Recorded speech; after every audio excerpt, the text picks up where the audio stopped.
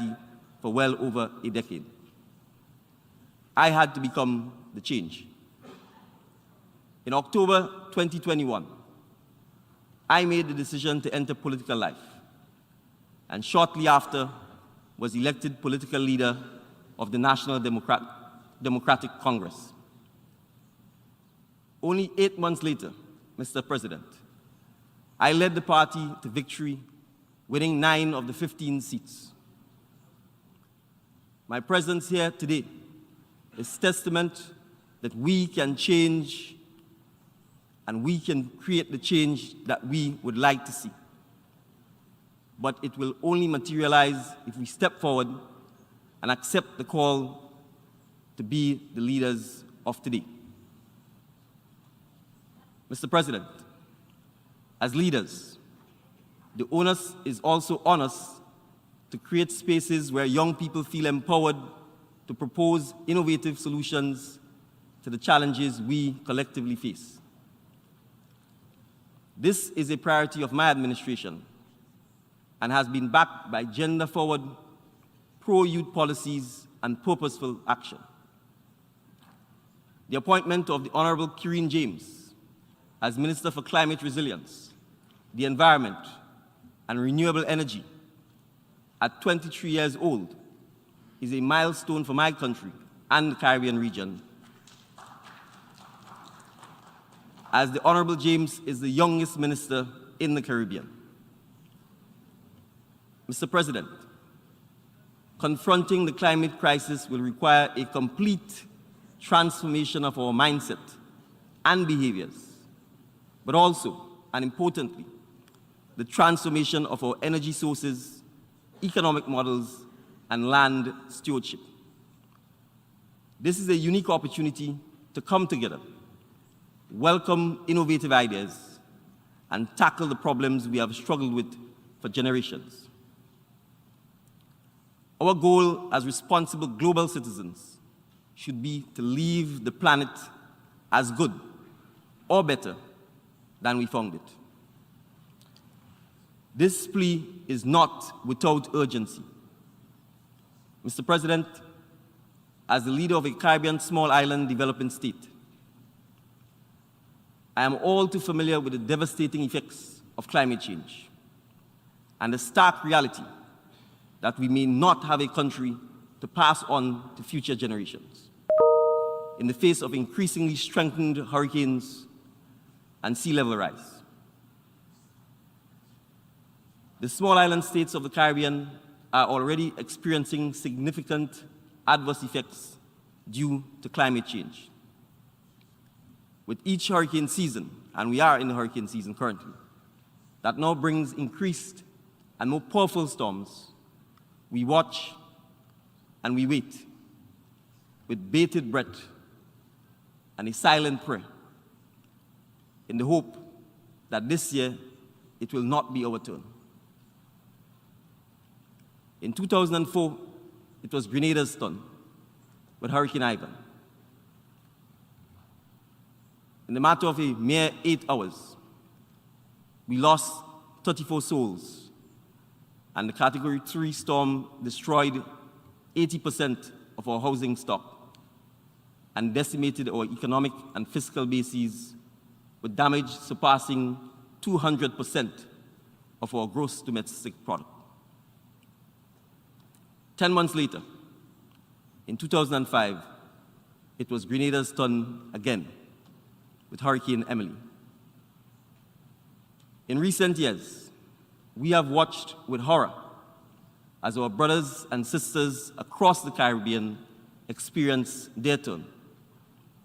Most notably, Hurricane Irma in 2017, which left the island of Barbuda nearly uninhabitable and wrought significant havoc on over 10 other Caribbean island states, including the British Virgin Islands, which lost approximately 85% of its housing stock. Only 2 weeks later, Hurricane Maria threatened cruelly to exacerbate the wounds freshly inflicted by Irma. Mr. President, the global community would remember the destruction visited on Dominica by the said Hurricane Maria, which left 31 people dead, 37 missing, and an estimated $930 million in damages. Mr. President, I can continue in this vein, highlighting the devastating consequences that Caribbean islands suffer due to the warming climate, including the harmful effects on our rich biodiversity and underwater resources. We are truly on the front lines, and we know it all too well, the ease with which one hurricane can wipe out decades of progress. As I stand here this morning, several Caribbean islands are reeling from the wrath of Hurricane Fiona. This is the reality we face, Mr. President, and why it is urgent that we act. Mr. President, given the focus of my address here this morning, it is evident that climate change is inimical to Grenada's transformational agenda. We continue to insist on a clear roadmap at the global level for ambitious climate action to ensure that global average temperatures remain below the 1.5 degrees Celsius threshold. As we seek to bolster climate resilience in our island home, I reiterate the call for the urgent scaling up of climate finance for adaptation and the removal of challenges that developing nations face to access climate financing. Additionally, my government calls for increased technology development and capacity building, especially for young people. Mr. President, we are encouraged and indeed proud that a son of the soil has been given the responsibility to manage global climate action. The appointment of Simon Steele as Executive Secretary of the United Nations Climate Change Secretariat sends a clear message of the importance of island voices in the fight against climate change. We are optimistic that we will achieve the mandates of the Climate Convention and its protocols, as well as the Agenda for Sustainable Development. Mr. President, the government of Grenada is steadfast in its commitment to creating paths towards sustainability and promoting diversity. Evidence of our resolve can be found in the first ever long-term National Sustainable Development Plan 2020-2035, which is in alignment with the Sustainable Development Goals, which is the anchor for the country's development agenda and the priorities for the next 15-year period. In this regard, the government of Grenada was pleased to be one of the 45 countries that presented voluntary national reviews of the implementation of the 2030 Agenda for Sustainable Development during the recently held high-level political forum for sustainable development. Mr. President, our country-led review of progress towards the implementation of the 17 SDGs of the 2030 Agenda comes at a critical juncture in our collective efforts aimed at recovering from the extraordinary socio-economic crisis created by COVID-19. Mr. President, for Grenada, the pandemic exposed critical structural weaknesses and resource deficiencies in our healthcare system. Managing the high incidence of non-communicable diseases, therefore, is an urgent priority, and so too is addressing the mental health of our citizenry. In addition, Mr. President, the economic fallout from the worldwide closure of borders and stagnation of tourism, a key economic driver, exacerbated already elevated levels of unemployment and poverty. My government intends to mitigate such dire circumstances in the future by diversifying our economy and developing a robust ICT and digital economy. Trends such as converging technologies and the digitization of production are rapidly transforming work and life, and they must be factored into training and development opportunities for our young people. Mr. President, we understand that to adequately equip our young people for the future, inclusive and equitable quality education is fundamental. To this end, my government has taken the necessary steps to ensure the framework for free universal education up to the community college level, and is committed to providing second chance opportunities to all youth who did not complete a primary, secondary, or tertiary education. Additionally, we intend to actively seek out opportunities for further studies in digital and creative fields to support our emerging creative and digital economies. Mr. President, the answers, once again, will lie with our young people and their invaluable contributions to the future of the labor force.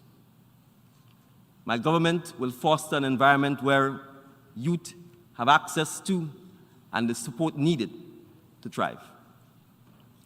In particular, we intend to provide incentives to young entrepreneurs, upgrade our agricultural production systems, and bolster our export capacity. Grenada will act deliberately to attract the attention and support of the international community and the favor of friendly nations as we seek to improve the standard of living of all citizens through the exploration of new frontiers of economic and social development. Mr. President, as we emerge from the crisis of the COVID-19 pandemic and optimistically prepare to transform our economy, we cannot ignore the new crisis in the East due to current geopolitical tensions and conflicts, which has devastating and disruptive consequences for energy and food security. Mr. President, Russia's war with Ukraine has already threatened international peace and stability and induced hardships upon nations unconnected with the conflict. Grenada associates itself with the call of many for Russia to relent its war efforts in Ukraine and for the parties to negotiate a peaceful settlement of the conflict. Mr. President, mindful that peace is a supreme asset and a legitimate aspiration of all peoples, Grenada renews its firm call for the Caribbean to remain a zone of peace. We also advocate for the economic, social, and environmental development of all Caribbean states. In this regard, Grenada is satisfied that the removal of the US-imposed economic, commercial, and financial blockade against Cuba will facilitate economic and social change there. Additionally, we call for Cuba to be removed from the US State Department's list of countries that are co-sponsors of terrorism. Mr. President, in the same way, we lament that more has not been done for our brothers and sisters in Haiti, a country classified as one of the poorest amongst us. The Caribbean community, CARICOM, continues to pursue various initiatives to assist Haiti. However, we believe that more productive engagements must be undertaken with all stakeholders to help achieve political stability, peace, and economic progress in Haiti. Mr. President, Grenada also reiterates its support for the ongoing judicial process at the International Court of Justice aimed at bringing a definitive end to the long-standing Guyana-Venezuela border dispute, and we reaffirm our unwavering support for the territorial integrity of the Cooperative Republic of Guyana. Mr. President, we further remain resolute in our call for an end to the imposition of unilateral coercive measures against the Republic of Venezuela, contrary to the rules and principles of international law and the Charter of the United Nations. Mr. President, the net effect of the recent and ongoing crises continues to seriously dislodge the world economy and, in turn, the ability of countries to achieve the Sustainable Development Goals. The adverse impacts on production, employment, and poverty are growing, while at the same time jeopardizing fiscal management in many countries. The government of Grenada is firm in its determination to achieve the full implementation of the 2030 Agenda for Sustainable Development. We call, however, for the increased inclusion of youth voices as we seek to chart the future of our planet.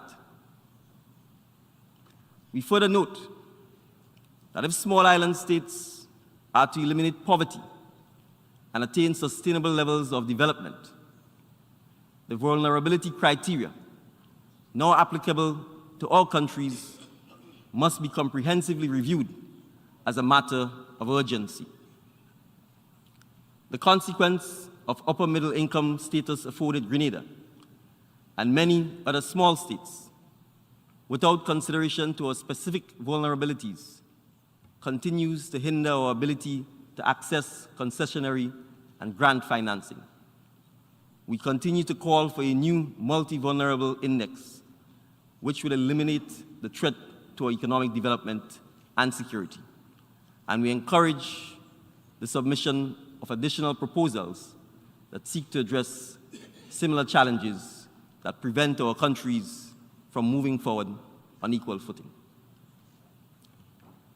Mr. President, the United Nations system over the last 77 years has contributed immensely to humanity. It is now time to consider strategic transformation if we are to achieve the goals set out in the 2030 Agenda and safeguard our planet for future generations. Thank you.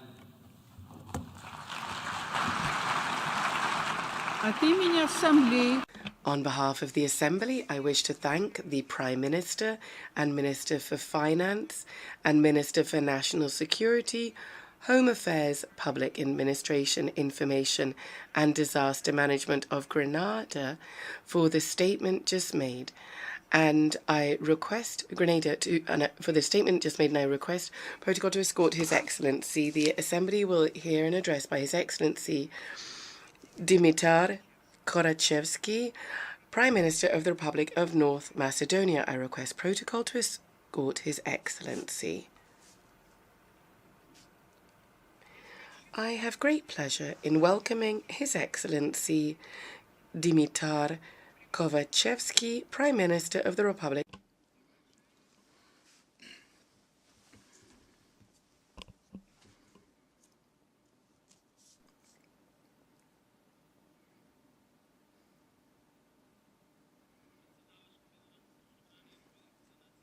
Dear President of the United Nations General Assembly, dear Secretary General of the United Nations, dear heads of state and colleagues, heads of government, ladies and gentlemen. Our strength is in our unity. This lesson, that together we can achieve much more than alone, is a lesson that the world of today is learning in unanticipated circumstances in the 21st century. First the pandemic, and now the cruel war in Ukraine.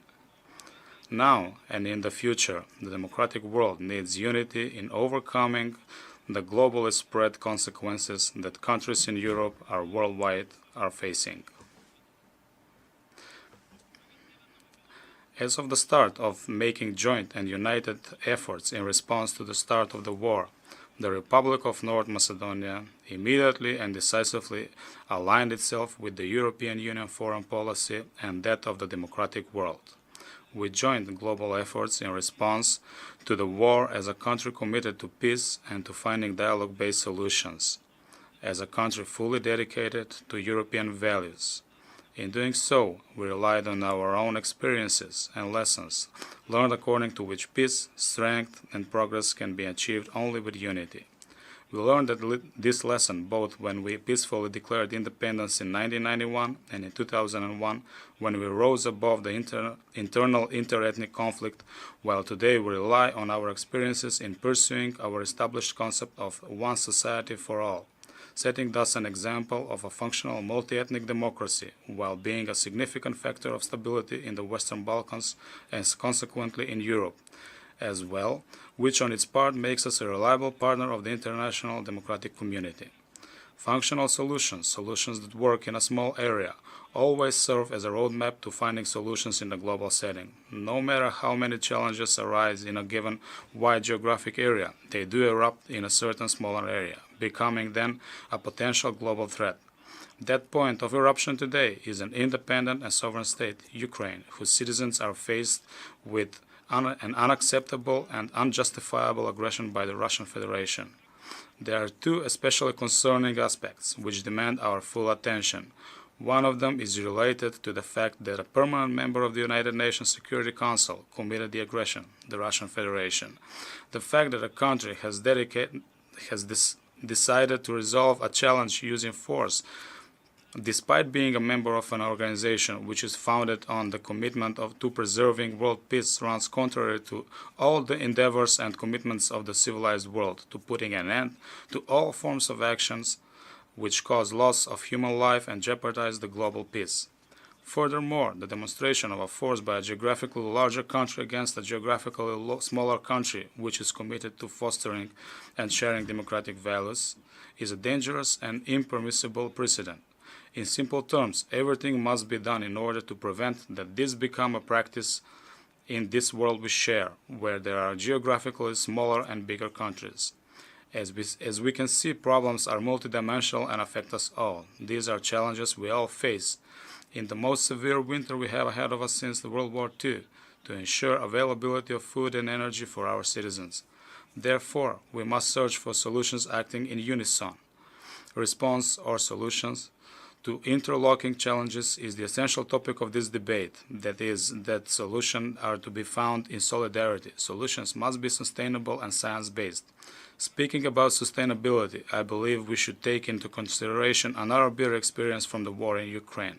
The struggle for peace is ongoing, and peace necessitates continual dedication to mutual understanding, vigilance, and prompt actions. Dear colleagues, delegates, ladies and gentlemen, I would like to convey a clear message from my country. The unprovoked aggression by the Russian Federation against Ukraine is a gross violation of the United Nations Charter and of international law norms and principles. The aggression cannot be justified or relativized. The Russian Federation must put an immediate end to the aggression and withdraw its troops from Ukraine. History teaches us that no problem can be resolved by using force. Putting an end to the aggression is the necessary precondition in order to open the only feasible way of finding a solution, and that is diplomacy and dialogue. The latter can and must be the sole mechanism for settling disputes and resolving differences between countries. The uncertainty of food and energy supply will deepen differences at the global level between the rich North and the poor South, and will bring millions of people at the brink of their existence, even being threatened with hunger. We will all feel the impact, both economically more developed and economically less developed countries. We must rely on lessons learned from the pandemic. That is, international solidarity is not to be guided by the fact whether solidarity is needed among the better developed countries or is required among less developed countries. This especially if we want to prevent the rise of new challenges ensuing from the growing dissatisfaction of citizens in global terms. The pandemic reminded us that we all are equal when faced with a common, in this case invisible enemy, that took millions of human lives worldwide. The pandemic also brought to light the importance of solidarity and unity, transposed into concrete international cooperation. These are the principles that should guide our future actions when facing present and future challenges. In the specific context of overcoming the consequences of the war in Ukraine, it is necessary to double the efforts in enhancing international solidarity and mutual assistance on equal footing, both in the European Union, where the Ukraine war impact is one of the largest scopes, but also worldwide. This particularly applies to finding viable solutions to overcome challenges relating to energy supply, but food as well. In this context, I would like to underscore the important active role of Secretary General Guterres, as well as of Turkey mediating in the exports of wheat from Ukraine.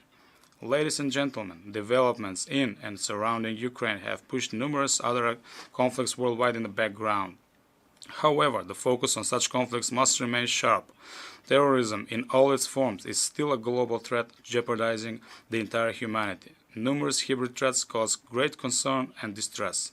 Fake news and the possibility provided by social network, that is, by internet communication, that such news is spread on a mass scale is a challenge facing the entire democratic world. Authoritarian tendencies disguised under the veil of this indigenous patriotism pose a serious threat to human rights and freedoms and prompt potential instabilities. We also face burning climate change issue, despite all endeavors for putting up a joint and united front in saving our planet Earth. The recent catastrophic floods in Pakistan are but one of the last visible consequences in the series of extreme natural disasters worldwide occurring due to climate change. Losing biodiversity, air pollution, and the lack of water impose themselves as priority threats, not only against the environment and ecosystem, but also against people's lives. And such a situation will persist until every individual becomes fully aware that nature is not ours, but is part of us, and we should treat it as such. All these problems demand concrete actions founded on intensified and consolidated efforts that would be focused both on prevention and on finding solutions. Conflicts, instability, violence, climate change cause the spread of grave poverty for millions of people, as well as displacement of population, which is growing into an exodus. Immigration waves we faced in past years coming from Syria and Afghanistan are not winding down. Now we also have millions of refugees from Ukraine. The Republic of North Macedonia opened its doors to citizens of Ukraine, who, forced to flee their homelands, sought refuge in our country. This is a good opportunity that we duly commend countries worldwide that receive the largest numbers of refugees, as well as a substantial number of citizens throughout the world who work every day to provide care for refugees and help those in need. My country, the Republic of North Macedonia, using its available capacities, remains committed to honoring international commitments in the humanitarian area.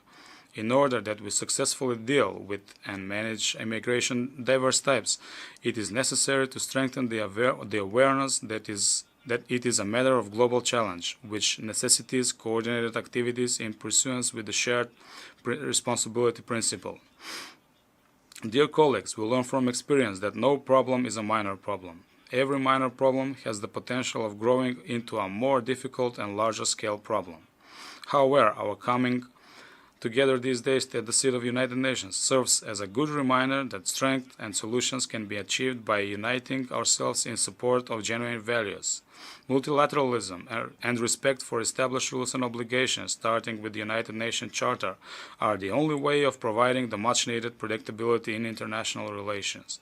We are building our future now, today, and together, despite all deficiencies of international mechanisms.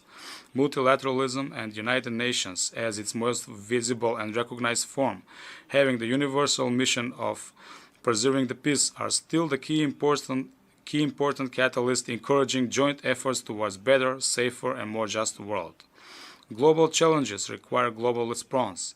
No country could deal with 21st century problems acting on its own. Now, more than ever, we need to demonstrate that multilateralism works and gives results in times of crisis.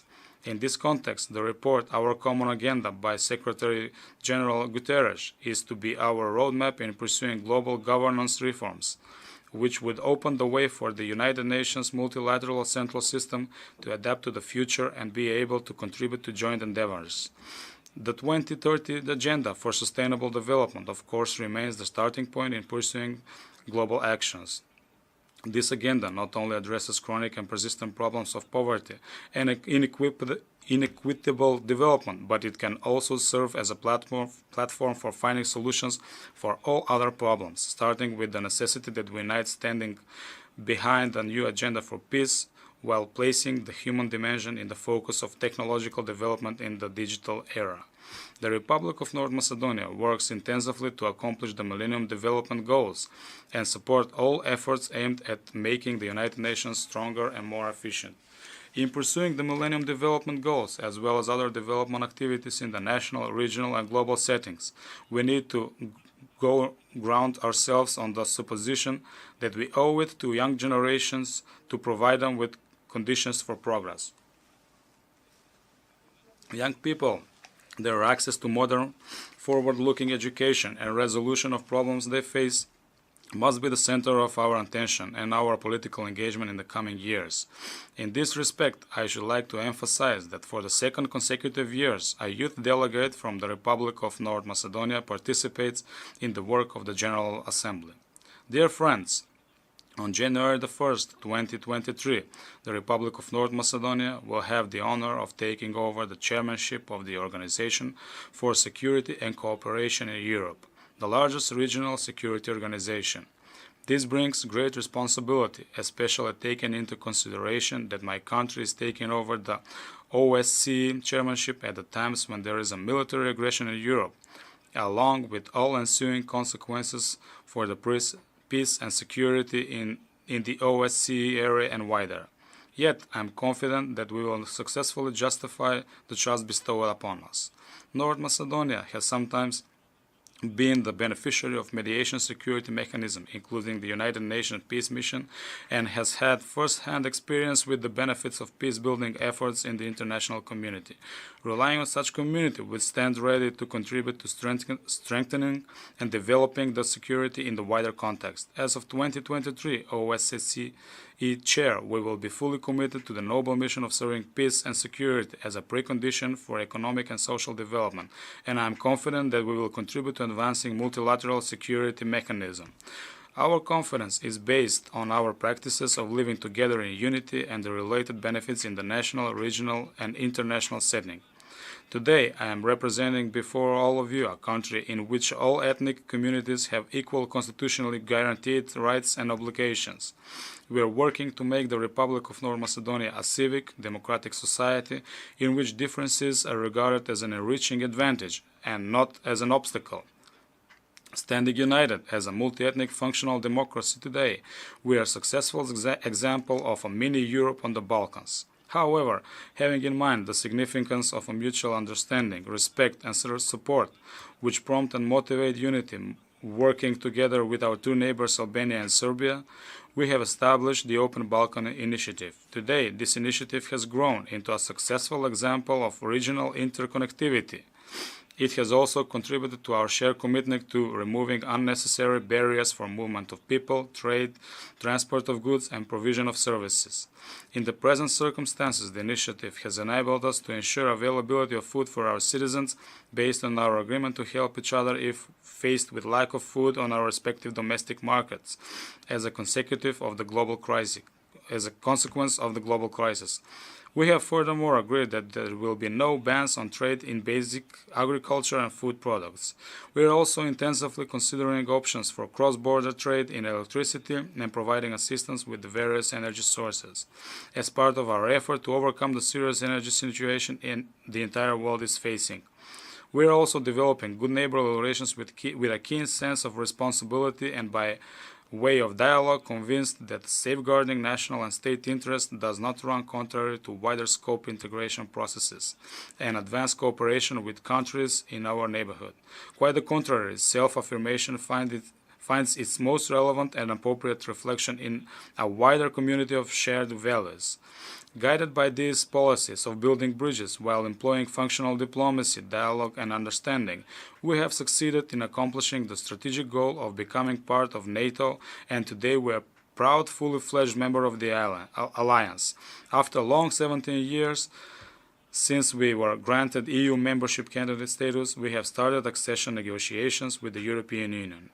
My country attaches particular importance to our speedy EU integration. We work with dedication and persistence to undertake all steps required for the accomplishment of my country's second strategic goal. Citizens of North Macedonia have waited far too long for this moment, and I acknowledge and understand the frustration and fatigue that they feel walking on this long road to Europe. But we don't have any other alternative to reach our goal of better living standards, and that no one promised us the road would be easy. In fact, despite the difficulties, the EU still represents the best option for our future and our children's future. We don't have the opportunity and the privilege to give it up. Now is the time to continue with full power forward and even double speed. I would like to underscore that the EU membership of the Republic of North Macedonia is of essential importance also for the European Union itself, especially in the new circumstances in the global context, in which such a message of encouragement, that the enlargement process continues and awaits the entire region, which, no matter the progressive leadership, is not immune to global challenges. This especially in conditions in which the European integration and democratic path of the Western Balkans countries should and must be ensured as a contribution to the European peace. The story of my homeland, the Republic of North Macedonia, which 2 weeks ago celebrated 31 years of independence, is a story of peace, cooperation, and understanding, employing which it was established, while dealing with challenges and overcoming threats both for our internal stability and on our way to international integration. Thus, I should like to underline that we are solution-oriented, working together in facing challenges that do not recognize state borders, ethnic, linguistic, religious, or any other differences. Dear friends, colleagues, ladies and gentlemen, I am especially honored and pleased that as the Prime Minister of the Republic of North Macedonia, I have the opportunity of addressing you for the first time here at the United Nations, the organization that is the guardian of peace, solidarity, and prosperity. I would like to offer my appreciation to Mr. Abdullah Shahid, President of the 76th General Assembly, for his successful work. I am confident that Mr. Tsaba Koroshi, who took over the presidency of the 77th General Assembly, will be equally successful. The pandemic and the war in Ukraine have brought to light human weaknesses or fragility even in this modern 21st century. Yet, as the pandemic has also demonstrated the power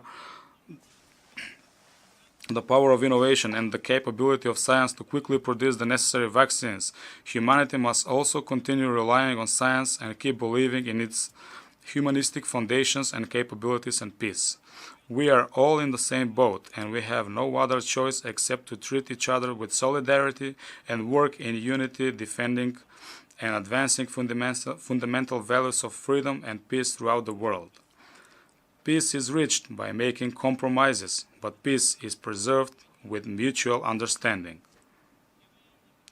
Thank you for your attention. Long live Republic of North Macedonia. On behalf of the Assembly, I wish to thank the Prime Minister of the Republic of North Macedonia for the statement just made, and I request protocol to escort His Excellency. The Assembly will now hear an address by His Excellency Muketsi Majoro, Prime Minister of the Kingdom of Lesotho. I request protocol to escort His Excellency.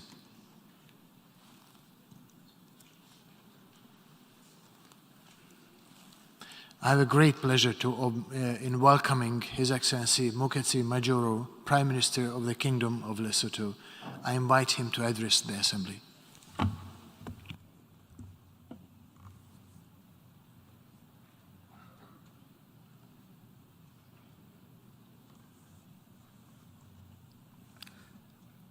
Your Excellency, Mr. Saba Korosi, President of the 77th session of the General Assembly, Your Excellencies, Heads of State and of Government, Your Excellency, Mr. Antonio Guterres, Secretary General of the United Nations, distinguished delegates, ladies and gentlemen,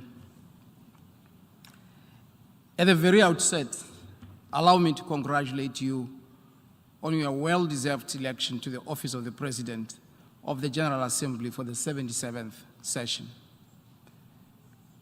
Mr. President, your illustrious career as a diplomat assures us of a successful session. I assure you of my delegation's full support and cooperation during your tenure of office. I also wish to commend your predecessor, His Excellency Mr. Abdullah Shahid, for his stewardship in discharging his duties during the previous session. To Secretary General Guterres, I extend my country's gratitude and support for the tireless efforts in the daunting task of finding lasting solutions to the persistent problems that face our organization. We particularly commend you for the wide-ranging reform efforts to equip the organization to provide more effective support for member states across the spectrum of the challenges they face, including stronger partnerships for the 2030 agenda. We welcome our Common Agenda report, which focuses on the next 25 years and represents your vision on the future of global cooperation through reinvigorated multilateralism within the United Nations at the center, with the United Nations at the center of our efforts. Mr. President, Excellencies, from the humble beginnings of a fledgling organization more than 7 decades ago to a massive expansion in membership today, the United Nations has undoubtedly stood the test of time. Our organization has witnessed several changes in the configuration of international relations. Some were traumatic, while others were benign. The survival of the UN through all those tribulations testifies to its resilience and the enduring validity of its mission. Some of the great strides that the United Nations has made span peaceful settlement of disputes, restoring calm in many countries through peacekeeping, decolonization, raising awareness of human rights, and eradicating diseases. Despite these laudable achievements, numerous challenges still remain in the path towards assuring humanity of a bright, prosperous, dignified, and secure future. The continuous eruption of armed conflicts throughout the world, terrorism, climate change, diseases, and the lingering effects of economic and financial crisis, and many others continue to transcend our borders and have remained in the foreground of international relations and preoccupied the international community. It is in this context that we welcome the theme for our general debate today, a watershed moment, transformative solutions to interlocking challenges. Mr. President, we are living in uncertain times. The COVID-19 pandemic has changed the nature of multilateral engagement, diplomacy, business, and of basic human interaction. The pandemic has not only hastened the pace and scale of digital revolution, but has also increased the gap between the haves and the have-nots, and furthermore exposed our vulnerability as Africa's landlocked, least developed country.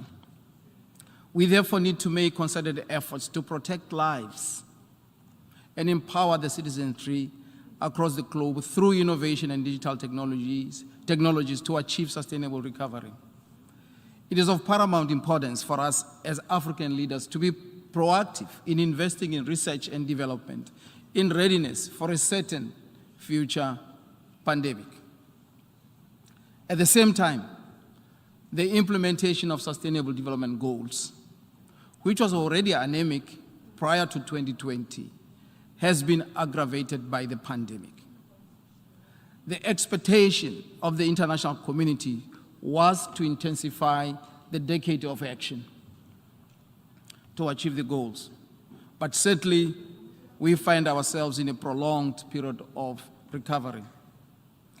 As we ushered in the new 17 Sustainable Development Goals on 1 January 2016, member states were optimistic that the better life for all was in sight. However, the 2030 deadline for the achievement of the SDGs is gradually approaching, yet there is still no significant progress in their attainment due to several factors that have adversely affected implementation. In addition to the pandemic, this includes unpredictable global shocks, including wars, climate-related events, and lack of predictable financing. The environment in which we operate is significantly less favorable than it was when we began 6 years ago. Our room to maneuver is much more constrained today. Nevertheless, our quest to pursue a sustainable future must never wane. Unless we can work towards the SDGs in a true spirit of partnership, where each partner lives up to expectations, the decade of action will end as a decade of disappointment. As Secretary General stated during the election of the President of the General Assembly in June this year, the 77th session can be a moment of transformation, a time to recalibrate multilateralism and strengthen the foundations of global cooperation.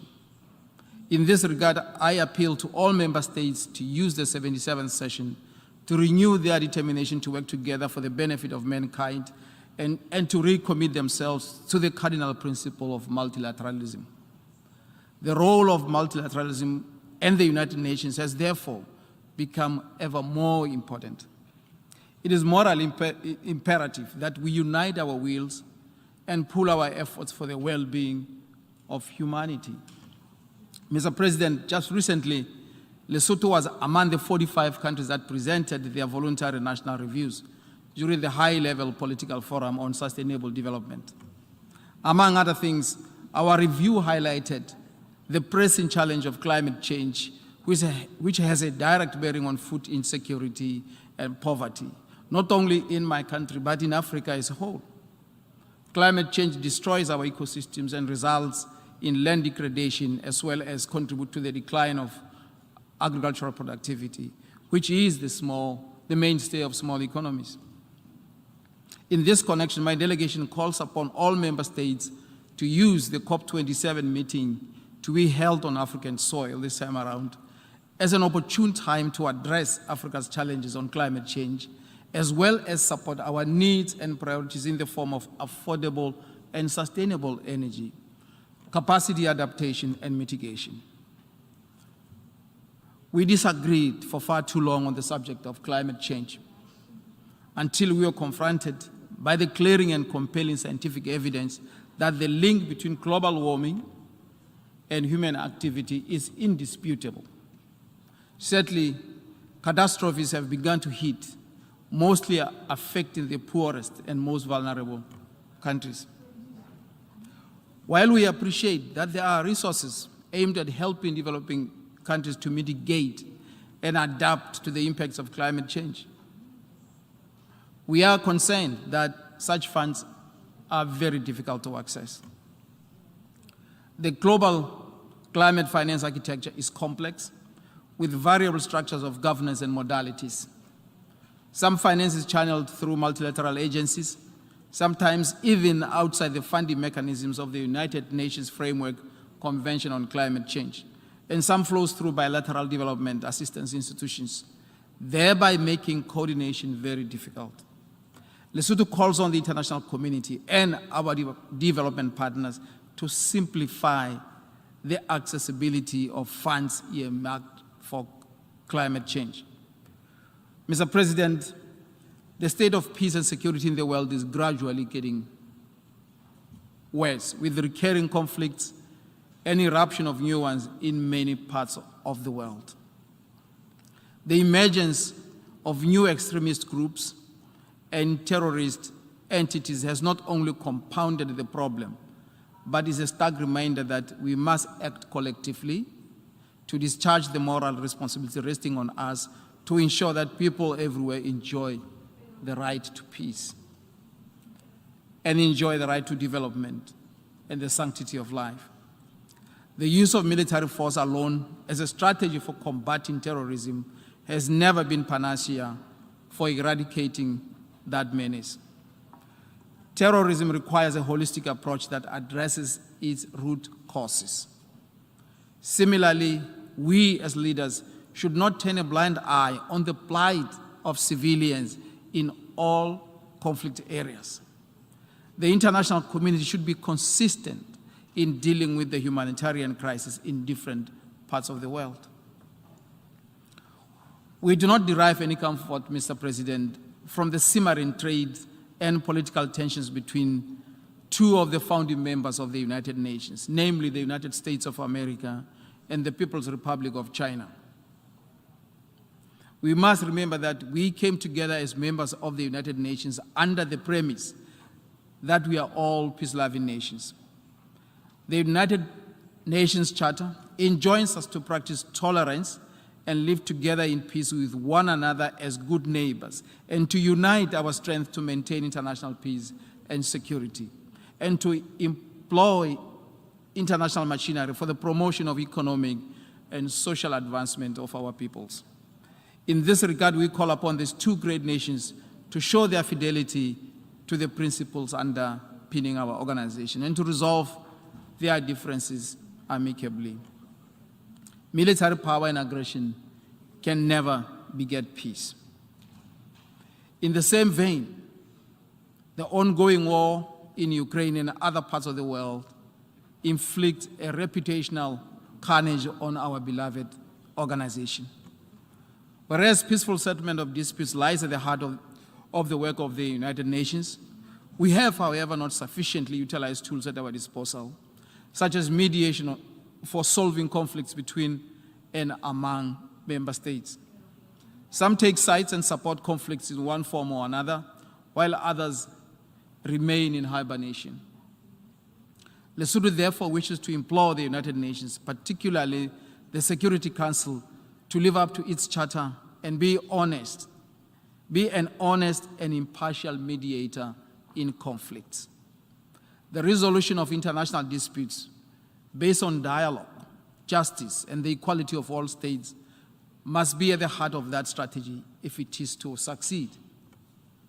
We must shun those who fan the flames of discord amongst us, and indeed we must not allow ourselves to entertain any thoughts that through divisions there will be one side that will win. We will all perish and be on the precipice.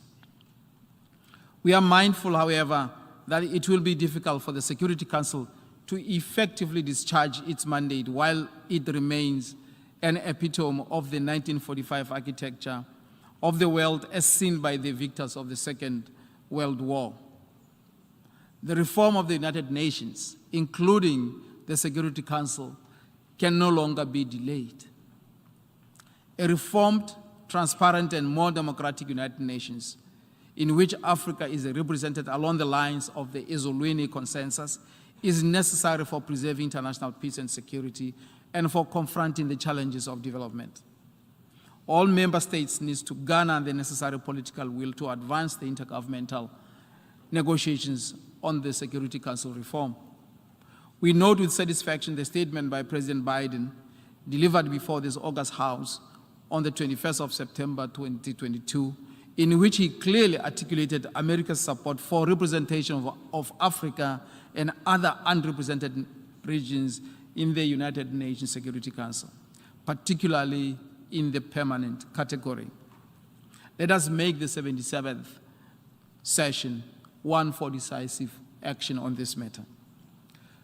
Mr. President, today we see the heightened geopolitical tensions that have led to the re-emergence of protectionist trade policies.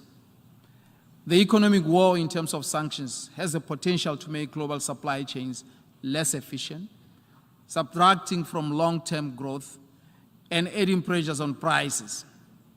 This state of affairs flies in the face of the resolve of the representatives who gathered in San Francisco to finalize the Charter of the United Nations more than 7 decades ago, and who dreamed of a world of equality and shared prosperity. They renounced a vision of a world of unilaterally imposed economic sanctions and financial blockages against others, or one in which peoples are denied their right to self-determination or were subjected to occupation. It would therefore be remiss of me not to unequivocally call for the lifting of all economic and political sanctions against Zimbabwe. In the like manner, we express solidarity with the tenacious people of Cuba for having endured economic sanctions for so many years.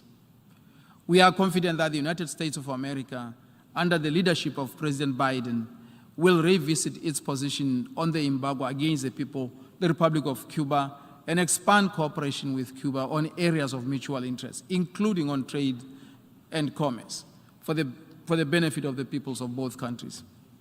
This, the United States did in 2016 through the Presidential Policy Directive, and it can surely do it again. We also want to express our unwavering solidarity with the people of Western Sahara, who have languished under the hegemony of colonialism for far too long. I also wish to underline, in particular, the General Assembly Resolution 40/50 of 2nd December 1985, in terms of which the Assembly reaffirmed the fact that the question of Western Sahara was a question of decolonization, which remained to be completed on the basis of the exercise by the people of Western Sahara of their inalienable right to self-determination and independence. Equally, the United Nations Security Council, in its resolution 1920 of 2010, 1979 of 2011, and 2044 of 2012, recognized that the consolidation of the status quo in Western Sahara was unacceptable and called for an intensified pace of meetings and strengthening of contacts between the parties in order to advance the organization of the referendum. We call upon the international community to intensify efforts to bring to an end the question of Western Sahara. In the same vein, we express our unwavering support for the people of Palestine. Since the founding of the UN, the question of Palestine has been at the center of the agenda of our organization. Yet today, the Palestinian territory still remains under foreign occupation, and its people endure untold pain and suffering.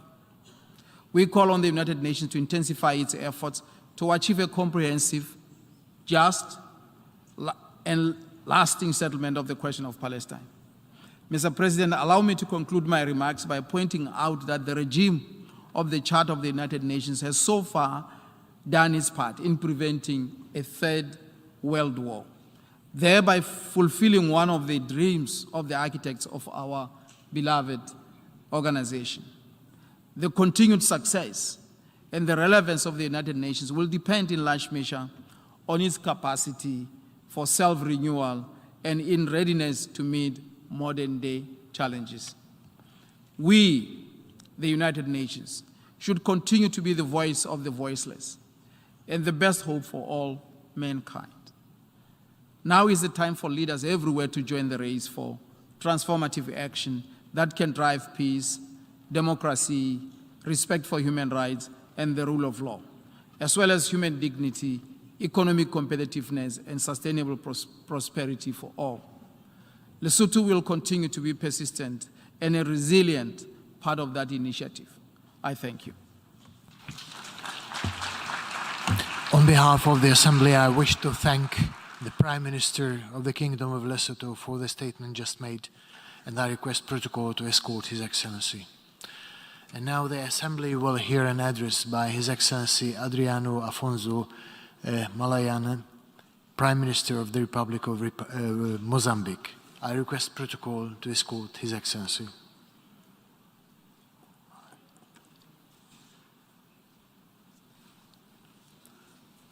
I have a great pleasure in welcoming His Excellency Adriano Afonso, Malayane, Prime Minister of the Republic of Mozambique, and I invite him to address the Assembly.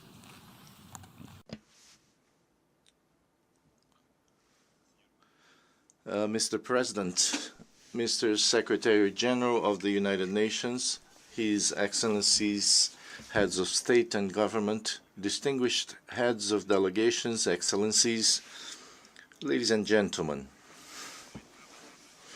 I am highly honored to participate in this 77th session of the General Assembly on behalf of His Excellency Felipe Jacinto Nyusi, President of the Republic of Mozambique, who, for agenda reasons, cannot be present.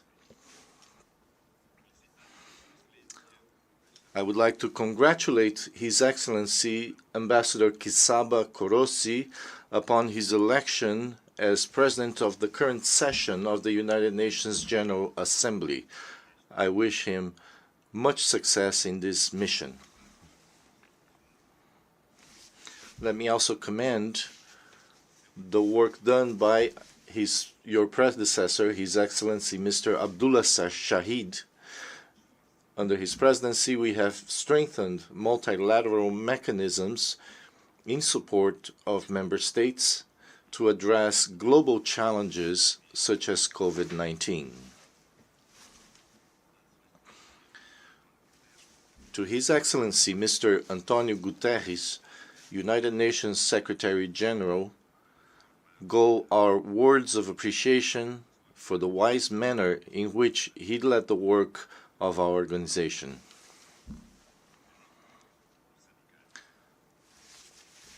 Allow me also, on behalf of the Mozambican people, to thank you all, United Nations member states, for the support which contributed for the election of Mozambique as non-permanent member of the Security Council for the term 2023-2024. This election, we take it with great responsibility, basing on the motto of our candidacy, international peace and security and sustainable development. We will advocate for the dialogue and for the peaceful resolution of conflicts, for the promotion of peace, for the fight against terrorism, as well as for the role of multilateralism as an important tool to address the current challenges of the world. Mr. President, Excellencies, the theme of current session of the General Assembly reveals that the world is going through adverse and challenging situations, characterized by a multiplicity of crises that are interlinked. And among them, we can highlight COVID-19, climate change, and humanitarian crises with their negative effects on the global economy. The emergence of new outbreaks of internal tensions and interstate conflicts, terrorism, international organized crime are affecting negatively the economic and social development of our countries. They are aggravating the food, energy, and humanitarian crises. They are affecting negatively the functioning of the supply chain in international markets. That is why Mozambique advocates for the need of a constructive dialogue and concerted multilateral actions, as these are the only avenues for the preservation of peace and the continued promotion of the sustainable development of our countries. Ladies and gentlemen, for Mozambique, the Sustainable Development Goals 2030 will guide us in the search of collective solutions to problems of this time of change, which is also the theme of this session. According to our experience, the incorporation of SDGs into the priorities and pillars of our governance program has brought significant positive results in the household incomes and the fight against poverty, including the increase of productivity in agriculture and the development of the entire value chain.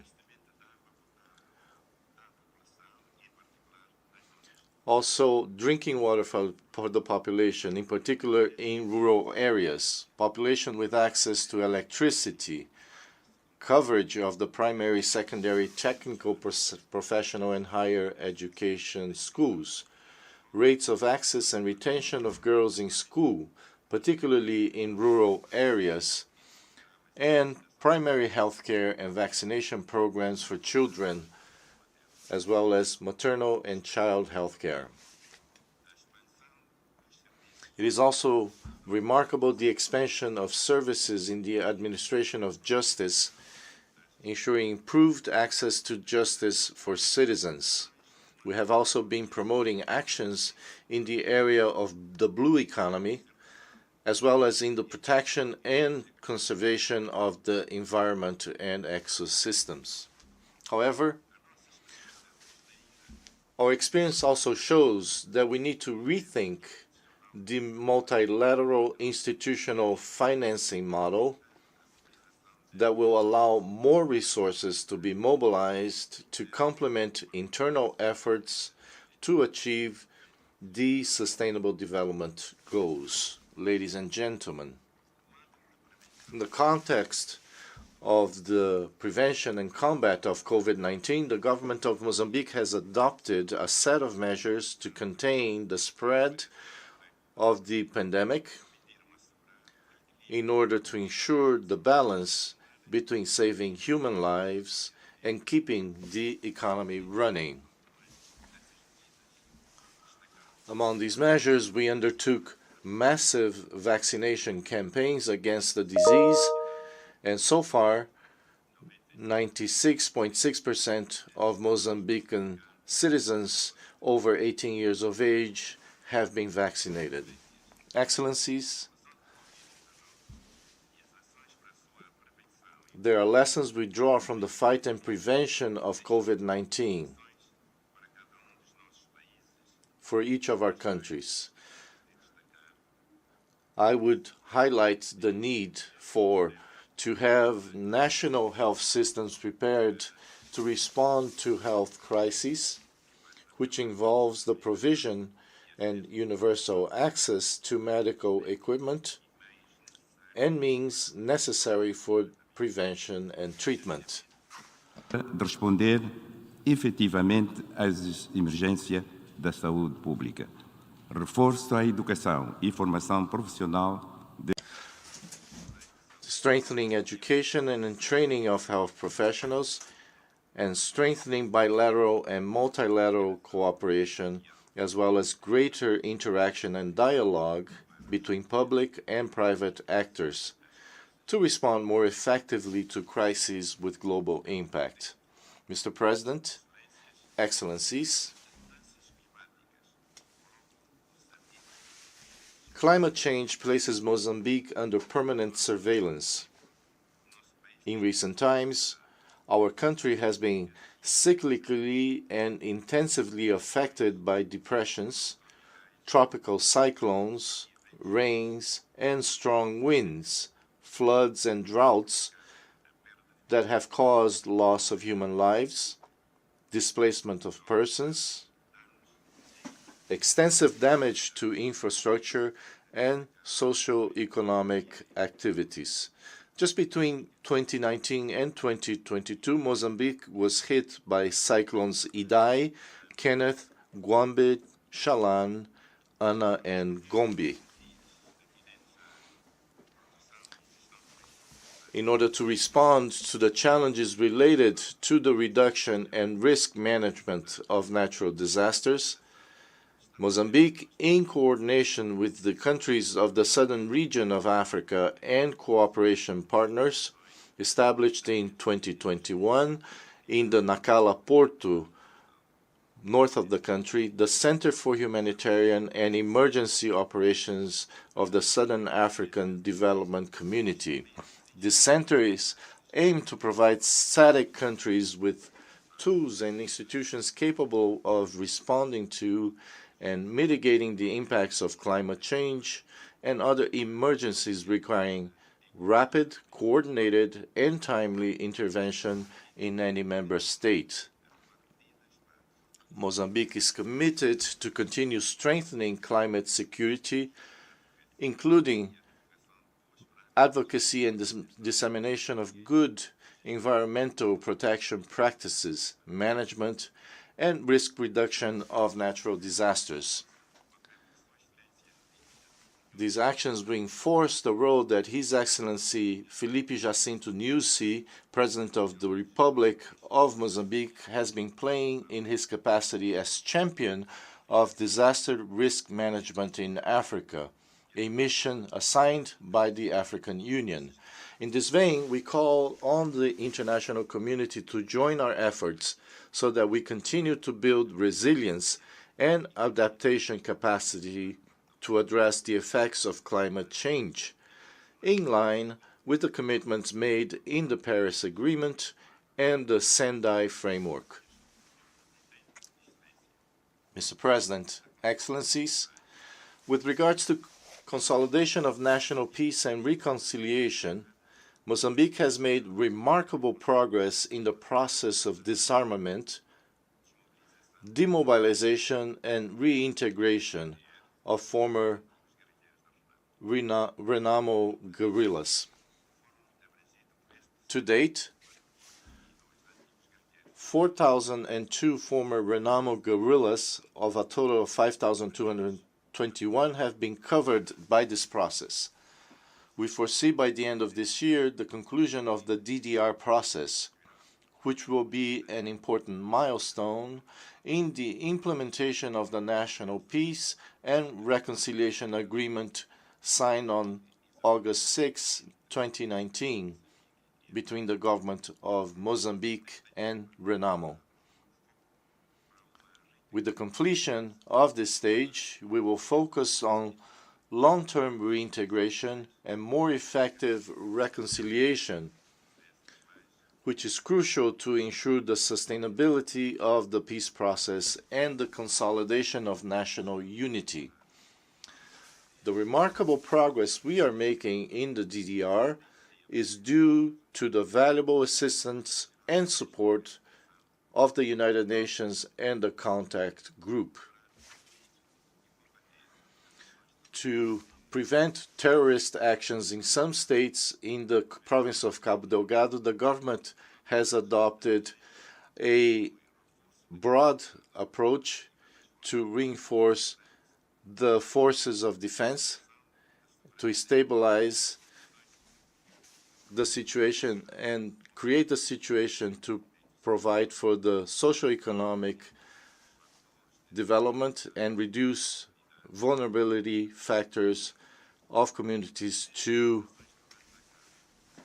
terrorism. Thanks to the actions undertaken by Mozambique, combined with the support and assistance of multilateral and bilateral cooperation partners, including SADC, the European Union, and Rwanda, we have made progress in combating terrorism. Mozambique's approach is a pioneering one in terms of concerted regional action to address the global threat of terrorism.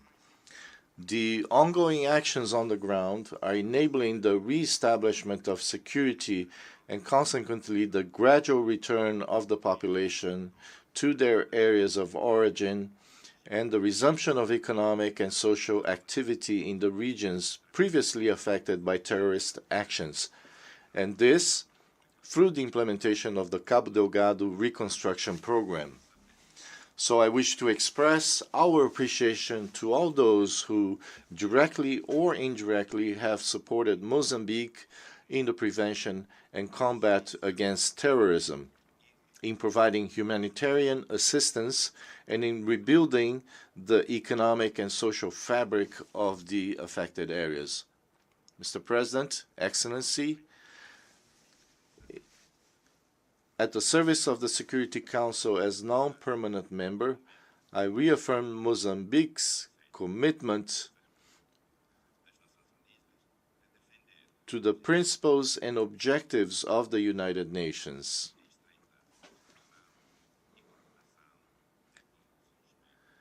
We will listen and work in close collaboration and coordination with all UN member states. Thank you.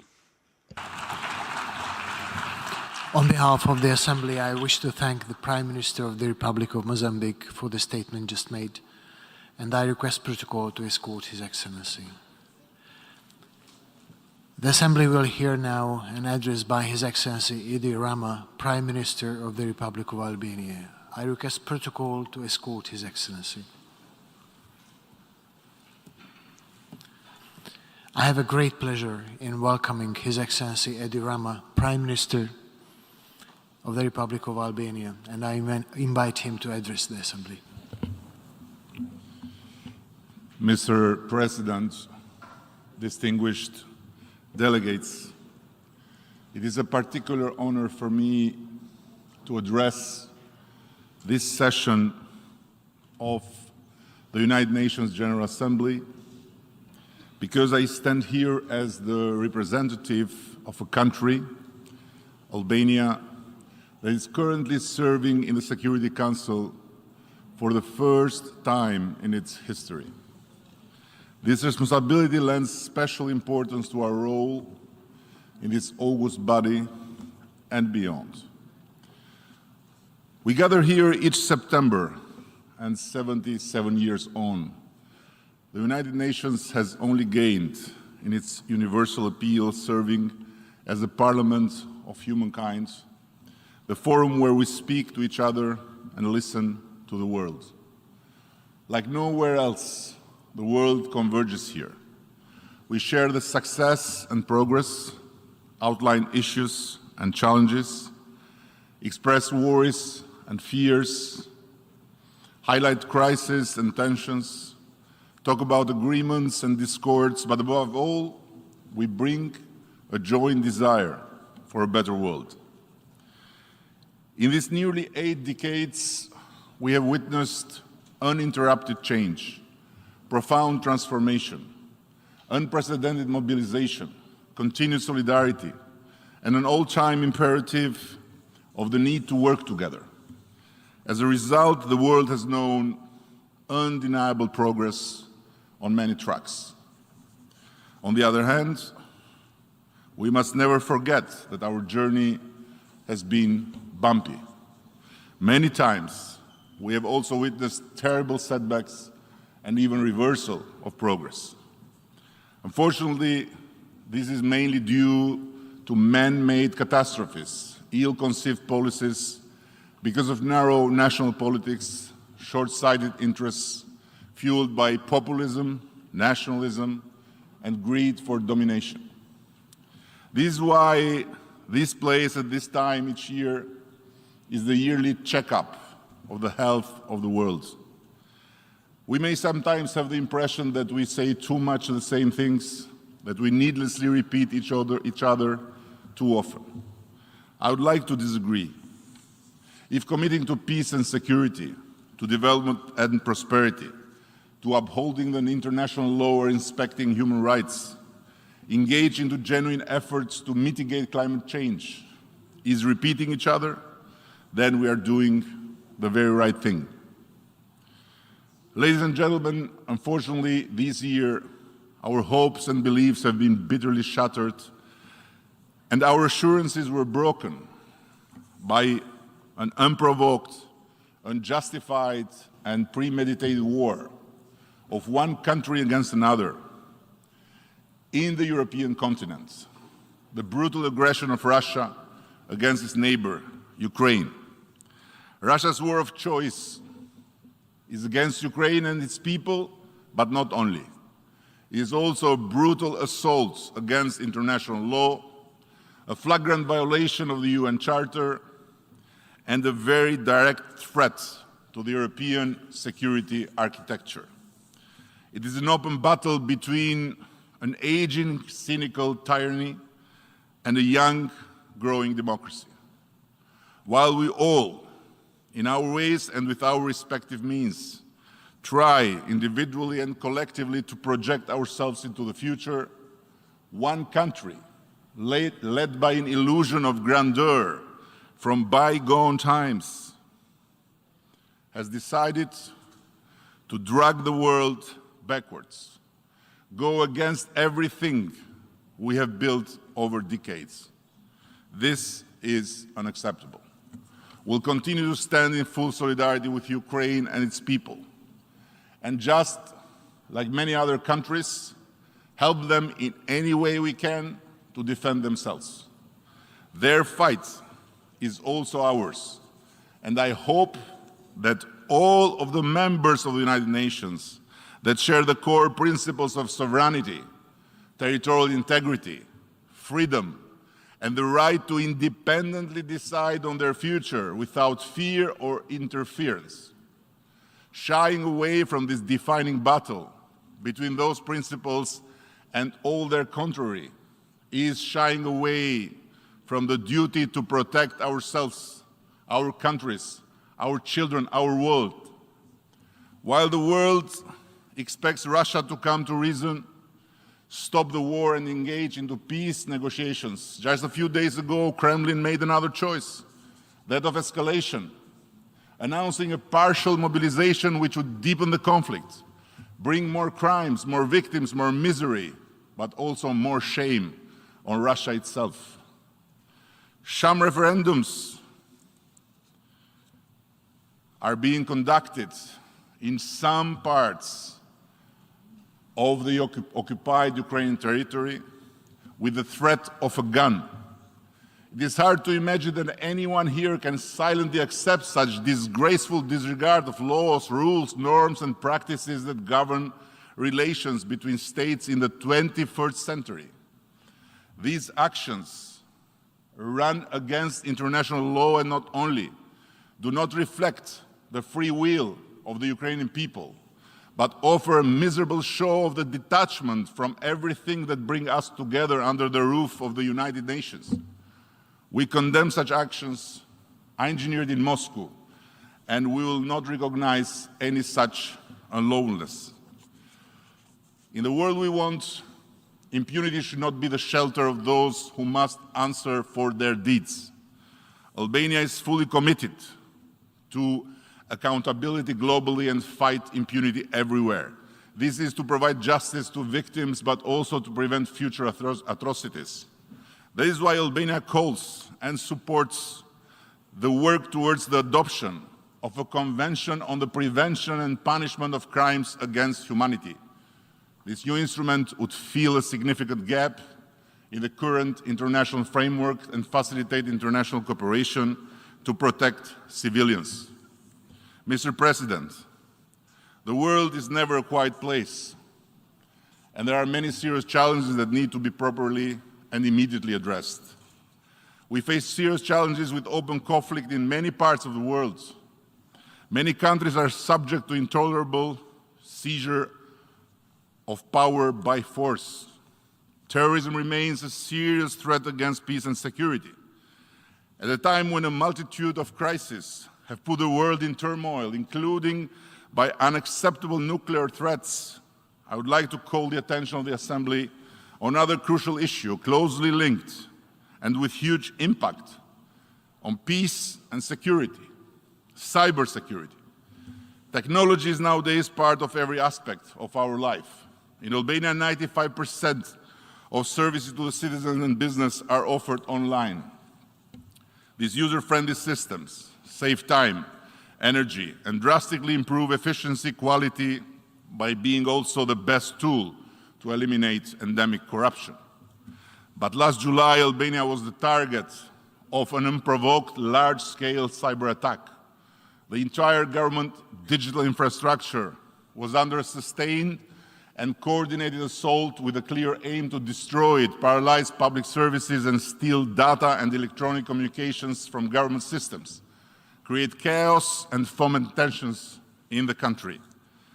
A lengthy and thorough in-depth investigation conducted in cooperation with the best existing world expertise on cyber terrorism has now confirmed beyond any doubt that the cyber attack that wanted to bring a sovereign country to its knees was a state-sponsored aggression orchestrated and carried out by the Islamic Republic of Iran. This is why, in face of such a blatant breach of norms responsible for state behavior in cyberspace in peacetime, which include refraining from damaging crucial infrastructure that provides service to the public, the government of Albania was left with no other choice but sever the diplomatic relations with Iran. We hope this forced extreme measure will be an example and a deterrent for anyone who supports or sponsors such abhorring actions against sovereign state. We urge the United Nations, including the Security Council, to focus more seriously and concretely to address cybersecurity by investing in prevention and help all member states build resilience. Ladies and gentlemen, Albania is a member of the Balkans community, a part of Europe that has had its share of very troubled history. Mention the word Balkans, and I bet in everyone's mind come the images stained by bloody wars and brutal crimes. You'd rightfully recall the scars of repression and oppression, genocide in Srebrenica, and brutal ethnic cleansing in Kosovo. Nothing of this is or will be forgotten. Accountability has and will continue, and we must double our efforts to guarantee its unhindered course. This requires a resolved commitment to the ideals of justice and, above all, cooperation between parties. Justice lies in the foundations of any effort for long-lasting peace, stability, and prosperity. But justice is served with facts, with proofs and evidence, not with fiction or distorted reality. And I cannot but share with you here a terrible example, which should be a lesson for all the world and first and foremost the democratic world. In 2011, the Parliamentary Assembly of the Council of Europe adopted a report compiled by a zealous parliamentarian who goes by the name Dick Marty, accusing the Kosovo Liberation Army of the despicable crime of organ trafficking. Mr. Marty should have been paid as a storyteller, but never trusted as a rapporteur of the Council of Europe. His report was shocking, and not only many believed it then, but it became the key factor in enhancing the idea and in establishing Kosovo specialist chambers. It also became one of the worst cases of distorted reality, the kind of manifesto for worldwide propaganda against Kosovo independence. Every investigative effort was made during these long 11 years to prove these allegations nationally, regionally, and internationally. No avail. Nothing. Not a single shred of evidence or proof was found anywhere in Kosovo or anywhere else regarding alleged trafficking of organs. Yet, the Kosovo Specialist Chambers that were founded based on that report have, as we speak, arrested without indictment Kosovo's sitting president Hashim Thaçi. He waited a year in detention until he was formally indicted. Just try now, please, all of you, to imagine, for a moment, your president or prime minister, your country leader, taken away from office in a third country, kept there in custody for a whole year without any formal indictment by a body created and sponsored from a community of democratic countries. And guess what? Not a single word of the entire indictment that comes next has anything to do with the Council of Europe report on the alleged crime of organ trafficking. A full fantasy. Isn't this a monumental failure of international politics? And this is not about a person. It's not about a court procedure. This is about taking of the induced stain on a country and its history.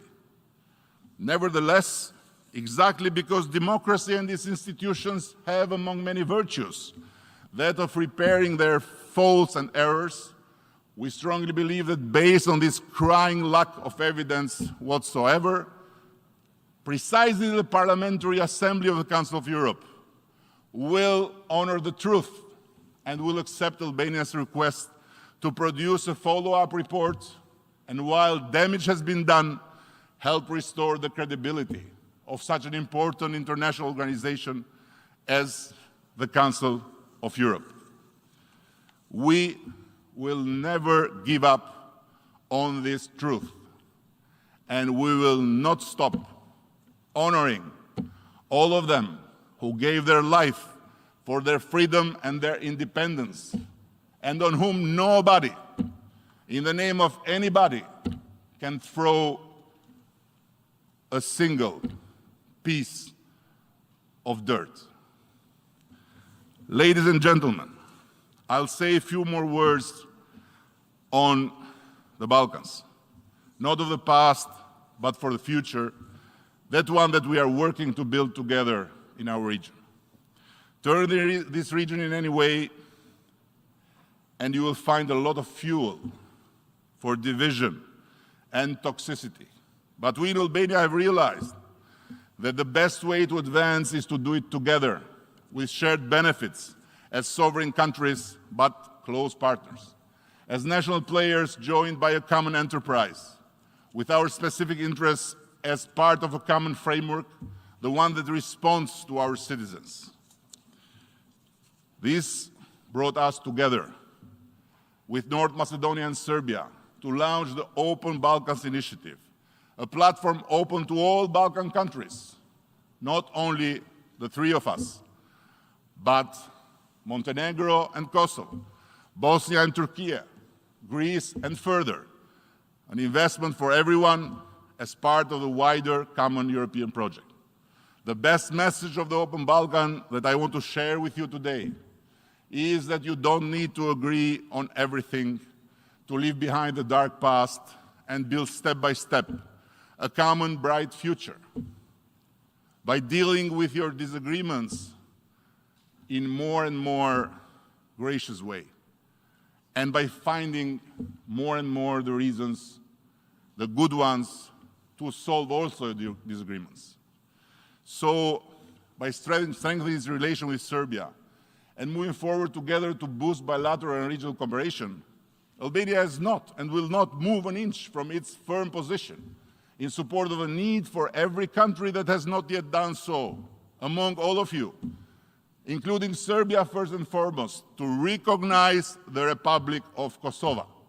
This being said, it is high time for Kosovo and Serbia to move beyond the current stalemate in their dialogue and work bravely towards a comprehensive peace agreement by doing their respective part to adopt a EU-US-backed breakthrough.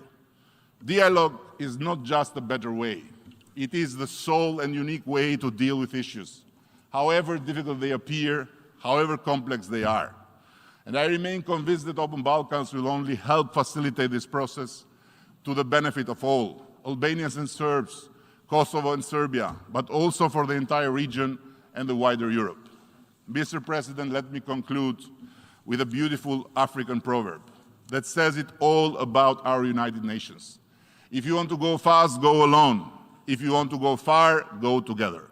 Thank you all.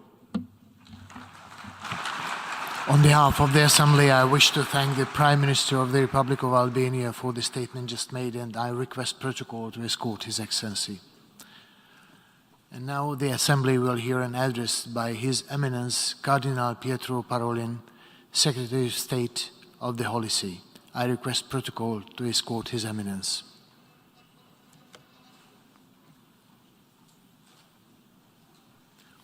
I have a great pleasure in welcoming His Eminence Cardinal Pietro Parolin, Secretary of State of the Holy See. And I invite him to address the Assembly.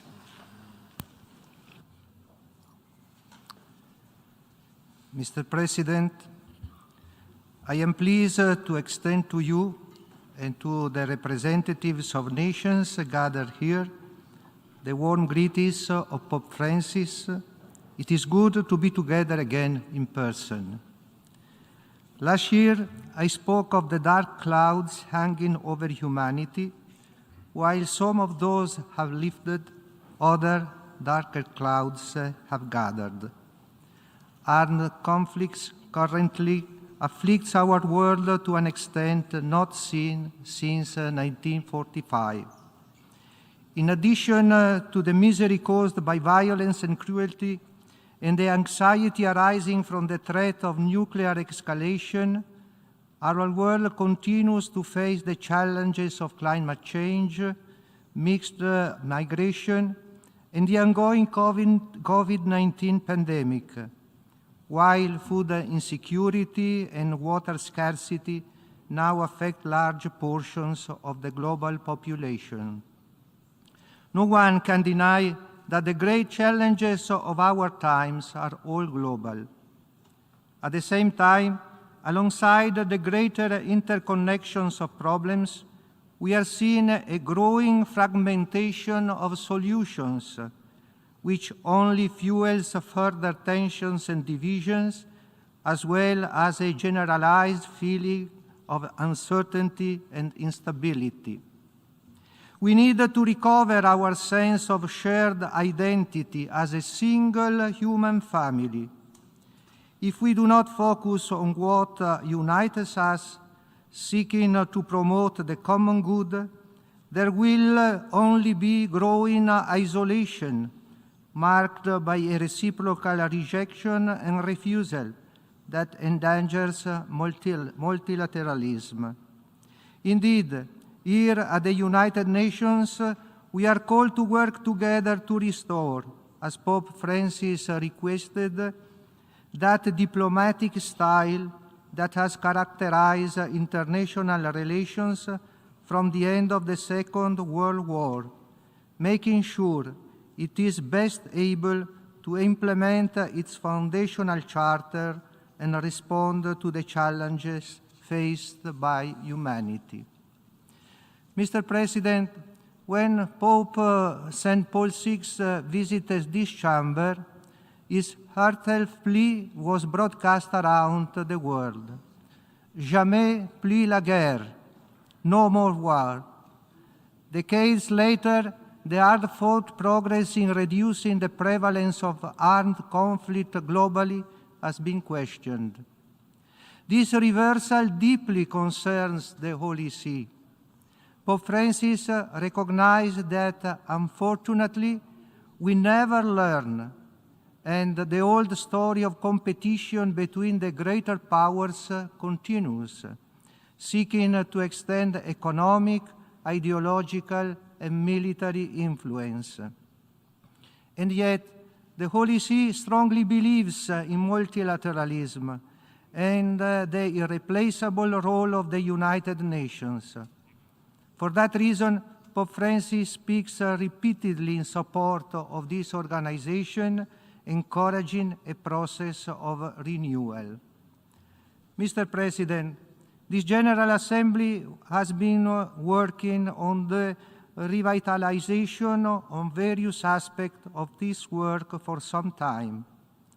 This process takes place against the backdrop of a crisis of credibility arising not only from its apparent impotence in times of crisis, but also from the promotion of agenda in many fora that frequently shift the focus to matters that, by their divisive nature, do not strictly belong to the aims of the organization.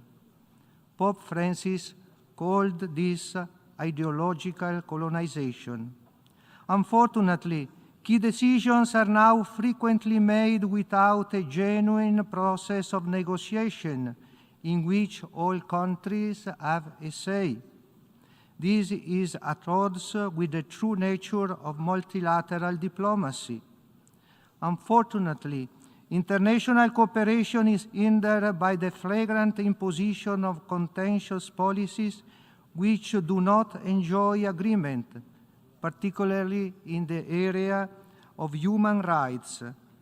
In this regard, there appears to be little desire on the part of specific states to recover consensus and authentic dialogue. Indeed, today it would appear that only the powerful and the well-funded prevail, reinventing human rights as they see fit. Instead, the fundamental human rights recognized in the Universal Declaration of Human Rights are firmly rooted in universal values, such that the right to life, to freedom of thought, conscience, religion, opinion, and expression, and that the institution of the family is protected. The Holy See reaffirms that human rights remain universal, objective, and firmly rooted in the God-given dignity of the human person. It is imperative that broad agreement and genuine consensus be found again soon within this organization, if it is to restore its international credibility as a true family of nations. It must extend beyond the General Assembly to the reform of those organs with effective executive capability, such as the Security Council. The landmark resolution requiring that the use of veto power be explained before the General Assembly was a welcome step in this direction. The members of the Security Council, most especially the permanent members, hold a crucial responsibility for the maintenance of peace and order in the world. When there is no shared vision or political will for peaceful coexistence, they become themselves the perpetrators of grave injustices. Only when the representatives of nations gathered here are able to place the common good above their own partisan interests will the legal framework of the United Nations system truly be the pledge of a secure and happy future. At present, however, violence continues to scar our world. The devastation that war wreaks directly upon the populations of conflict zones is compounded by the indirect impact on countless other people far from the front line. As Pope Francis has pointed out, war diverts attention and resources, but these are the objectives that demand the utmost commitment. The fight against hunger, health and education, world hunger, food insecurity and malnutrition in all its forms are alarmingly on the rise.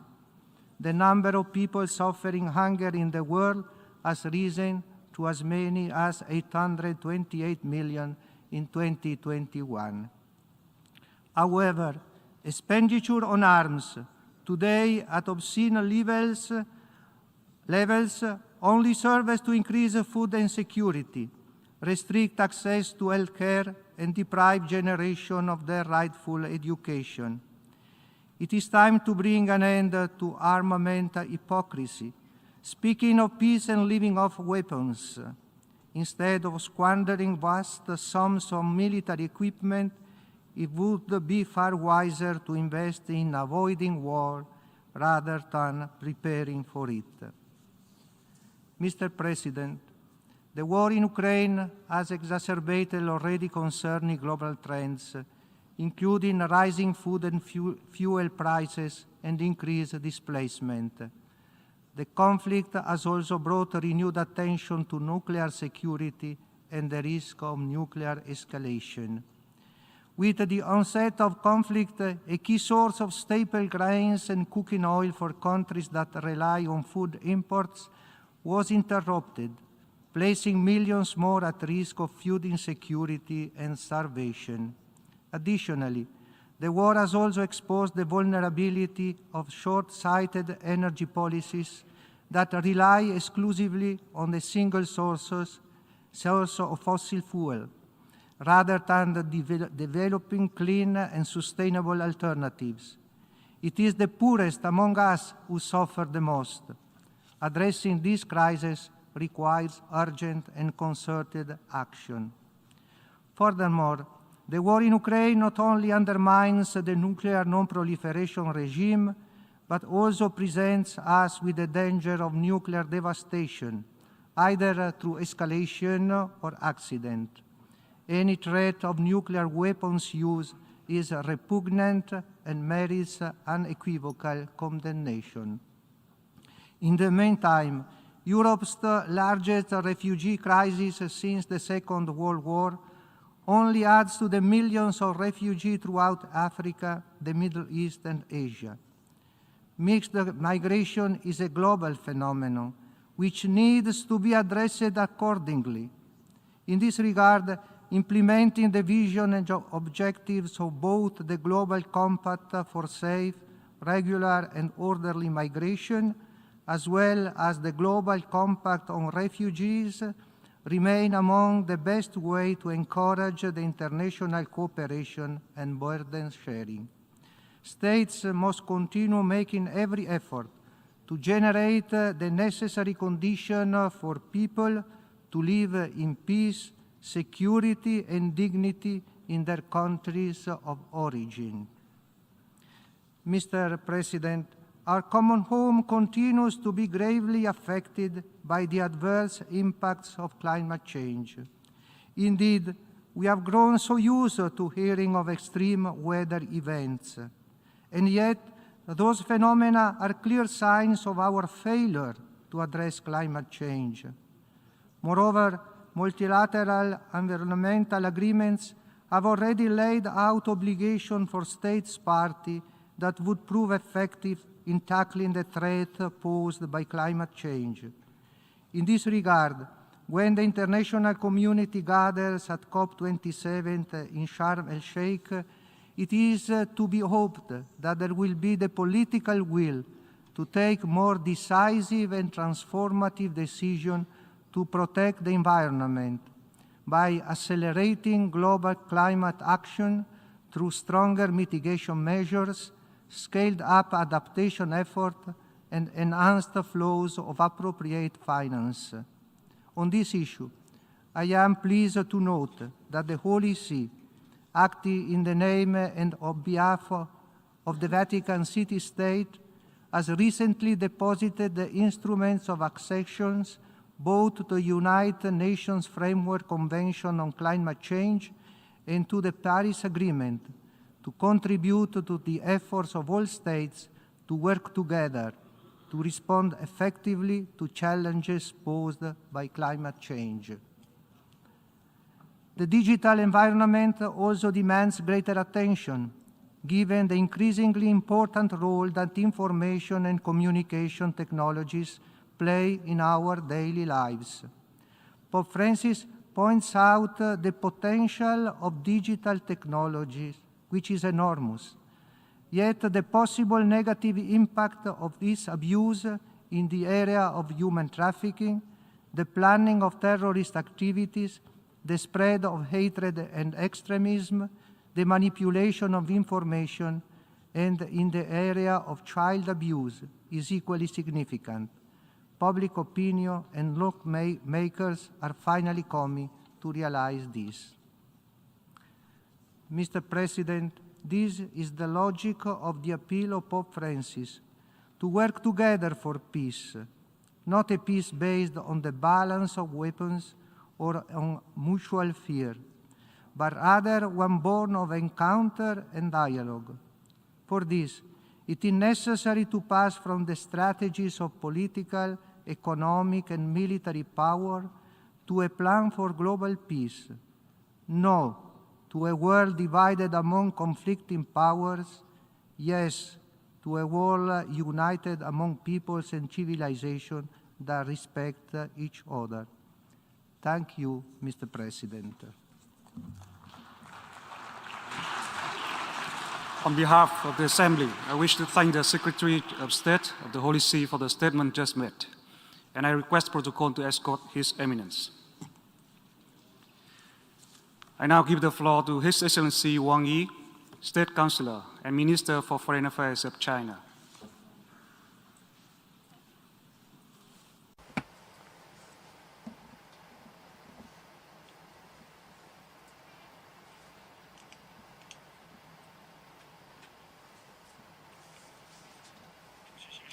Mr. President, dear colleagues, we are at a time fraught with challenges.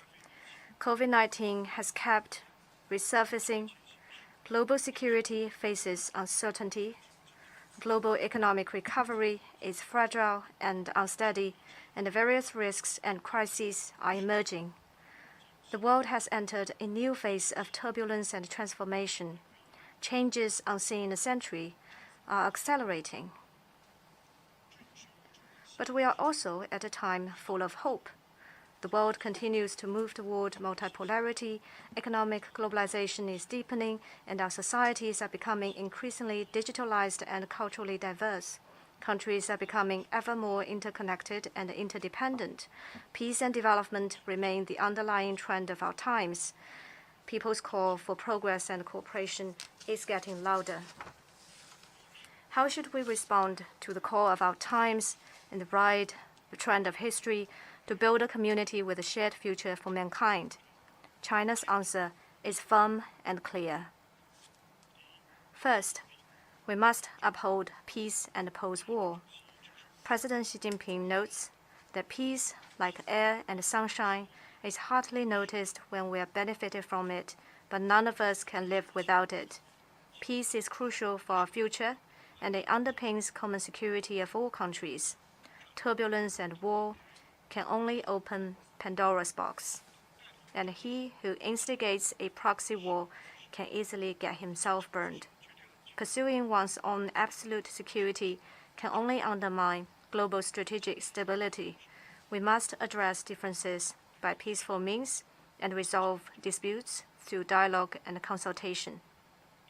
Second, we must pursue development and eliminate poverty. Development holds the key to resolving difficult issues and delivering a happy life to our people. We should place development at the center of the international agenda, build international consensus on promoting development and upholding all countries' legitimate right to development. We should, fostering new drivers for global development, forge a global development partnership and see that everyone in every country benefits more from the fruits of development in a more equitable way. Third, we must remain open and oppose exclusion. President Xi pointed out that openness is the sure way to human prosperity and advancement. Protectionism can only boomerang, and decoupling and supply chain disruption will hurt everyone. We should stay true to openness and inclusiveness and tear down fences and barriers that hinder the free flow of factors of production. We should uphold the WTO-centered multilateral trading system and work for an open world economy. Fourth, we must seek cooperation and oppose confrontation. As we face a host of global challenges, our biggest strength will come from solidarity. Our best strategy is to stick together, and the only way forward is through win-win cooperation. It is natural that countries might have their differences and problems, but they should increase mutual understanding on the basis of equality and respect. We should engage in dialogue, consultation, and win-win cooperation, and reject conflict, coercion, and zero-sum game. We should jointly oppose group politics and bloc confrontation. Fifth, we must strengthen solidarity and oppose division. President Xi stated that countries around the world are like passengers on the same ship who share a common stake. all of us should pull together to navigate the ship through storm toward a bright future. Our world must embrace diverse civilizations in order to make continuous advances, and mankind must pursue an inclusive path in order to achieve modernization. Peace, development, fairness, justice, democracy, and freedom are common values of humanity. Difference in system should not be used as an excuse to create division. Still less should democracy and human rights be used as tools or weapons to achieve political ends. We should stand against drawing ideological lines and expand common ground to promote world peace and development. 6.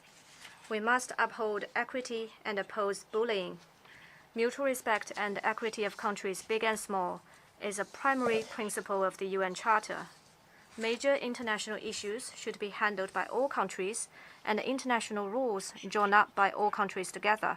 No country is above others, and no country should abuse its power to bully other sovereign countries. We should advocate and practice true multilateralism, promote equity of all countries in terms of rights, rules, and opportunities, and build a new type of international relations featuring mutual respect, equity, and justice, and win-win cooperation. Mr. President, colleagues, China, as a permanent member of the Security Council and the world's largest developing country, is committed to solidarity and cooperation with other countries. It will follow the trend of the times and pursue the shared interests of the vast majority of countries. China has been engaging in building global peace. We have actively promoted international peace and participated in international arms control, disarmament, and non-proliferation process. China is the top contributor of peacekeeping personnel among the P5, and it is the second largest founding contributor to both the UN and its peacekeeping operations. China is the only country in the world that pledges to keep to a path of peaceful development in its constitution.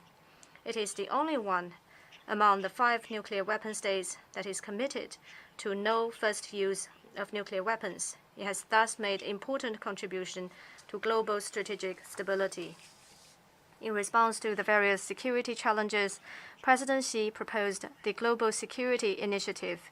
He called on the international community to pursue common, comprehensive, cooperative, and sustainable security, to respect the sovereignty and territorial integrity of all countries, to abide by the purposes and principles of the UN Charter, to take the legitimate security concerns of all countries seriously, to peacefully resolve disputes through dialogue and consultation, and to maintain security in both traditional and non-traditional domains, thus contributing China's vision to reducing the peace deficit facing humanity and providing China's input to meeting global security challenges. China has been contributing to global development. We have worked to build a system of high-standard opening up and keep the global industrial and supply chains secure and stable. China is a major trading partner of over 130 countries and regions. Contributing about 30% of annual global growth, China is the biggest engine driving the global economy. China is a pace setter in implementing the 2030 Agenda. It has met the poverty reduction goal 10 years ahead of schedule and accounts for over 70% of the gains in global poverty reduction. China is also an active participant in global governance and South-South cooperation. It has set up the China-UN Peace and Development Trust Fund and the Global Development and South-South Cooperation Fund. It has provided development aid to more than 160 countries in need and extended more debt service payments owed by developing countries than any other G20 member. At the 76th UNGA session, President Xi proposed the Global Development Initiative. Putting the people front and center, the GDI is a rallying call to refocus global attention on development and build a global community of development. At the recent high-level dialogue on global development,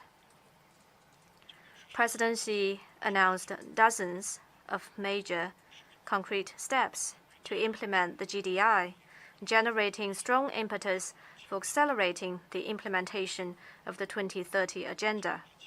On the margins of this UNGA session, China hosted a ministerial meeting of the Group of Friends of the GDI, building more consensus on pursuing this initiative. As China forges ahead, its fast train of development will continue to drive global growth and deliver more benefits to people of all countries. China has been upholding the international order. We are committed to the purposes and principles of the UN Charter, the UN-centered international system, and the international order based on international law. China has been involved in multilateral affairs in all fields. It is a member of almost all universal intergovernmental organizations and a party to over 600 international conventions. It has concluded more than 27,000 bilateral treaties and fulfilled in good faith its international obligations. China abides by the Universal Declaration of Human Rights and has made relentless efforts to protect and strengthen its human rights. We stand firmly against attempts to politicize human rights and worked to promote healthy development of international human rights cooperation. As a member of the developing world, China will forever stand with other developing countries. We are heartened to see the rapid progress achieved by the developing world in recent years, and we will continue to speak up for other developing countries, help them overcome difficulties, and support efforts to raise the representation and say of developing countries in international affairs. Developing countries are no longer the silent majority in international and multilateral processes. With stronger solidarity, China and other developing countries have spoken out for justice and become a pillar of promoting development cooperation and safeguarding equity and justice. China has been providing public goods. In the face of COVID-19, China has fully advanced and engaged in global cooperation against the virus. We have done our best to provide anti-COVID supplies and shared our practices on COVID response. China is among the first to promise making COVID vaccines a global public good and to support waiving intellectual property rights on the vaccines. China has provided over 2.2 billion doses of vaccines to more than 120 countries and international organizations. In response to tough challenges confronting global development, President Xi proposed to advance high-quality Belt and Road cooperation, an initiative widely endorsed by the international community. China has signed cooperation documents with 149 countries and 32 international organizations. We have set up the AIIB and the Silk Road Fund, thus building the broadest and most inclusive platforms for international cooperation.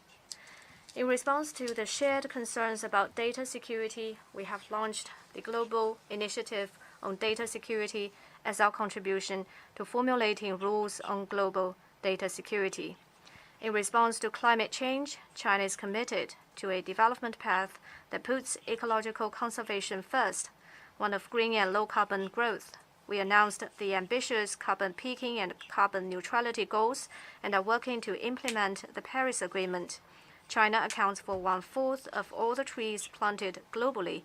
We are making unremitting efforts for a community of life for man and nature.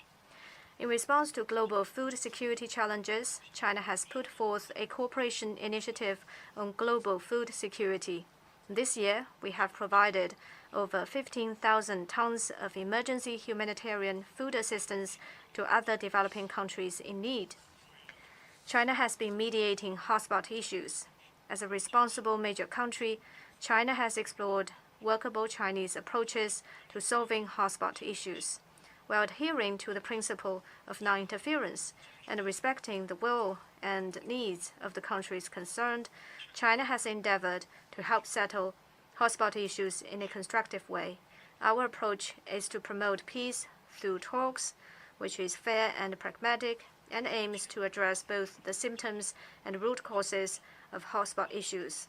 China supports all efforts conducive to the peaceful resolution of the Ukraine crisis. The pressing priority is to facilitate talks for peace. The fundamental solution is to address the legitimate security concerns of all parties and build a balanced, effective, and sustainable security architecture. We call on all parties concerned to keep the crisis from spilling over and protect the legitimate rights and interests of developing countries. The Palestinian question is at the heart of the Middle East issue. Justice is already late, but it must not be absent. The two-state solution is crucial for upholding fairness and justice. China will continue to support the Palestinian people in pursuing their just cause of restoring legitimate national rights.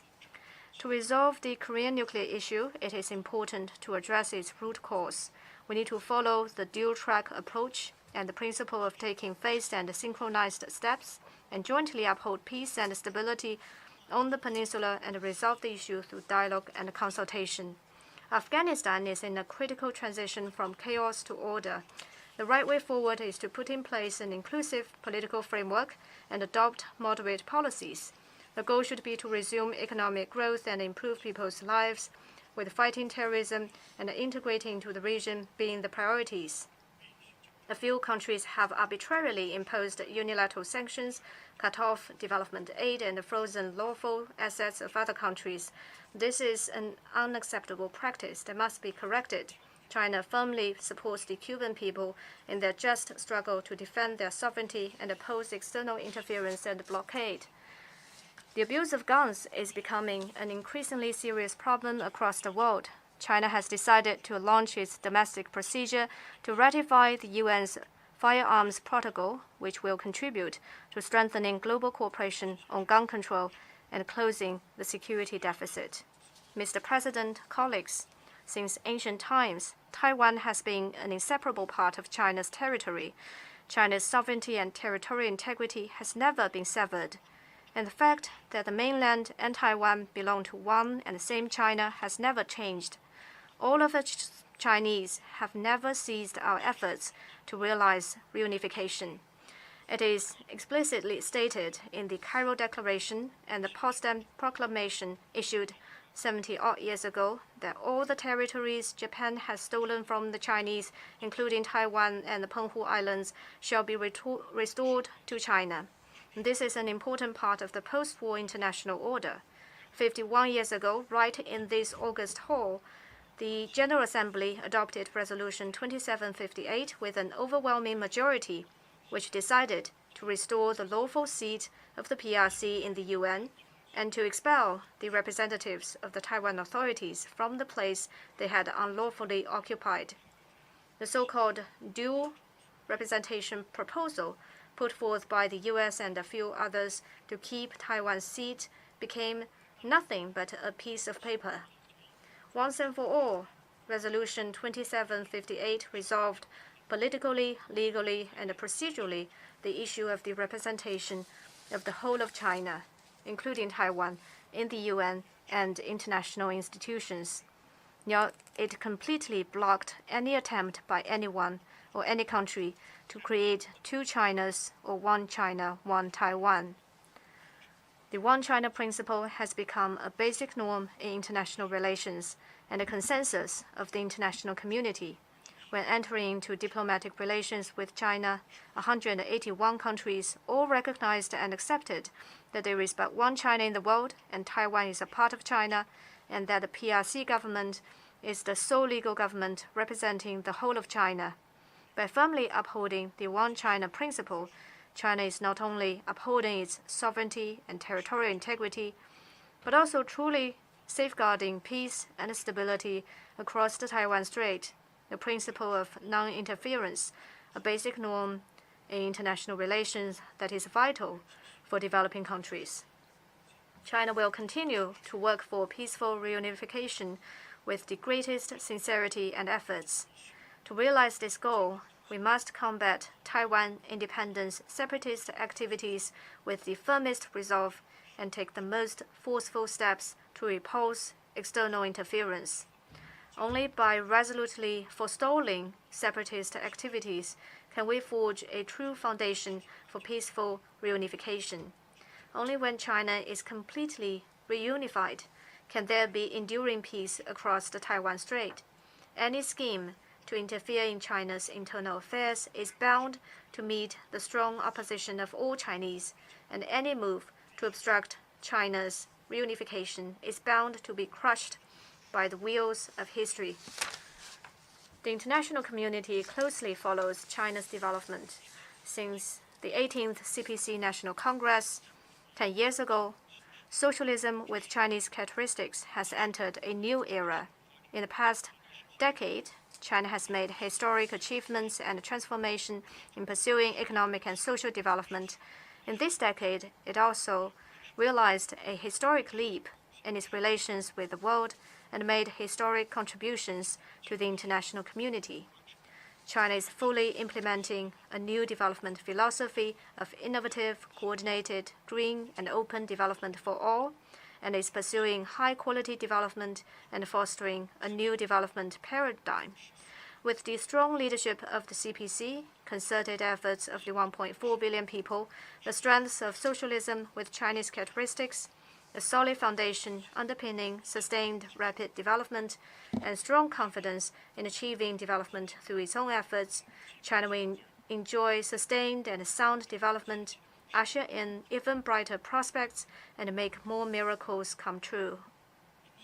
Mr. President, colleagues, with 1/5 of the global population, China's march toward modernization has important, far-reaching significance for the world.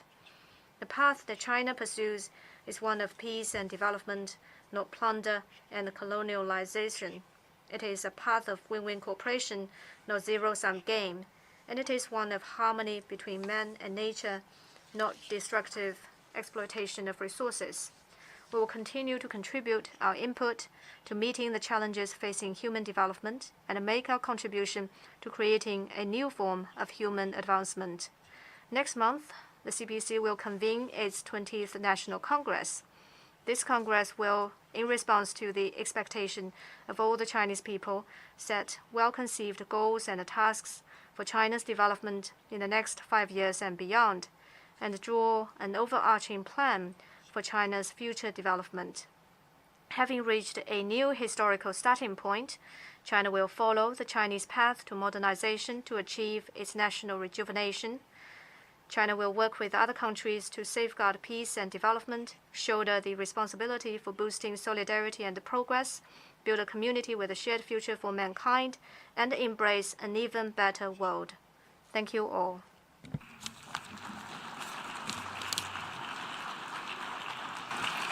I thank the State Councillor and Minister for Foreign Affairs of China.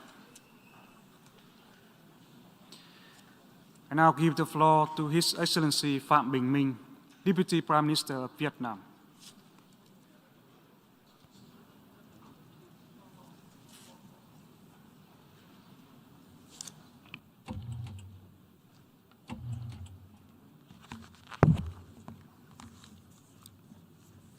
Mr. President, I join others in congratulating Mr. President on his elections as President of the 77 sections of the General Assembly. Vietnam has full confidence in your able leadership and guidance, and will work with you to steer the work of the Assembly to success. I thank Mr. Abdullah Shahi, President of the 76th section, for his important contributions to the work of the General Assembly, and to Secretary General Antonio Guterres for the leadership and innovation instilled in the organization over the past year. Mr. President, we are at a watershed moment in history. Confrontation, conflicts, and violations of international law continue to intensify, mirroring great power competition and unilateralism.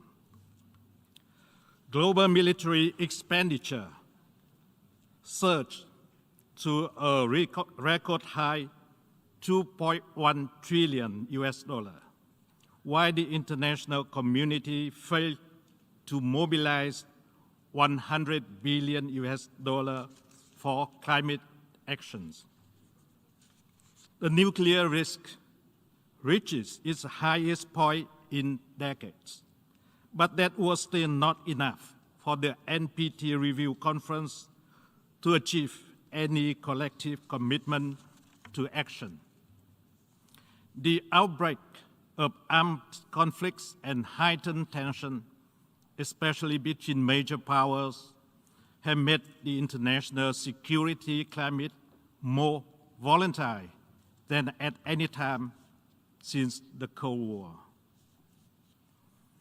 The climate crisis and other non-traditional security risks threaten our very existence. The COVID-19 pandemic have wreaked havoc on health systems, economies, and societies worldwide. Poverty, inequalities, violence, and exclusion are denying the rights of millions to the basic necessities of life. With less than a decade to go, the Sustainable Development Goals are even further off track. Facing these multiple crises, developing countries and vulnerable groups who lack the capacity, resources, and resilience to cope with external shocks are those hardest hit. To reverse this course, we must fundamentally change our ways of thinking and doing things. This entails reshaping a global approach to address global issues, enhancing resilience, and placing people at the core of all development efforts. And key to such an approach is international solidarity and partnership at all levels. We know this from our own history. International solidarity has been crucial for the success of Vietnam's national liberations and reunification. Multilateralization and diversification of partnership, meanwhile, have proven indispensable in Vietnam's foreign policies of independence, self-reliance, peace, cooperation, and development. They have opened the door for Vietnam to the world and helped bring catalytic resources to propel Vietnam's đổi mới renovation process. They have helped improve the lives of tens of millions of Vietnamese and brought prosperity to a formerly war-torn country and now confidently on a path to become a developed, high-income country by 2045. But I believe the experience of Vietnam is not an exception. There is abundance of stories about how solidarity and partnership triumph over mistrust and fragmentations and bring about positive change. Mr. President, as we move forward in the spirit of solidarity and partnership, I wish to underline 4 key points. First, a confrontational and zero-sum game approach must be eliminated. Imposition, interventions, and unilateral acts have no place in the good conduct of international affairs. Major powers are particularly looked upon to behave responsibly and work for the common good and not their own selfish interests. Vietnam calls for strengthened multilateralism and international cooperation in the spirit of openness, inclusiveness, equality, and mutual benefit. Major UN and international agendas, especially the 2030 Agenda and climate actions, must not be put on hold due to isolated disagreements among countries.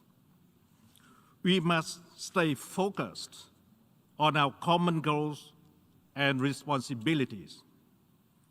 We stand in firm solidarity with the people of Cuba and call for the immediate lifting of the unilateral embargoes against Cuba, contrary to international law. Second, our actions, both individually and collectively, must be guided by and in accordance with international law and the UN Charter. Vietnam firmly believes that respect for international law, especially vis-à-vis the respect for sovereign equality, political independence, and territorial integrity of states. The peaceful settlement of disputes is the most effective and viable measures to prevent conflicts and promote sustainable peace and security.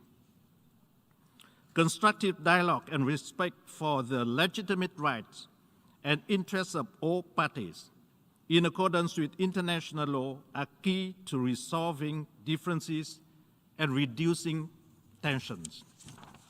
Vietnam calls for the cessation of hostilities in Ukraine and stands ready to contribute to the diplomatic process and the reconstruction and rehabilitation of Ukraine.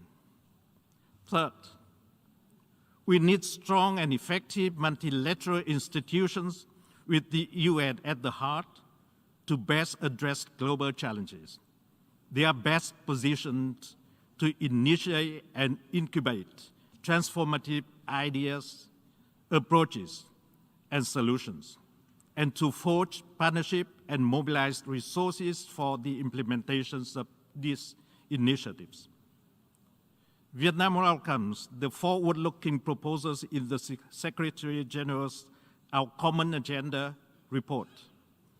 We will engage actively in the deliberations of these proposals and in the preparations of the Summit for the Future and the SDG Summit. We have high hopes for this summit.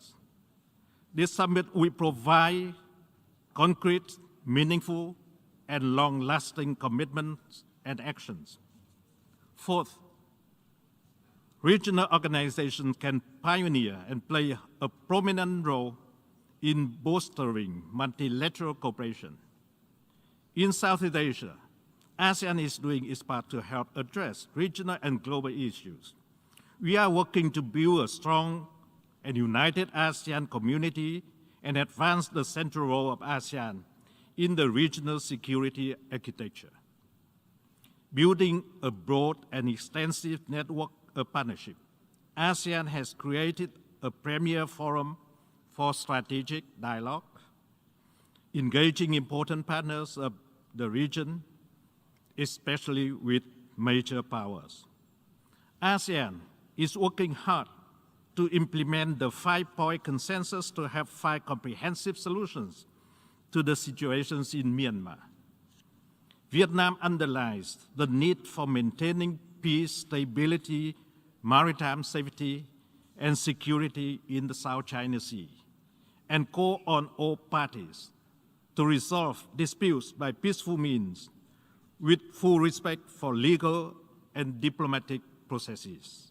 We call on parties to exercise self-restraint, refrain from unilateral activities, and attempts to change the status quo, and not to threaten or to use force in accordance with international law, including the United Nations Charter and UNCLOS 1982. Mr. President, this year, Vietnam celebrates its 45th year as a member of the United Nations.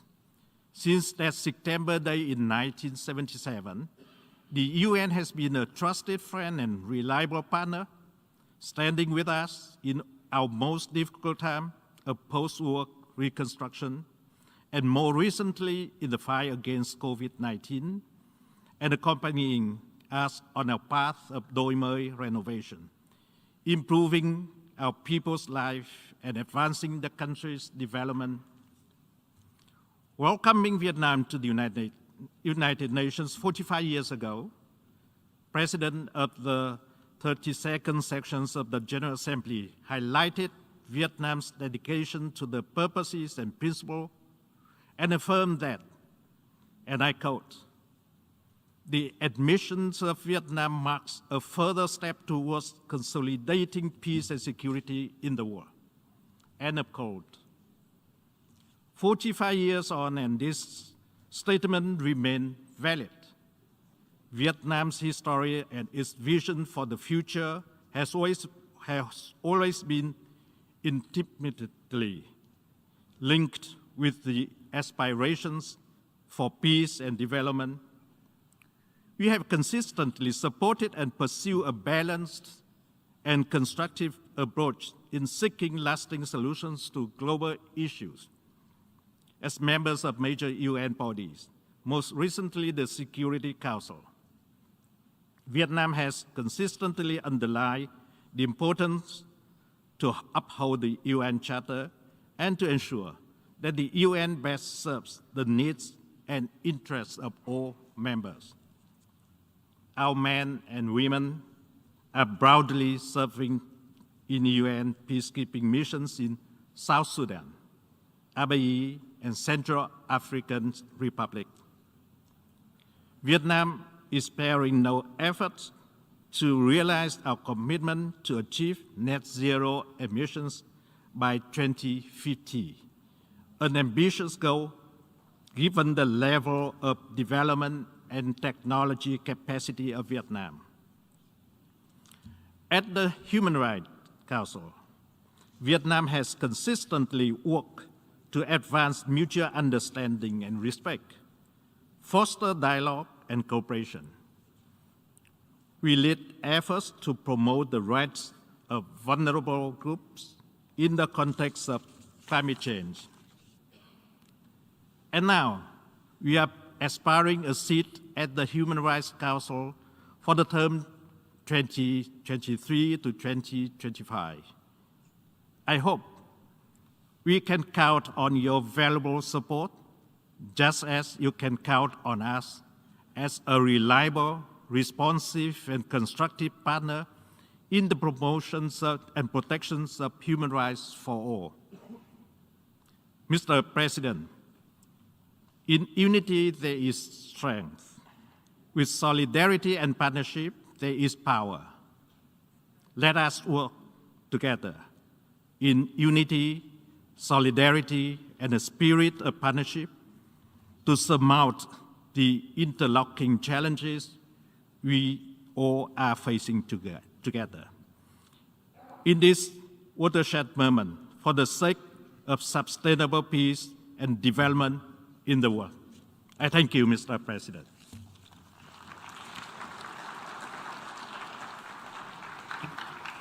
I thank the Deputy Prime Minister of Vietnam.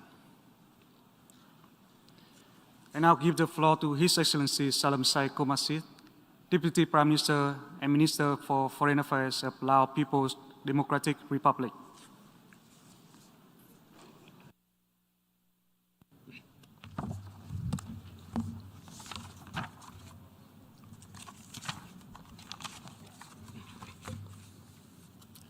Mr. President, Excellencies, ladies and gentlemen, I would like to begin by extending my sincere congratulations to His Excellency Sabah Gorosi on his election as President of the 77th session of the United Nations General Assembly, and I wish him a successful presidency of this UNGA session. I have the honor to speak on behalf of the Lao People's Democratic Republic in this August Assembly. Mr. President, we are at a critical juncture when the international community is facing multifaceted challenges ranging from armed conflicts to environmental crisis and economic downturn that set back global development. Multilateralism is always at the heart of international cooperation, has been undermined by unilateralism, has been applied widely. These challenges, already exacerbated by COVID-19 pandemic, have hindered and reversed the development gains attained during the past decades. The implementations of the SDG has never before been so tarnished. It is disheartening that the most vulnerable peoples and countries are now suffering the most. Countries in special situations such as LDCs, LLDC, and SEEDs, which have endured the most difficult period coping with COVID-19 impacts, are additionally confronting climate, food, energy crisis.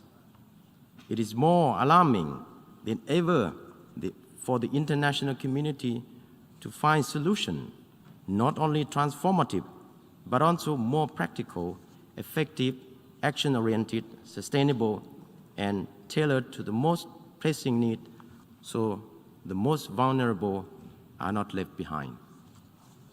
Mr. President, 77 years after the United Nations was formed, we shall no longer be here in this august assembly to state any claim, lecture, blame, or shame one another. Our world needs greater attention, concerted effort, and common desire. We, as stipulated in the Charter, are the people of the United Nations. We shall gather here to find the most appropriate solution and take the most urgent action to address the problem we are all facing today. This cannot be done without firmly upholding the principle of the UN Charter and preserving multilateralism. Our United Nations was founded to prevent another catastrophic world war. Our shared wisdom and political will to find the most pragmatic and suitable solution to multiple crises threatening us all today must lie on the top of other individual interests. In doing so, we must strengthen our solidarity, cooperation, and collaboration, and must not create confrontation and division. As such, it is necessary, and after more than 7 decades, that the United Nations revitalizes and increases its ability to effectively address global problems. In this context, the United Nations needs to effectively fulfill its mandate in maintaining international peace and security, as well as promoting development cooperation. It is our common desire that the United Nations be transformed in order to respond to the current global landscape and needs in our joint effort to overcome the unfolding challenges which threaten international peace and development. The international community must find peaceful and lasting resolution to any conflict and disputes around the world, including the Middle East problem. We believe that unilateral sanction or measures cannot be effective, as it is not only contravened to the principle of the Charter of the United Nations and international law, but also hampers the national development of other countries. Sanctions, regardless to their forms, will not only end up compromising one's own interests as well as those of others and inflicts suffering on everyone. We must also give more opportunity to peaceful solutions based on our mutual interests and build an environment conducive to development so as to safeguard the lasting peace and prosperity for all. In this regard, my delegation once again joined overwhelming global call for lifting of the economic embargo on Cuba and putting an end to all unilateral coercive measures which have caused more negative impacts on the innocent people. Mr. President, ASEAN has enjoyed long-lasting peace, security, stability, which serve as favorable conditions for the national socio-economic development of all member states. We in ASEAN continue to promote regionalism and multilateralism that emphasize the importance of centrality, unity, and inclusivity, mutual benefit and respect, which form a solid foundation in all essential frameworks of ASEAN cooperation in ASEAN. The Lao PDR has actively participated and contributed with great responsibility under the framework of ASEAN to promote peace and stability. On this note, the Lao PDR considers the role played by ASEAN as crucial in creating an environment conducive to a return to normalcy in Myanmar, and we should continue to engage Myanmar so as to ensure the continuation of delivery of humanitarian assistance to the people of Myanmar and explore ways and means to ensure Myanmar full and effective implementation of the 5-point consensus towards tangible outcome. Mr. President, since the inception of 2030 Agenda for Sustainable Development in 2015, the Lao government has presented 2 voluntary national reviews in 2018 and 2021, reflecting progress made and challenges encountered in the implementation of SDGs through the National Socio-Economic Development Plan and 2030 Vision and Green Growth Strategy. Nevertheless, throughout the past 3 years, the COVID-19 pandemic has imposed direct impact on socio-economic development of every country, especially the least developed countries, including the Lao PDR. Therefore, the progress made prior to COVID-19 in the implementation of our national development and international commitment like SDG and others has been severely undermined, affecting the livelihood of the people in all dimensions. In addition, we are also facing extreme weather events due to climate change in different parts of the world. Like many other countries, the Lao PDR remains vulnerable to external shocks and has been severely affected by natural disaster, especially extensive floodings. Over the past years, our government has attached great importance to combating climate change through the implementation of the revised nationally determined contribution that clearly outlines ambitious targets of the national action for tackling and mitigating climate change toward achieving net zero emissions by 2050. To this end, there is pressing need for adequate financial resources and technical support for gaining access to climate finance and other sources of funding to support developing countries, especially LDCs, LDC, and SEEDs, to achieve their development goals and commitment made under the Paris Agreement. In this regard, we call for renewed political will coupled with concrete action taken by international community in the upcoming COP27 to preserve our planet for many generations to come. Mr. President, having recognized multidimensional challenges and special needs of the group of countries in special situations, the Lao PDR is strongly committed to the implementation of the internationally agreed development goals and program of actions for LDCs and LDCs and other UN development cooperation frameworks. The Lao PDR remains hopeful and firmly believes that multilateralism, with the United Nations as the lead institution, the multiple crises and challenges in the international community is facing can be appropriately addressed. We are strongly committed to supporting conflict resolution through peaceful means guided by the UN Charter and other relevant international laws. We trust that development cooperation for common interests and shared benefits must continue to be at the core of international relations. Towards this end, More action-oriented solutions and non-politicized approaches must be adopted. It is our hope that this UNGA 77 will offer opportunities to enhance our solidarity and revive sustainable development path in order for us to ensure transformative solutions for better livelihoods of our people and planet.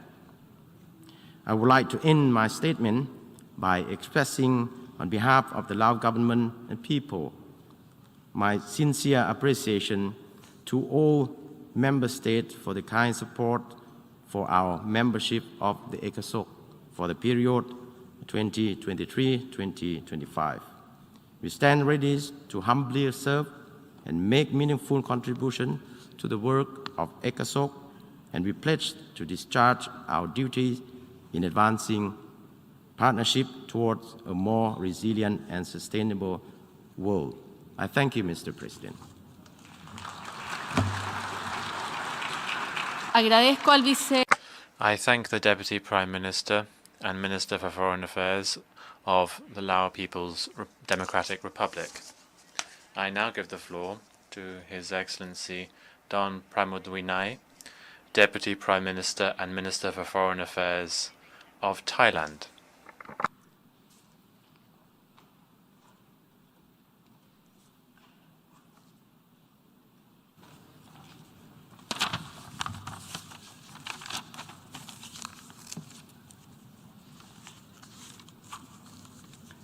Mr. President, distinguished delegates, I would like, on the outset, to extend my warmest congratulations for your election as President of the 77th session of the United Nations General Assembly.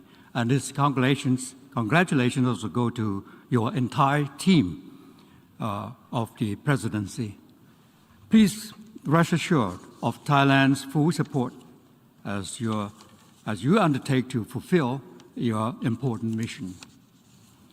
We are at the watershed moment as an international community and as the United Nations. We stand at a point where the decision we make and the actions we pursue can shape the world and shape the course of humanity for years to come.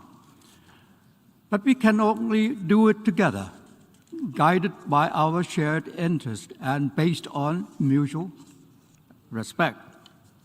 The COVID-19 pandemic has only exacerbated the inequality gaps. It has reversed at least 4 years of development gains, according to the UNDP, and at a time when the world is trying to recover from the 2 years of pandemic, our problems are compounded with multiple challenges. We are seeing new conflicts on top of global geopolitical tensions. We are experiencing the food crisis, the energy crisis, and the financing crisis. These have had the most detrimental impact on those who are most vulnerable, that is LDC and the small island development states, the SIDS, and vulnerable groups such as women, girls, the elderly, and people with disability. Collective action is certainly needed now. Mr. President, the food crisis has affected us all. This global food insecurity stems from the conflicts, climate change, disruption, to supply chain and uneven recovery from the COVID-19. There is thus an urgent need to strengthen multilateral action among like-minded partners, United Nations agencies, WTO, and international institutions in facilitating a constructive dialogue and improving policy coordination to address this crisis. It is certainly vital to keep our global supply chains open for seamless cross-border flows of food, fertilizer, and essential goods, while also making our food system more resilient so that equitable access to safe and healthy food for all can be guaranteed. Thailand is prepared to work in partnership with countries and international organizations to realize this vision. In this context, Thailand welcomes the Black Sea Grain Initiative, established by the United Nations to open a safe corridor for grain transportation that would help ease a global food crisis. This initiative further stresses the importance of international cooperation under the UN's framework in order to respond to new global challenges. In addition to overcoming food insecurity, we also need to overcome health insecurity. As we learned from the pandemic, good health for all is critical. And that's why a universal health coverage should be a high priority for us all.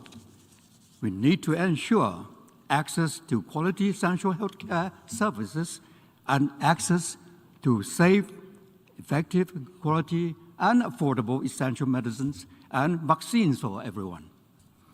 We must continue to promote and protect the right to the highest attainable standard of health as part of our commitment to human rights.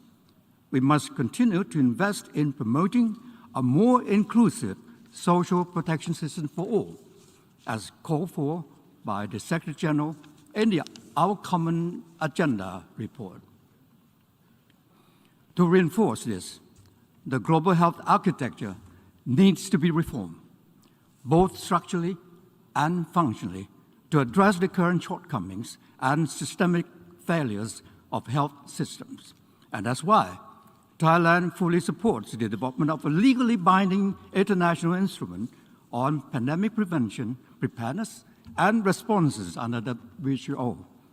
The new instrument must place equity at its heart to ensure self-reliance of developing countries when faced with pandemic, especially through enhancing their capacity to manufacture certain medical countermeasures. With better food and health security, we will be better positioned to putting the Sustainable Development Goals back on track. In doing so, a human rights-based approach is needed to ensure that the rights and basic needs of all persons are guaranteed, especially the rights and needs of those most vulnerable and furthest behind. This will help enhance our resilience and capacity to cope with the future crisis. SDGs serve both ways and both as a pathway and the end goals in ensuring survival of our present and future generations. As we have only 8 years left to attain the SDGs, we need to employ every tool at our disposal, from science, technology, and innovation, to working in partnership at every level to drive this agenda forward. Because without sustainable development, there is no future. We need to promote North-South and South-South cooperation and the integration of 2030 Agenda with other cooperation frameworks, both at the global and regional levels. And that's why ESCAP and ASEAN are working to enhance the complementarity between the 2030 Sustainable Development Goal Agenda and the 2025 ASEAN Vision. Thailand's hosting of the Global South-South Development Expo with ESCAP and the United Nations Office for South-South Cooperation in Bangkok last week also demonstrates the importance we place on the development cooperation, especially among developing countries. Furthermore, financing for development and finding innovative sources of finance is key to the transforming SDGs from mere aspiration to reality for all. Thailand agrees with the Secretary General's proposal in promoting cooperation with lending or leading global financial institutions to mobilize finance to drive forward the SDGs while improving financial liquidity for least developed countries. And to promote sustainable development, Thailand has adopted the Bio-Circular Green Economy Model, or BCG, as a means to achieve a more balanced development in this recovery phase. The BCG economy model utilizes science, technology, and innovation to encourage the optimization of resources for environmentally friendly economic growth. In pursuing sustainable development, we need to ensure balance between our people-centered approaches and protecting our planet. And to this end, Thailand is ready to work with the international community to contain the triple planetary crisis of climate change, pollution, and biodiversity loss. Thailand is committed to promoting international cooperation for the protection of the environment, including on the negotiations on the post-2020 Global Biodiversity Framework and the international legally binding instrument on plastic pollution.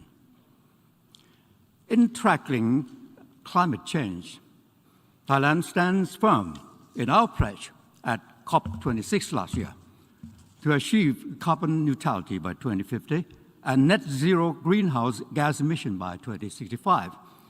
And without adequate support, Thailand will be able to increase its nationally determined contribution, or NDC, target to 40% while achieving net zero greenhouse gas emission by 2050. And this is not an empty promise. Thailand will submit our NDC and long-term low greenhouse gas emission development strategies that reflect those goals ahead of the 2022 United Nations Climate Change Conference, or COP26 at Sharm el-Sheikh. Meanwhile, the pledges of developed countries must also be fulfilled. I urge this country to keep their promise of providing financial, technological, and capacity-building support to developing countries and to deliver on the climate finance goal of 100 billion USD annually as soon as possible. Equal attention should be paid on mitigation and adaptation. Thailand stands ready to work with Egypt and all partners at COP26 in this regard. Mr. President, we need to restore faith and confidence in the multilateralism and our United Nations. An important step to achieving this is to reverse the polarization at this body by working more closely on issues that bring us together. Addressing humanitarian concerns is one such issue. Thailand will continue to work closely with the international community, taking into account the needs of the affected country to address urgent humanitarian challenges through bilateral, regional, and multilateral efforts according to the key humanitarian principles without politicization. We have supported humanitarian work in Afghanistan through the World Food Programme and made contributions for Ukraine through the Ukrainian Red Cross and UNICEF. As for Myanmar, Thailand has worked with partners to provide humanitarian assistance to the Myanmar people in need through various programs at bilateral level, including donation of 1 million doses of COVID-19 vaccines, and through ASEAN. Financially, or financial contributions were also made to support the work of international organizations such as UNICEF, WHO, WFP, and ICRC. As an immediate neighbor with the longest land border, 2,470 kilometers long, it is in Thailand's vital interest to see a quick return to peace and stability in Myanmar. We call on all parties in Myanmar to urgently undertake steps to de-escalate, end violence, and engage in meaningful talks to resolve differences peacefully. Thailand fully supports the constructive role of ASEAN and believes that ASEAN is best placed to help Myanmar through the time-tested ASEAN practice of consultation, cooperation, and consensus. Thailand will continue to play an active and constructive role to support this ASEAN process, as well as the role of Special Envoy of the UNSG on Myanmar. And as a strong believer of multilateralism, Thailand stands ready to continue to do its part to promote multilateral and international cooperation at all levels. Sustainable development and human rights are intertwined and mutually reinforcing. They are vital in ensuring an environment of peace and prosperity. Thailand hereby presents candidacy for the UN Human Rights Council HRC membership for the term 2025 to 2027. And if elected, we can help strengthen the Council and its mechanism to reach out to those vulnerable and those furthest behind, and to bring meaningful and real positive changes on the ground. Thailand also firmly believes that a close regional cooperation can complement the multilateral system and reinforce the global agenda. This year, Thailand plays host to Asia-Pacific Economic Cooperation, or APEC, meeting under the theme of Open, Connect, and Balance. Such theme signifies the willingness to embrace every opportunity, connect in all dimensions, and balance in all aspects. This highlights Thailand's commitment in promoting multilateral cooperation that will hopefully lead to a more balanced and sustainable development after the COVID-19 pandemic. We look forward to welcoming the world leaders to Bangkok in November, as Thailand is fully open and ready to welcome visitors once again.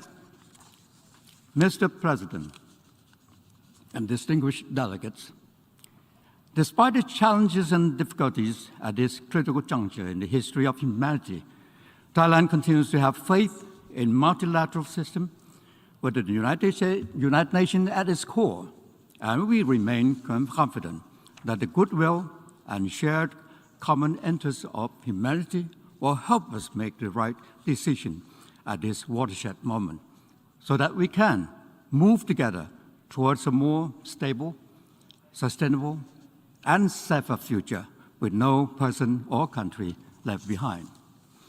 Now, let me add this very brief account to the end of my statement.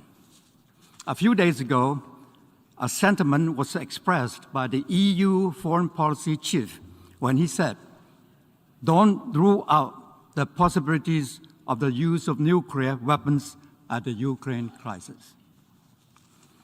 An Oriental saying has it, which could be related to this context. It pertains to the enjoyment of riding a beast, whether it's a tiger or the dragon. But let's put a tiger in this context. Riding the tiger back could be fun and challenging. But no one could enjoy riding its back with no end in sight. The question is how to dismount with safety without killing the tiger. Certainly, the question of how to is daunting. Here, we have a suggestion which has taken all elements into account and definitely not a realpolitik free.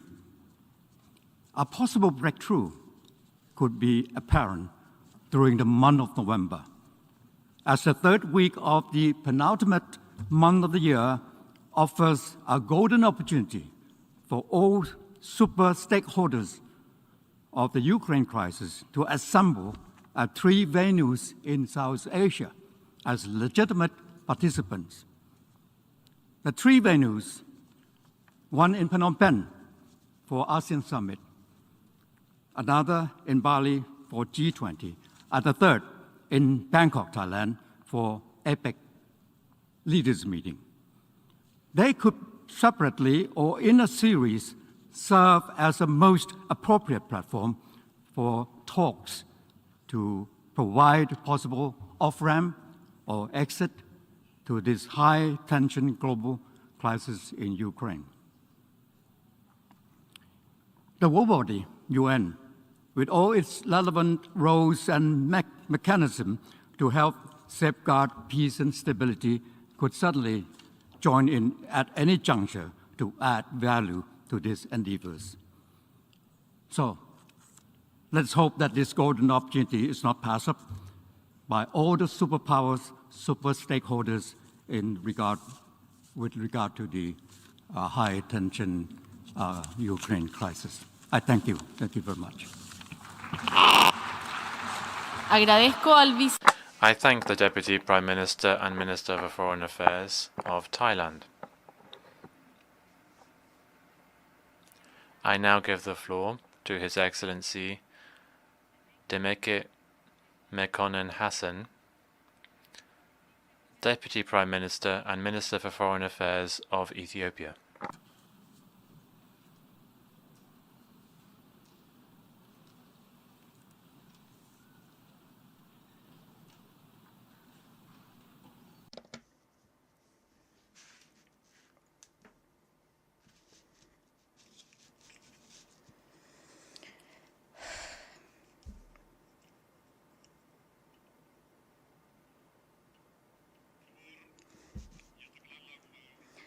Excellency, President of the General Assembly, Excellency, Secretary General of the United Nations, Excellencies, Heads of State and Government, the peace-loving people of our world, ladies and gentlemen.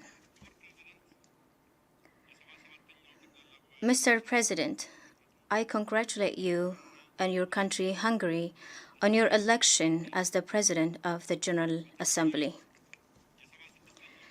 I would also like to thank His Excellency Abdullah Shahid for his service and leadership during the 76th General Assembly. I have the greatest honor to speak before this august assembly representing my country, Ethiopia. We are at a historic crossroads in the evolution of our multilateral system.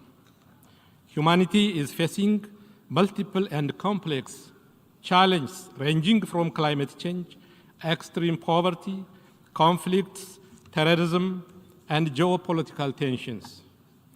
The consequences of these global challenges are of epic proportions and leave adverse socio-political impacts across the world. Nevertheless, international cooperation is not at a level near the gravity of the challenge. Although climate change and the resulting extreme weather conditions occur throughout the globe, the crisis largely affects the minimally resilient and the least responsible for causing the problem. A case in point is our region, the Horn of Africa, which in some part is highly hit by record-level drought while sustaining extreme flooding in other parts. Mr. President, climate disaster and its insufferable impacts are preventable. I therefore make an urgent call to all states gathered here to translate rhetoric into action. We must realize our climate finance commitments to build resilience and mitigate impact. We should act to meet our emission reduction targets.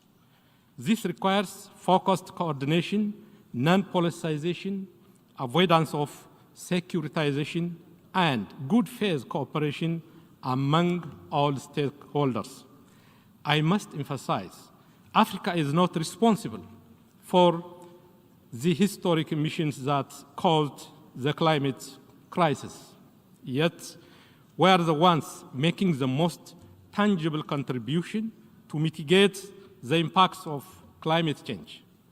In Ethiopia, our afforestation program, the Ethiopian Green Legacy initiative, saw the planting of billions of seedlings and created a strong culture of afforestation. We are also on a path to sustainable energy transformation and green growth. These proactive programs deserve recognition and tangible support. Mr. President, we have a shared planet and a common destiny. Overcoming our collective challenges require concerted efforts and trusted global leadership. We are gathered here because our forefathers, learning from the tragic episodes of human history, decided to establish the United Nations as the guardian of peace. However, we are yet to achieve true universality in the main organs of the United Nations. Africa has no permanent seats at the UN Security Council. Our quest for African solutions to African problems is yet to be given the respect and support it deserves. We believe these considerations underpin the credibility of the Council in the continent. African problems are sustainably addressed when approached in the true context of the region and take full account of the strategic interests and aspirations of the countries concerned. It is only when we do this and uphold regional solutions we could start reducing the proliferation and overextended study of African issues in the UN Security Council.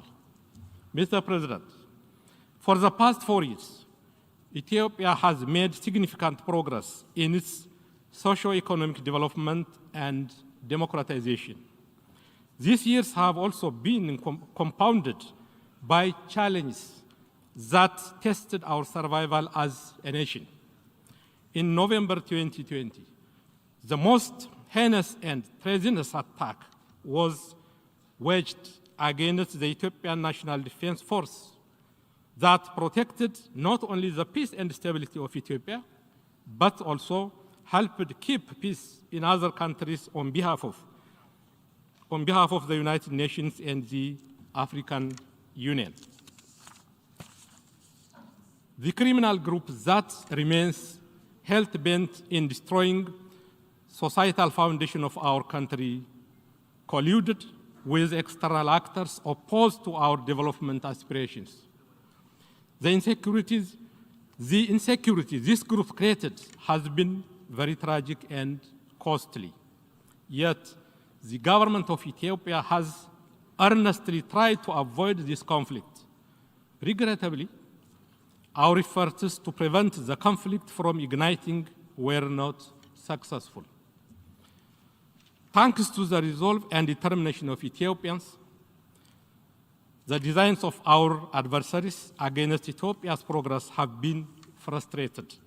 We have also paved a path for peace and recovery, relying on the ability of the peace-loving people of Ethiopia to reconcile, make peace among ourselves, and start the process of healing.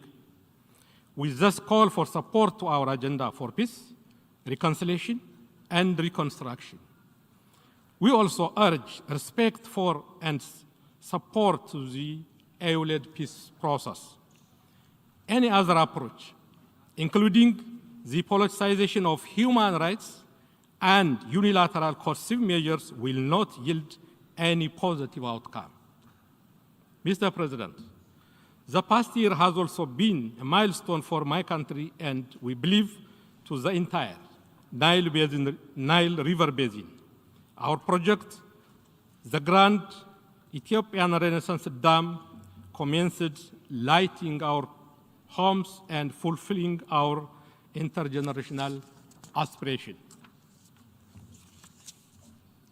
All the glory and gratitude go to the people of Ethiopia who financed this project.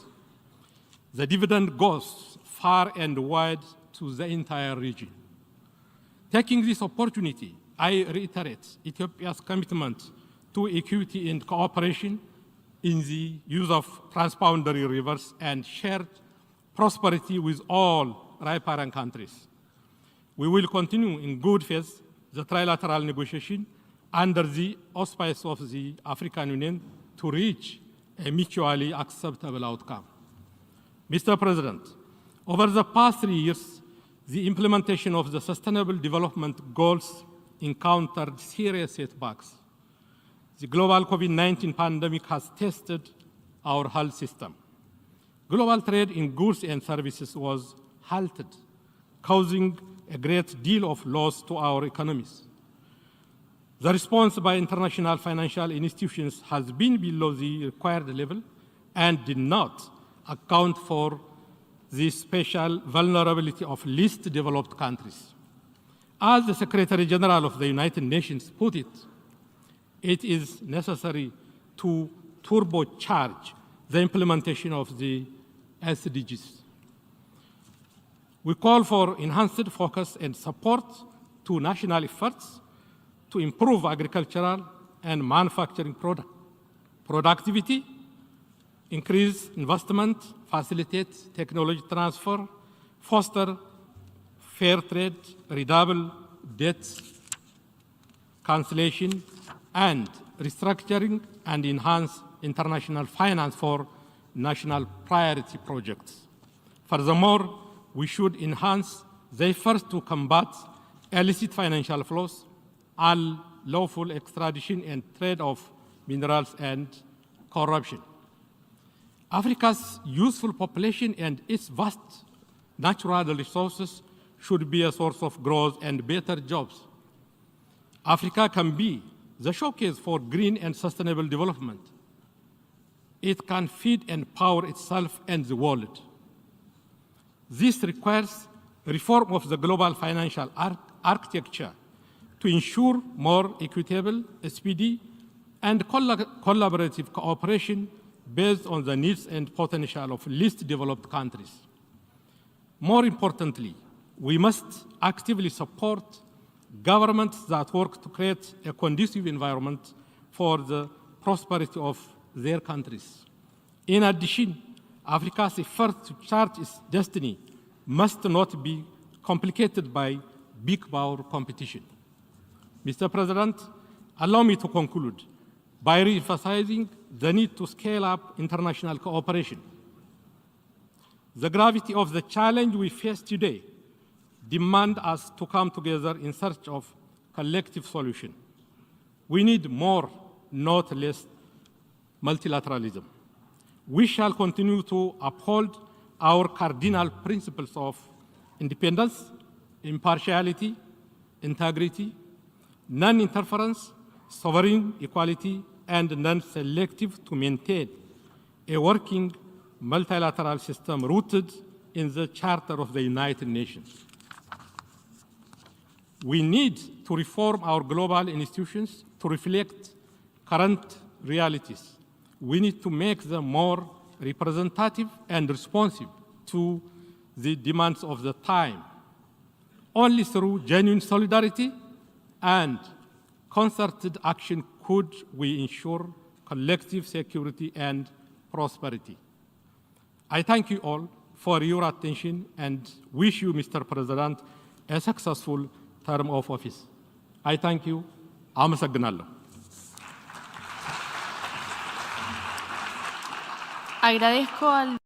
I thank the Deputy Prime Minister and Minister for Foreign Affairs of Ethiopia.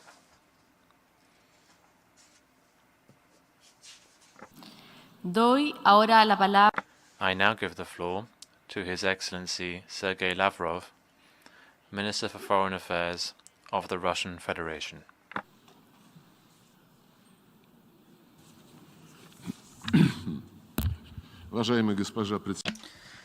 Madam President, distinguished colleagues, ladies and gentlemen, we are meeting at a difficult, dramatic moment. The crises are growing, and the situation in the area of international security is deteriorating rapidly.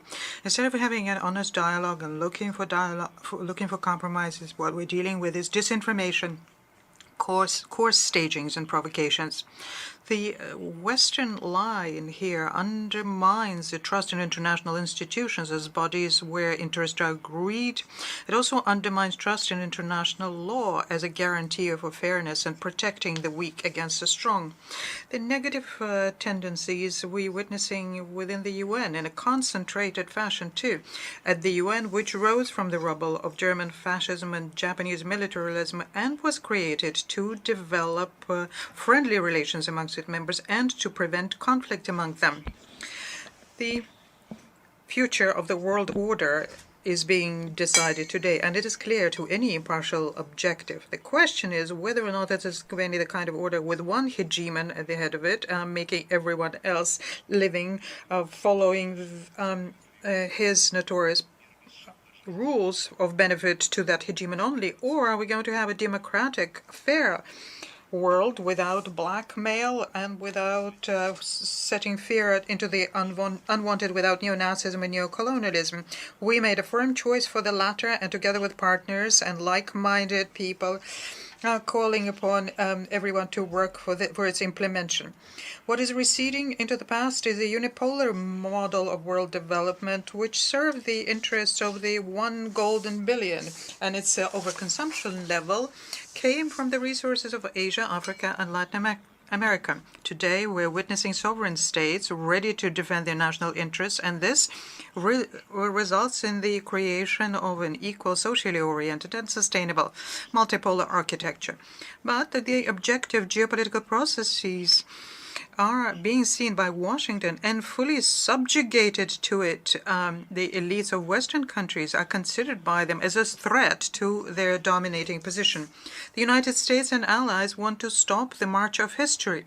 So at some point in the past, declaring that they were victorious in the Cold War, Washington erected themselves into an almost envoy of God on earth, without any obligations, but only the sacred right to act with impunity wherever they want. And this can be done anywhere against any state, especially if they're somehow displeased the self-proclaimed masters of the world. We do recall the wars of aggressions very far from American shores in Yugoslavia, in Iraq, and Libya, which claimed many hundred thousands of peaceful lives. Were the truly legitimate interests of the West were impacted in any one of those countries? Was English banned or any other language of NATO countries banned there? Mass media, culture? Were the Anglo-Saxons declared to be subhuman, or heavy weaponry was used against them? So what is the outcome of the adventurism of the United States in the Middle East? Has a human rights situation improved? Is the rule of law better? The socioeconomic situation may perhaps stabilized, or people's livelihood is better? Name a country where Washington interfered by force and where, as a result of that, life improved.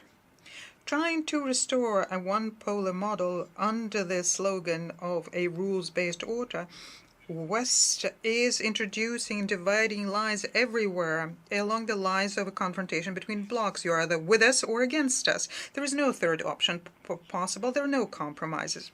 Continuing with the course to spread NATO to the east and bringing the military infrastructure of NATO to the borders of Russia, the United States now have the goal of subjugating the Asian areas. At the June summit of NATO in Madrid, the self-proclaimed defensive alliance declared the indivisible security of Euro-Atlantic and India and Pacific. And under the slogan of India-Pacific strategies, closed formats are being created, and they undermine what has been built under the ASEAN for decades, namely an open and inclusive regional architecture. And in addition to that, they're playing with fire around Taiwan. On top of that, they're promising military support to Taiwan. Clearly, the notorious Monroe Doctrine is becoming global in scope. Washington is trying to turn the entire world into its own backyard. And the way of doing this is through unlawful unilateral sanctions, which have been for many years used in violation of the Charter and used as a tool of political blackmail. The cynicism here is obvious because these restrictions hit civilians. They prevent them from getting access to basic goods, including medication, vaccines, and food. An egregious example we have here is the American blockade of Cuba, more than 60 years old. The General Assembly has been for a long time and insistently demanding that be immediately lifted, and this is being done by the absolute majority of voices. The Secretary General whose duty include helping implement General Assembly decisions, must, of course, pay special attention to this issue. The Secretary General has a special role also in mobilizing efforts to overcome food and energy crises, which resulted in the wake of an out-of-control money emission in the United States and the European Union during the pandemic, and as a result of irresponsible, unprofessional acts by the European Union in the hydrocarbon fuel markets. Despite common sense, Washington and Brussels compounded the situation when they announced economic war against Russia. As a result, there is a growing price on foodstuffs, fertilizers, oil and gas. We welcome the efforts made by the Secretary General when they helped arrive at the Istanbul agreements on the 24th of June, but they need to be implemented. But so far, the ships with the Ukrainian grain go somewhere, but not into the poorest countries, on the one hand. On the other hand, the impediments by US and EU, the financial and logistical impediments against our grain and fertilizers have not been lifted.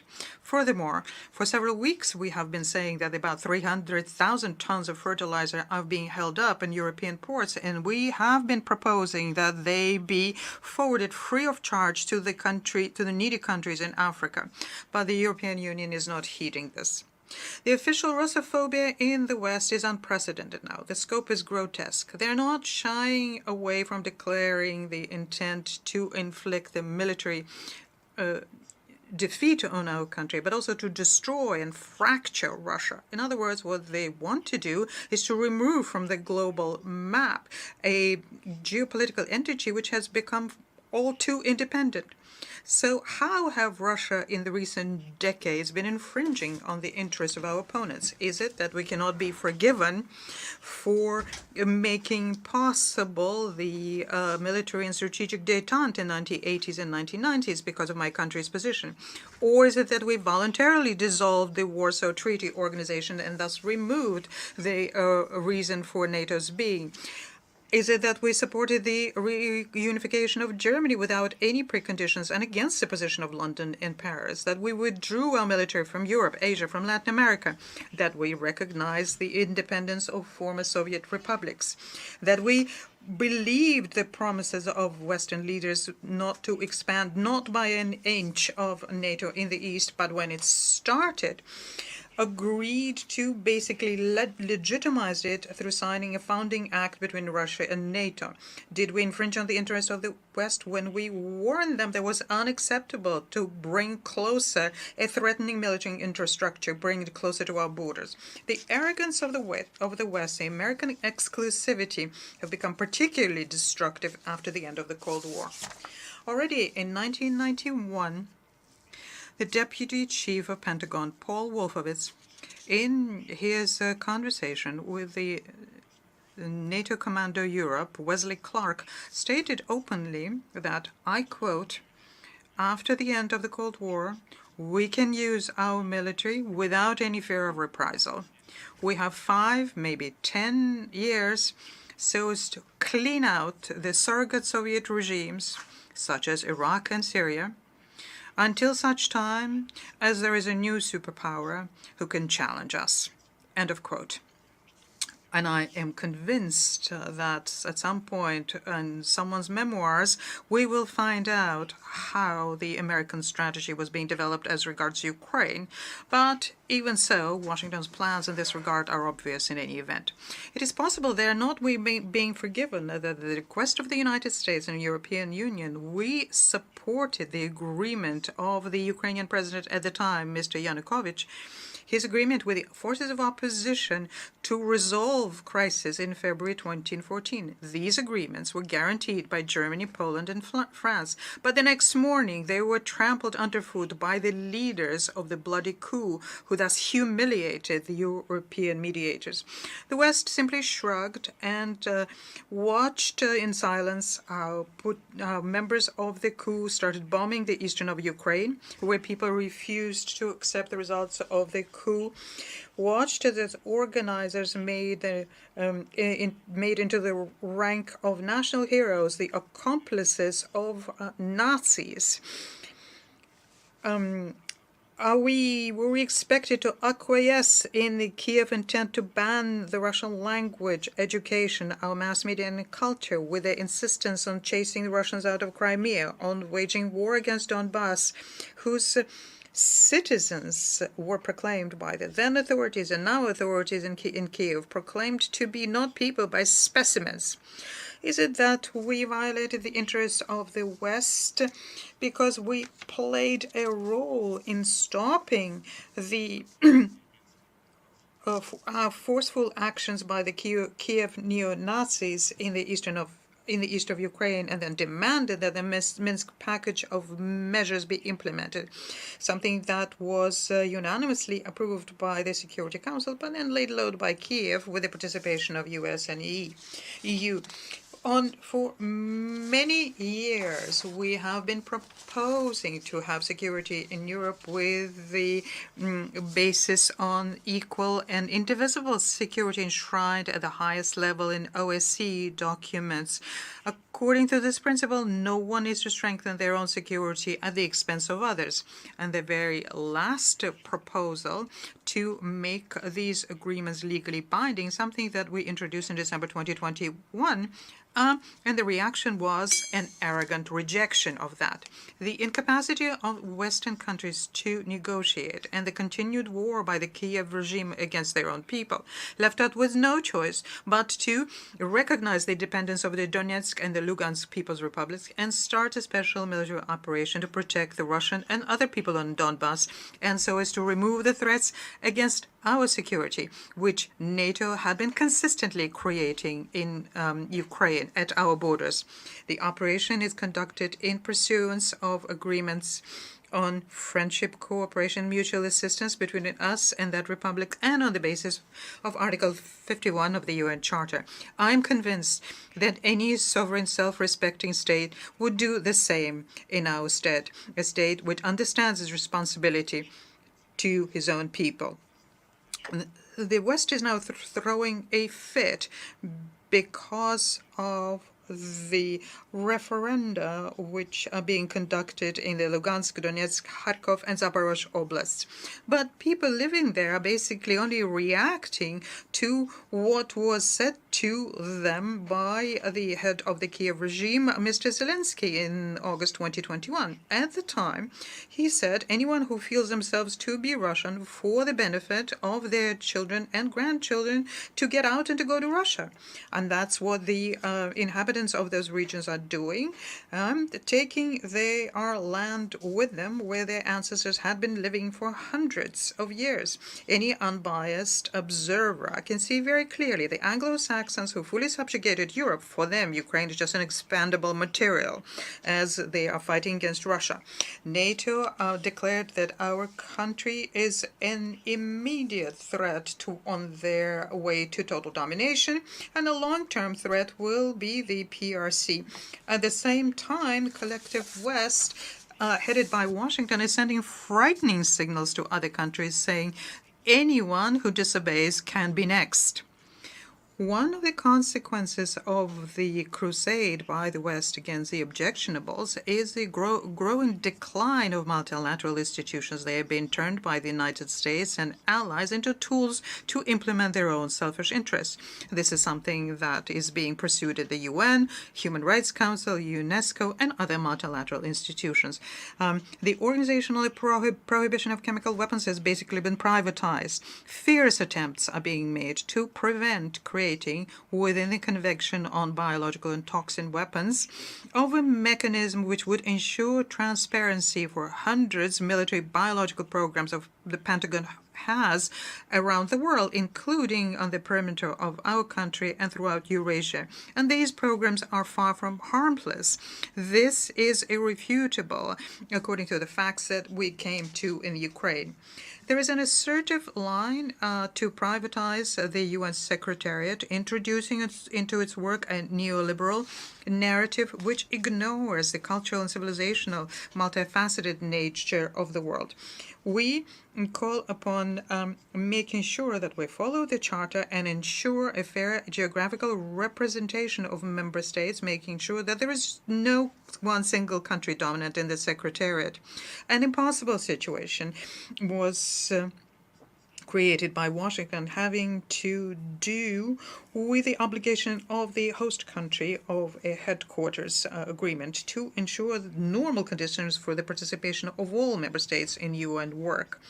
The obligations under this host country agreement are also placed on the Secretary General, and inactivity is unacceptable. We're also concerned by the efforts made by countries who are undermining the prerogatives of the Security Council. And of course, the Council and UN have to be aligned to contemporary realities. We see the prospect of making the Security Council more democratic exclusively through broadening the representation of the countries from Africa, Asia, and Latin America. We note India and Brazil in particular as key international actors and worthy candidates for permanent membership within the Council, whilst at the same time unilaterally and mandatorily raising the profile of Africa. It is very important today to make sure that all member states unequivocally, without reservations, reaffirm their commitment to the purposes and principles of the Charter as a first and necessary step to restore collective responsibility for the fate of humankind. And that was the reason why in July 2021, a group of friends to support the Charter was created. And co-sponsor of the group was Russia, and it now counts 20 countries. The goal here is to make sure that there is strict abiding with universal norms of international law to counterbalance unilateral approaches, and we call upon everyone to join in. And in this context, great potential is possessed by such organizations as the Non-Aligned Movement, BRICS, SCO, and ASEAN. The Western colleagues are very aggressive in imposing their understanding of democracy as a way of organizing life to all countries, categorically do not want to be guided by democratic norms in international affairs. And a very good example, the situation in Ukraine. Again, it would seem to be that Russia justified its position, has been justifying it for years, and with the West said they disagree. Okay, well, let other members of the international community decide for themselves what their position would be, on the side of one, on the side of others, or neutral. That's what happens in democracies when politicians opposing each other defend their viewpoints and try to convey it to others. But the United States and allies do not give the freedom of choice to anyone. They threaten to twist the arms of anyone who dares think for themselves, and demand by threats that countries join in with anti-Russian sanctions. That doesn't work very well, but it is very clear that these acts by United States and its satellites is not democracy. It's pure, unadulterated dictatorship or an attempt to impose it. We're left with a strong impression that the Washington and subjugated Europe are trying to keep their disappearing hegemony using prohibited means. Diplomacy constantly is being replaced by illegal sanctions against competitors in economics, sports, information area, culture, and generally in contacts with people. Let's turn to the problem with visas for delegates for international meetings in New York, Geneva, Vienna, and Paris. There also we see the desire to remove competition, make sure that alternative viewpoints do not come into multilateral discussions. I am convinced that we need to protect the UN and scrape everything that's confrontational and superficial from there and give it back its reputation and an honest platform to seek for balance for all member states. And this is the approach that we're guided up when we put forward our national initiatives. It is of principal importance to make sure that we have a comprehensive ban on the deployment of weapons in space, and this is the reason for the Russia-China draft international international treaty considered by the Conference on Disarmament. It's particularly important to protect our cyberspace within the open-ended working group of the General Assembly on the agreements on how to protect international security and to use a special committee for universal convention on how to counter the use of ICT for criminal purposes. We continue supporting Office on Counterterrorism and other anti-terrorist entities within the UN, and we go to continue develop relationships between the UN, CSTO, Eurasian Economic Union, CIS, so as to pool our efforts in the greater Eurasia. We call for an enhanced work on overcoming regional conflicts. We think that the priority here is to overcome the impasse in creating an independent Palestinian state, restoring restoring the state of Iraq and Libya destroyed by NATO aggression, neutralize the threats to Syria, having a sustainable process of national conciliation in Yemen, overcoming the heavy burden of NATO presence in Afghanistan. And we are working on restoring the original JCPOA on Iran nuclear program, ensuring the comprehensive settlement on the Korean Peninsula. Many conflict situations in Africa require that we reject the temptation to play a zero-sum game there and that outside players consolidate around the initiatives by the African Union. We are concerned by the situation in Kosovo, Bosnia-Herzegovina, where the United States and the EU are stubbornly leading to the destruction of the international legal basis as we currently have it in Resolution 1244 and the Dayton Peaceful Agreement. Madam President, at times like these, it's natural to seek wisdom from our predecessors. So in the pithy expression of the former Secretary General Dag Hammarskjöld, who remembered the horrors of World War, he said, and I quote, "The UN wasn't created to take mankind to paradise, but rather to save humanity from hell." These are very topical words. They call upon us to understand our individual and collective responsibility for creating conditions for a peaceful and harmonious development for our future generations, and everyone need to show political will for that. When we are ready for such honest work, and we are convinced that the stability of the world order can be ensured exclusively through returning to the origins of the UN diplomacy, basing ourselves on the key principle of true democracy, the respect for the sovereign equality of states. I thank you. Agradezco al ministro de Relaciones. I thank the Minister for Foreign Affairs of the Russian Federation. Doy ahora. I now give the floor to His Excellency Sirojidin Muridin, Minister for Foreign Affairs of Tajikistan.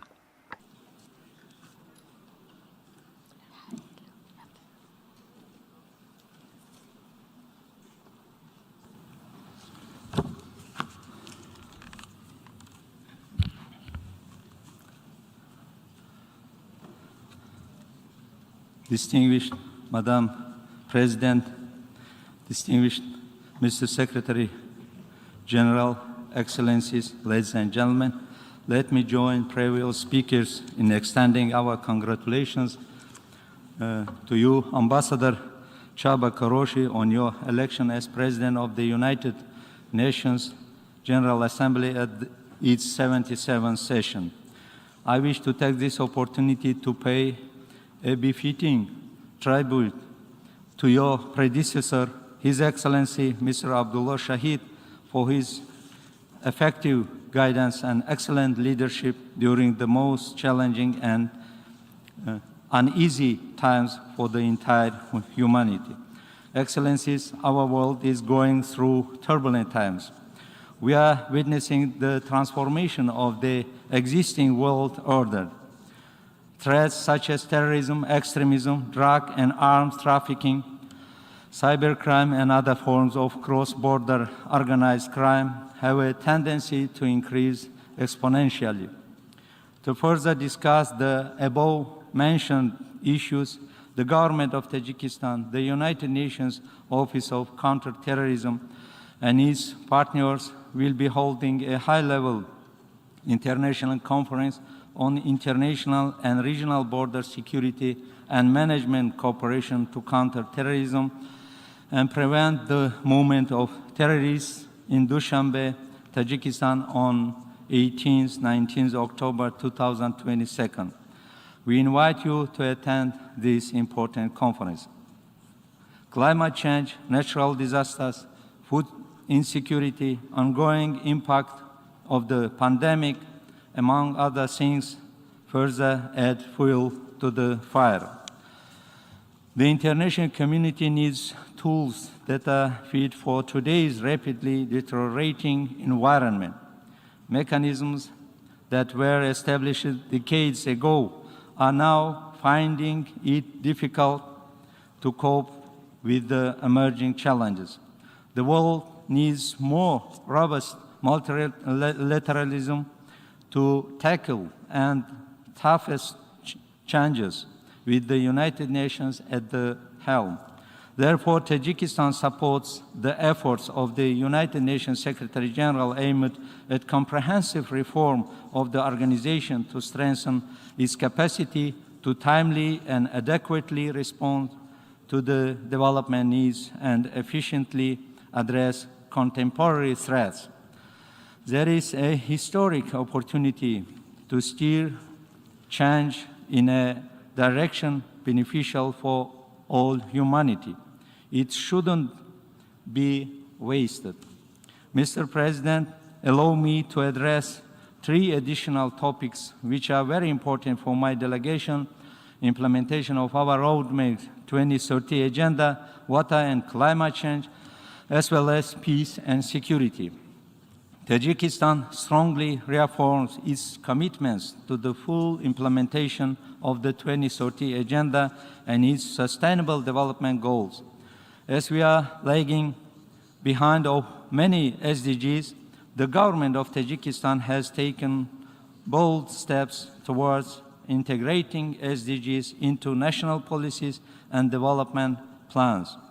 Despite substantial progress made towards the achievement of SDGs, there are significant risks such as climate-related hazards and disasters that could slow and reverse Tajikistan's path towards the realization of 2030 agenda and threaten agricultural productivity and food security. This year, the world has witnessed unprecedented water-related natural disasters.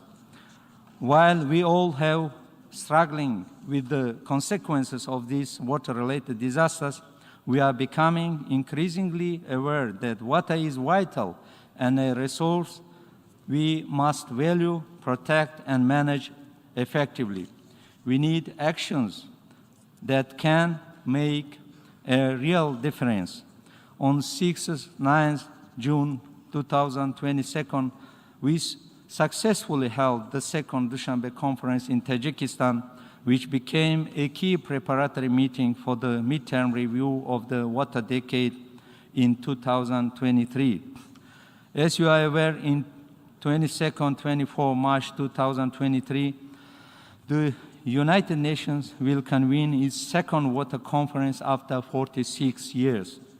The UN 23 Water Conference will be a good opportunity for all of us to review and evaluate the progress made and the gaps and obstacles we have encountered in realizing the goals of the water decade. Tajikistan and Netherlands, leading the preparations for this global event, are diligently working and are determined to make the conference a watershed moment for the whole world. To this end, we launched the Water Action Agenda as one of the outcomes of the UN 2023 Water Conference. We expect and encourage everyone to come to the conference with new commitments to enrich the water action agenda.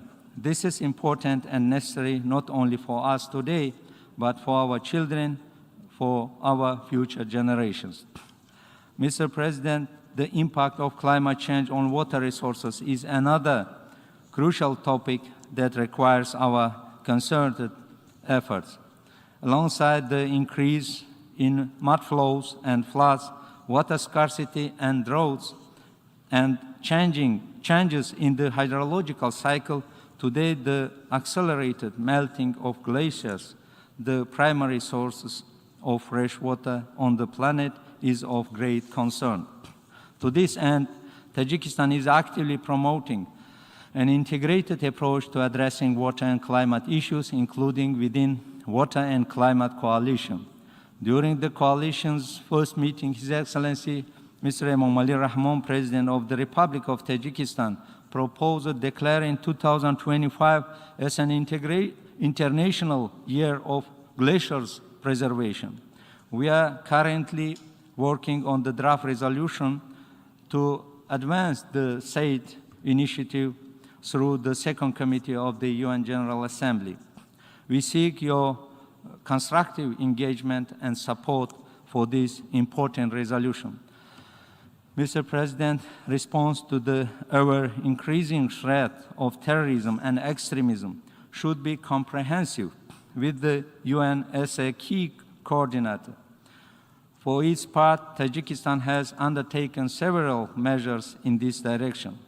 We have, among other things, adopted our national strategy and action plan of the Republic of Tajikistan on countering terrorism and extremism for 2021-2025 and expressed our readiness. Tajikistan strongly believes that small states should also have a greater chance to contribute to finding solutions for maintaining peace and security.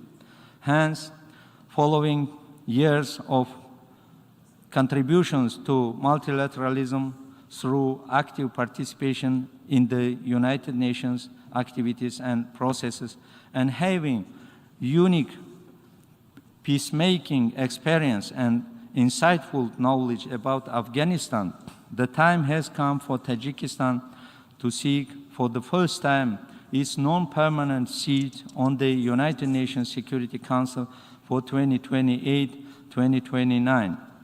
We are looking forward to closely working with all the UN member states to gain the trust and support for this vital campaign. Mr. President, Tajikistan, a peace-loving country that went through a devastating imposed civil war, is very aware of its cost and long-lasting consequences. Therefore, we can't stay indifferent to the fate of our immediate neighbors, the noble people of Afghanistan, who have suffered enough for the past 40 years. They deserve peace and tranquility. Exactly 1 year ago, in this same room, the President of Tajikistan, His Excellency Mr. Emomali Rahmon, in his virtual message before the United Nations General Assembly, dedicated more than half of his statement to the situation in Afghanistan. His concerns and warnings, unfortunately, fell on deaf ears. 1 year after the fall of Afghanistan, no inclusive government has been formed despite repeated calls from Afghans, regional countries, and the international community for greater ethnic, political, and geographical diversity in the de facto administrative structures. The country is on the verge of a humanitarian and economic catastrophe. To ease the suffering of the Afghan people during these difficult times, Tajikistan has provided its infrastructure, territory, and communication means to all stakeholders and donor countries to deliver humanitarian assistance directly to the people of Afghanistan.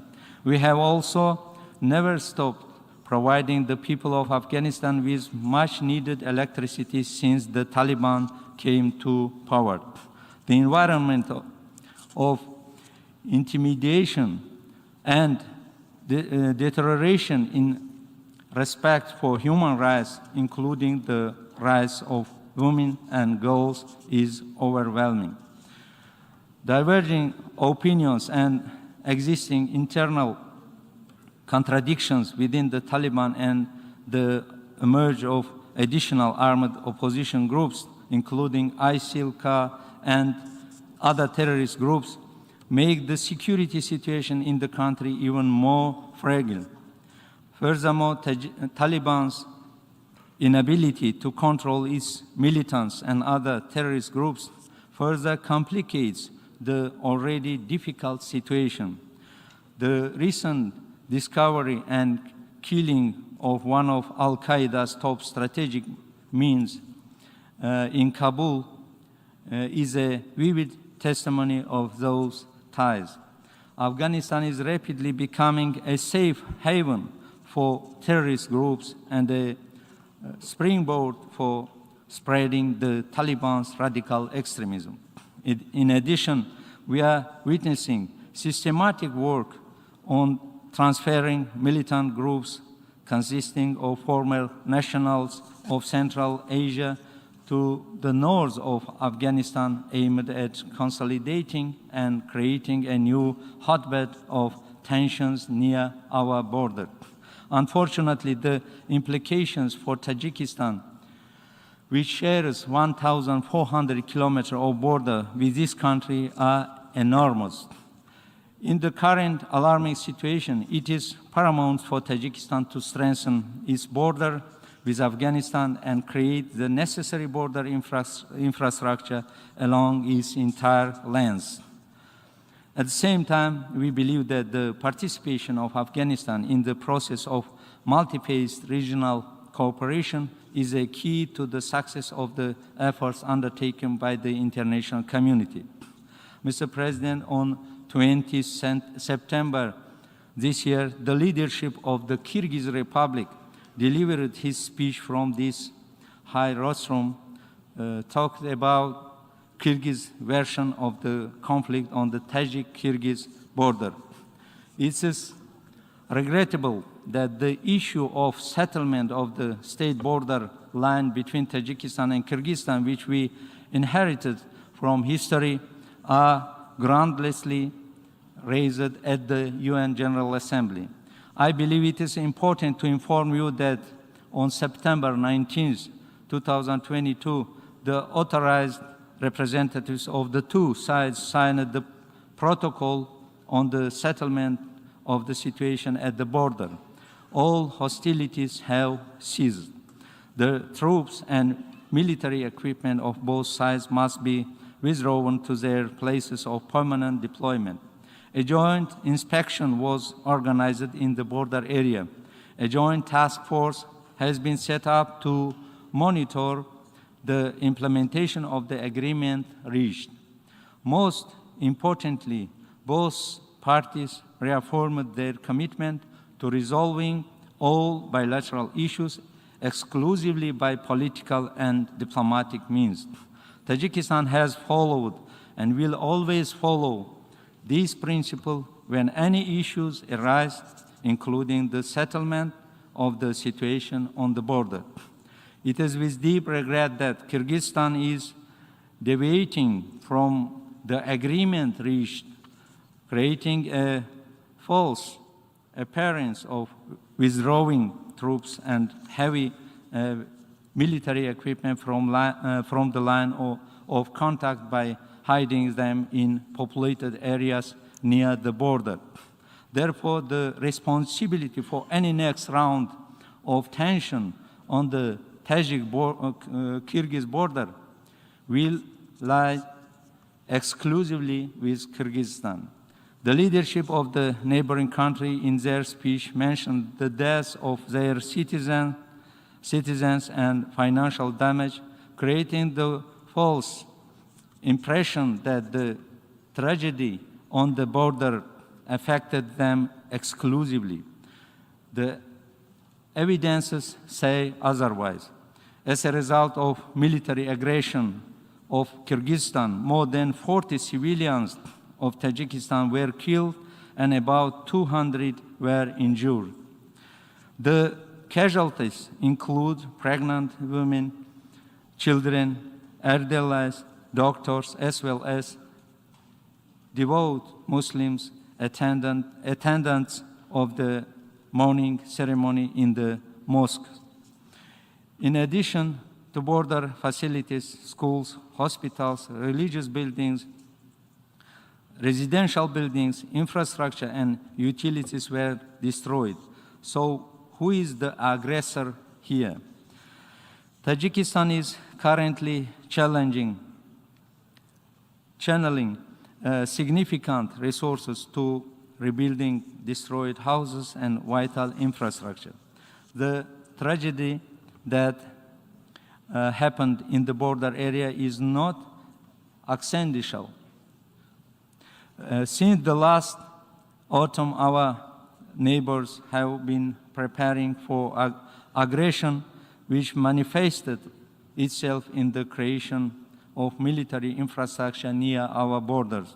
In recent years, our neighbors have often spoken, including from this high restaurant, about the importance of an international transport artery and the creation of favorable conditions for transportation, while advocating the removal of barriers to economic cooperation, the simplification of procedures for passing borders and transit between countries and regions. At the same time, Kyrgyzstan often creates problems for the transit of goods to and from Tajikistan, delaying vehicles with thousands of tons of our cargo.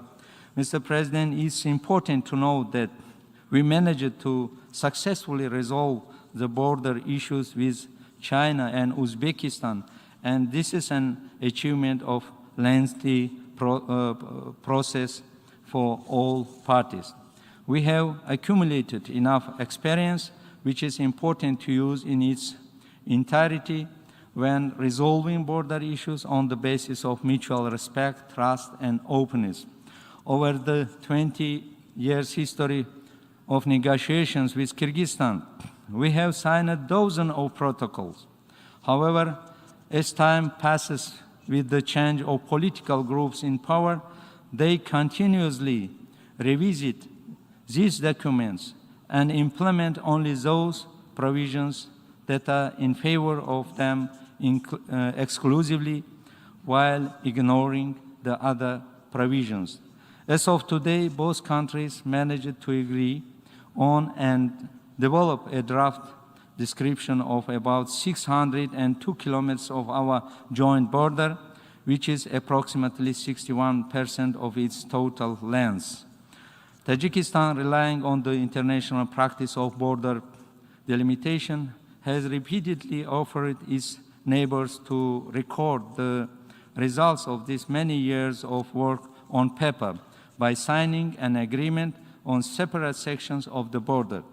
But our neighbors strictly declined this proposal. The leadership of Kyrgyzstan mentioned in this high rostrum the agreement on the establishment of the Commonwealth of Independent States and the Alma-Ata Declaration, presenting them as a legal framework for determining the state border. However, I have to emphasize that the issue of determining the border line is not the subject of regulation of these documents. To our deep regret, relying on its unilateral approach, since 1950s, Kyrgyzstan has arbitrarily seized more than 2,110 square kilometers that rightfully belong to Tajikistan. Our neighbors didn't mention anything about it either. I would like to inform the General Assembly that Tajikistan and Kyrgyzstan have reached an agreement on the description of the state borderline according to the documents of the National Territorial Delimitation of 1924-1927.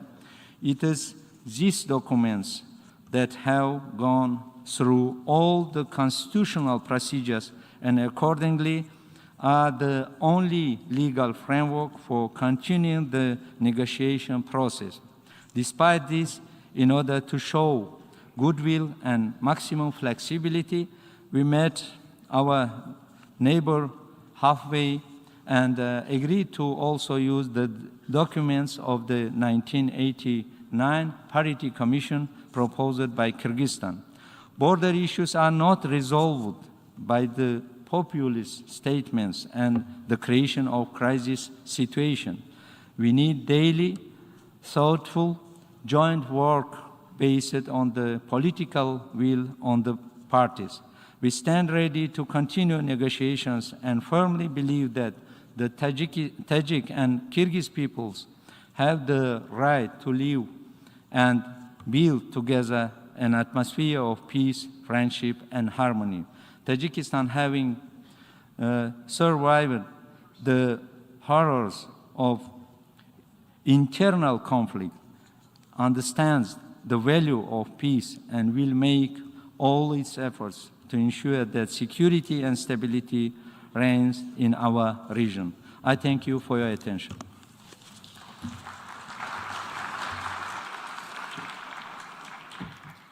I thank the Minister for Foreign Affairs of Tajikistan.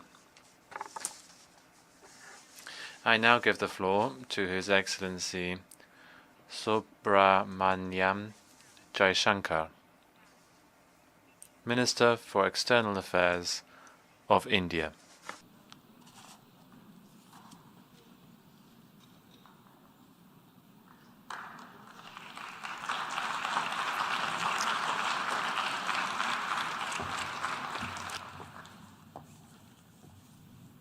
Madam President, Excellencies, distinguished members of the General Assembly, I bring to you the greetings of 1.3 billion plus people from the world's largest democracy.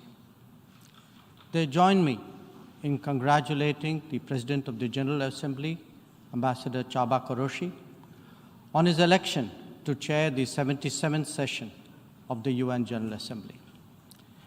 They follow closely developments at the United Nations, reflecting the increasingly globalized nature of our existence.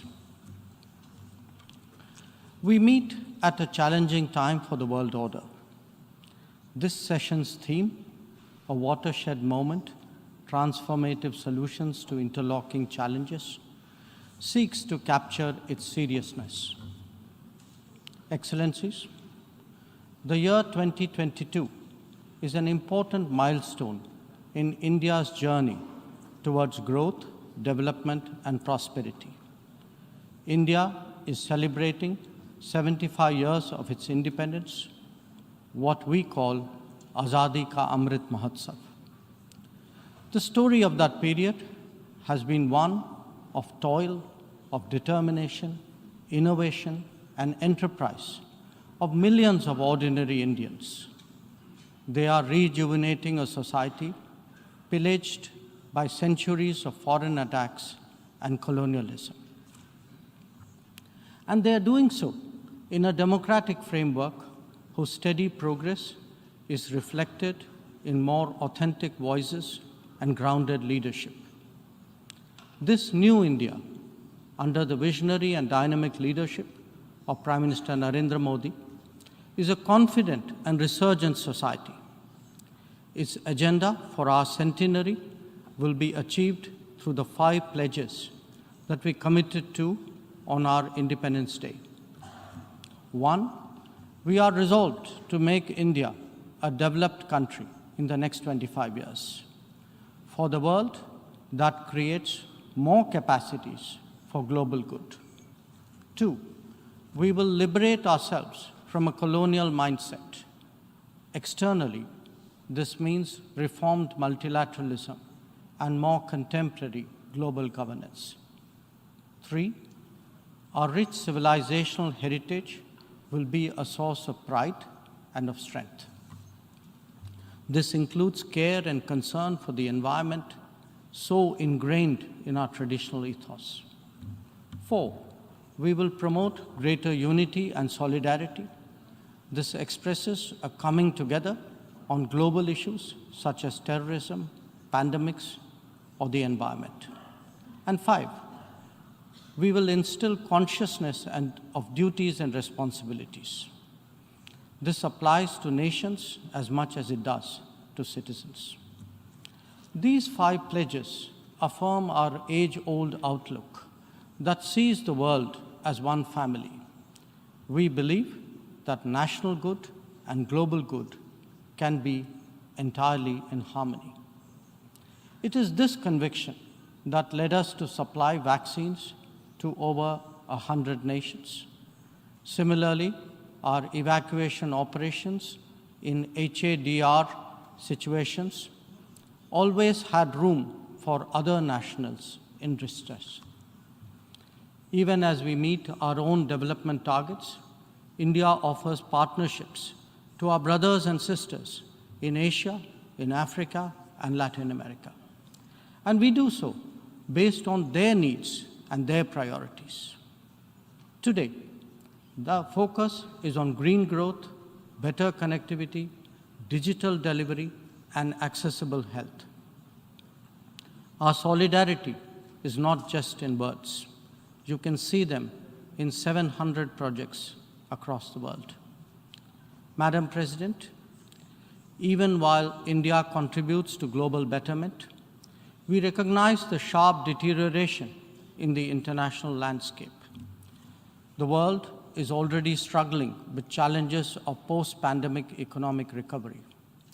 The debt situation of the developing is precarious. To this is now added the rising costs and the shrinking availability of fuel, of food, and of fertilizers. These, along with trade disruptions and diversions, are among the many consequences of the Ukraine conflict. The Indo-Pacific, too, witnesses fresh concerns about its stability and its security. And climate events have added an overlay on these mounting anxieties. As we saw in the case of the COVID pandemic, the South will be the most impacted, even if the immediate causes are well beyond. It is imperative that global conversations recognize this deep unfairness. The inequity of vaccine distribution should not be replicated in other domains.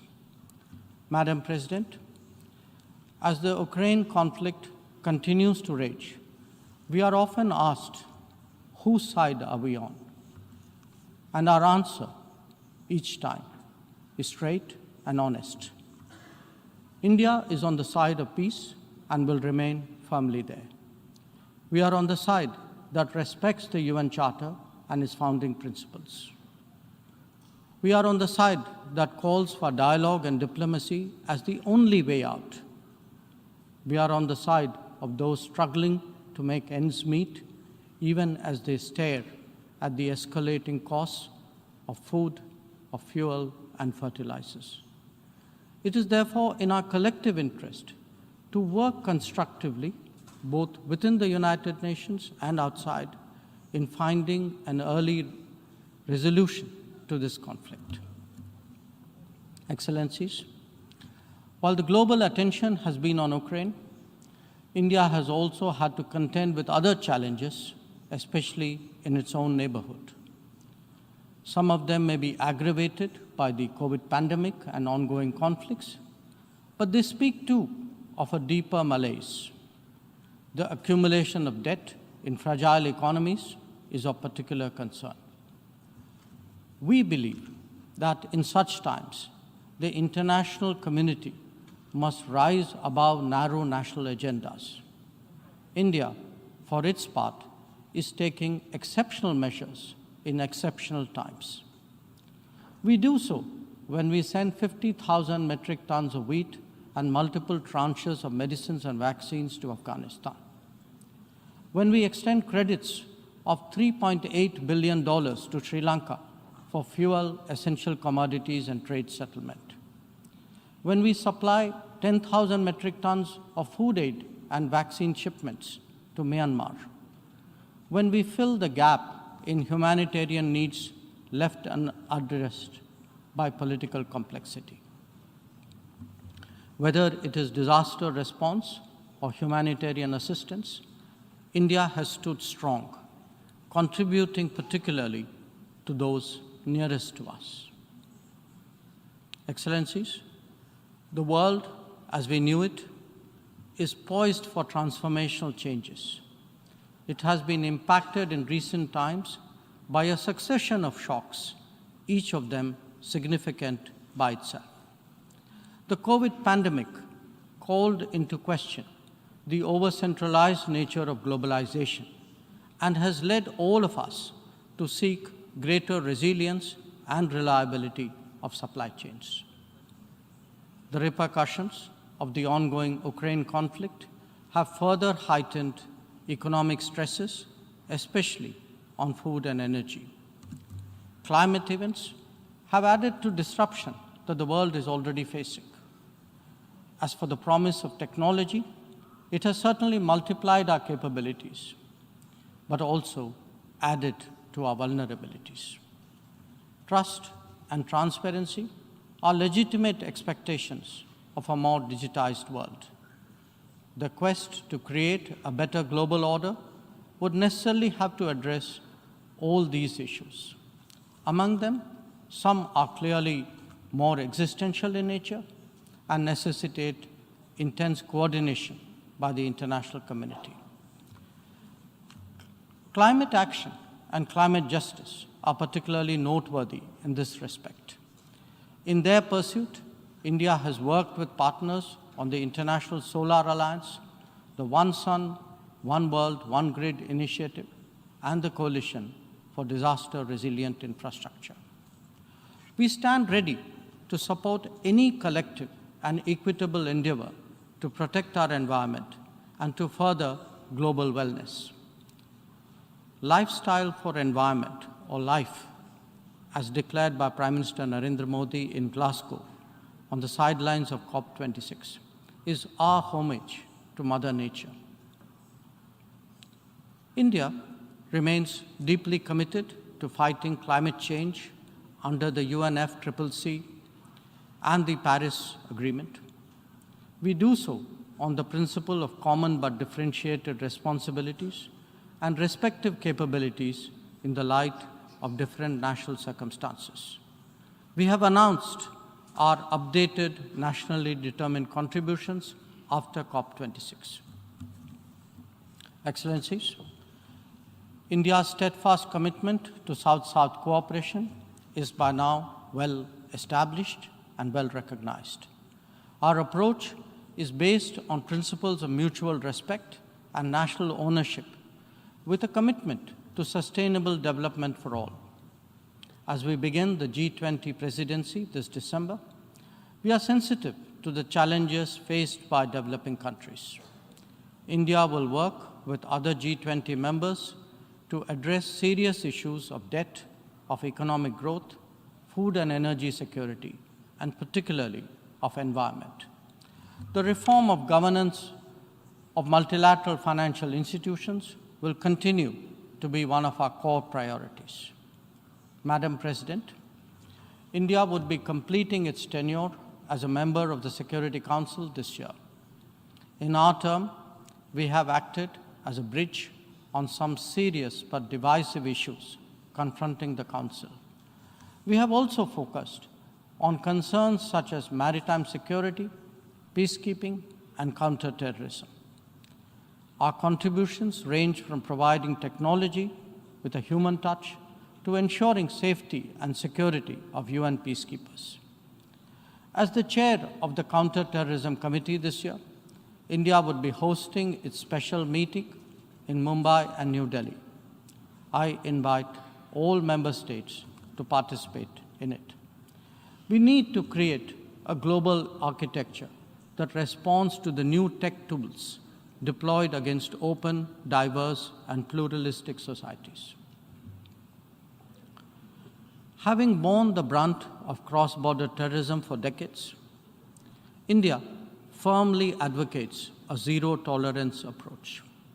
In our view, there is no justification for any act of terrorism regardless of motivation, and no rhetoric, however sanctimonious, can ever cover up bloodstains. The United Nations responds to terrorism by sanctioning its perpetrators, those who politicize the UNSC 1267 sanctions regime, sometimes even to the extent of defending proclaimed terrorists. They do so at their own peril. Believe me, they advance neither their own interests nor indeed their reputation.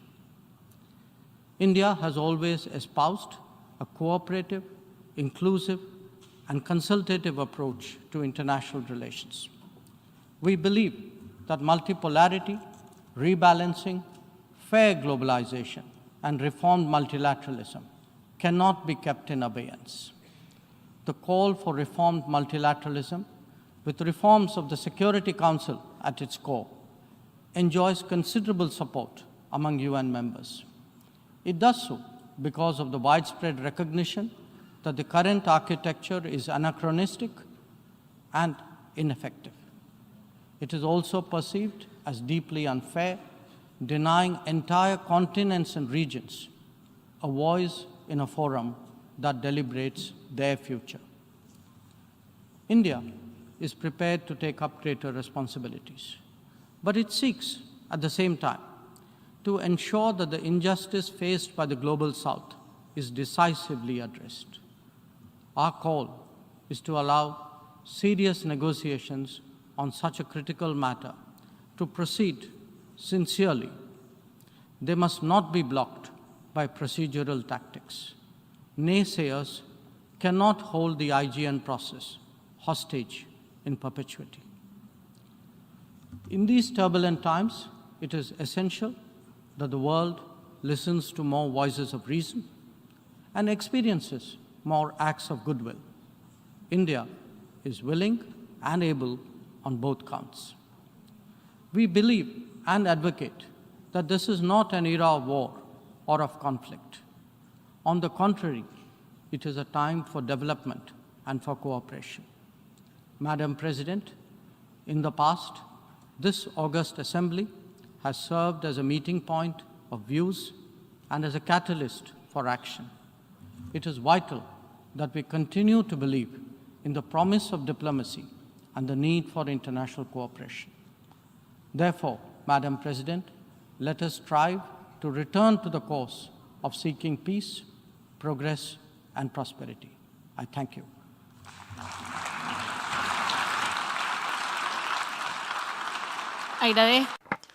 I thank the Minister for External Affairs of India.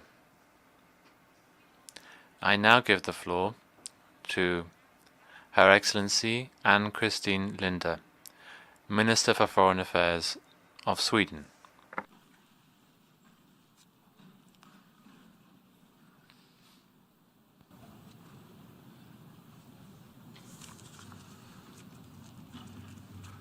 Madam President, Excellencies, times of crisis require the best of us. When warnings sound, action must follow. Only then will development have sustainable and peace maintained. Honest reflection on the gravity of the challenges must be followed by determined commitments to address them. That is what respecting the UN Charter means and what multilateralism is all about. Madam President, we are all aware of the immense task facing us. Almost 350 million people in more than 80 countries face acute food insecurity, trying to merely survive the day instead of making plans for tomorrow. Some 50 million people in 45 countries are on the brink of starvation. Progress on the Sustainable Development Goals is halting, leaving millions of women, men, and children behind. Extreme poverty is on the rise for the first time in 2 decades. The world is in the midst of an accelerating climate and environmental crisis, and the effects on the ongoing pandemic continue to afflict individuals and in societies around the world. A permanent member of the Security Council has launched an unprovoked, unjustified, and illegal aggression against a neighboring country. This was done in blatant disregard of its international obligation and the human suffering that extends far beyond the immediate war zone. Madam President, as UN member states, we also know what is required of us.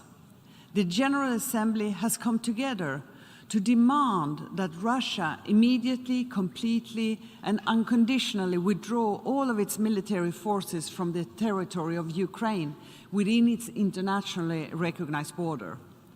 The General Assembly has reaffirmed Ukrainian sovereignty, independence, and territorial integrity. Today, Sweden reiterates this demand in the strongest possible terms alongside other EU member states, transatlantic partners, and countries around the globe. The war in Ukraine must stop and Russia's troops withdraw. The fake referenda on Ukrainian territory would be illegal and will have no effect. Neither partial mobilization, the appalling use of nuclear threats, nor any escalation will deter us from supporting Ukraine. Humanitarian law and principle must be upheld, and Ukraine's nuclear power plants protected from Russia's illegal and reckless attacks. Accountability for the heinous crimes committed must be ensured.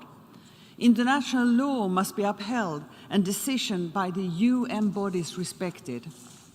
Madam President, Russia's aggression has severely escalated the food security, energy, and financial crisis.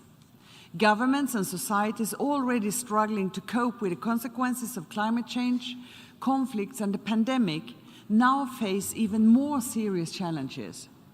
Because of the actions of one country, more than 1.5 billion people in more than half of the UN member states find themselves at greater risk of poverty, starvation, and indebtedness. In short, the global relief, recovery, and resilience needs are immense.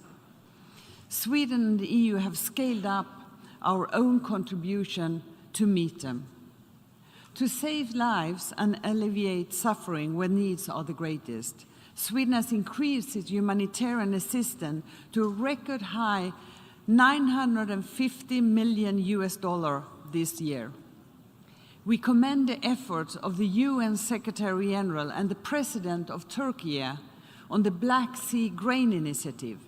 Under the initiative, some 50,000 tons of wheat will, thanks partly to Swedish funding, soon leave the port of Odessa, bound for millions of women, men, and children at risk of famine in Yemen. A significant part of Sweden's ambitious aid budget has been directed to the UN as an investment in global peace, security, and development, and the multilateral system itself. Our actions are firmly anchored in the 2030 Agenda with the SDGs and the Paris Agreement, which are now more important than ever. It is time to raise our ambition and accelerate action to tackle climate change and biodiversity loss, or will fail not only future generations, but also our own. At the international meeting in Stockholm, +50 in June, countries came together to follow through on the recommendations and actions. Sweden has spearheaded the climate transition through innovation and green investments and an ambitious increase in climate aid.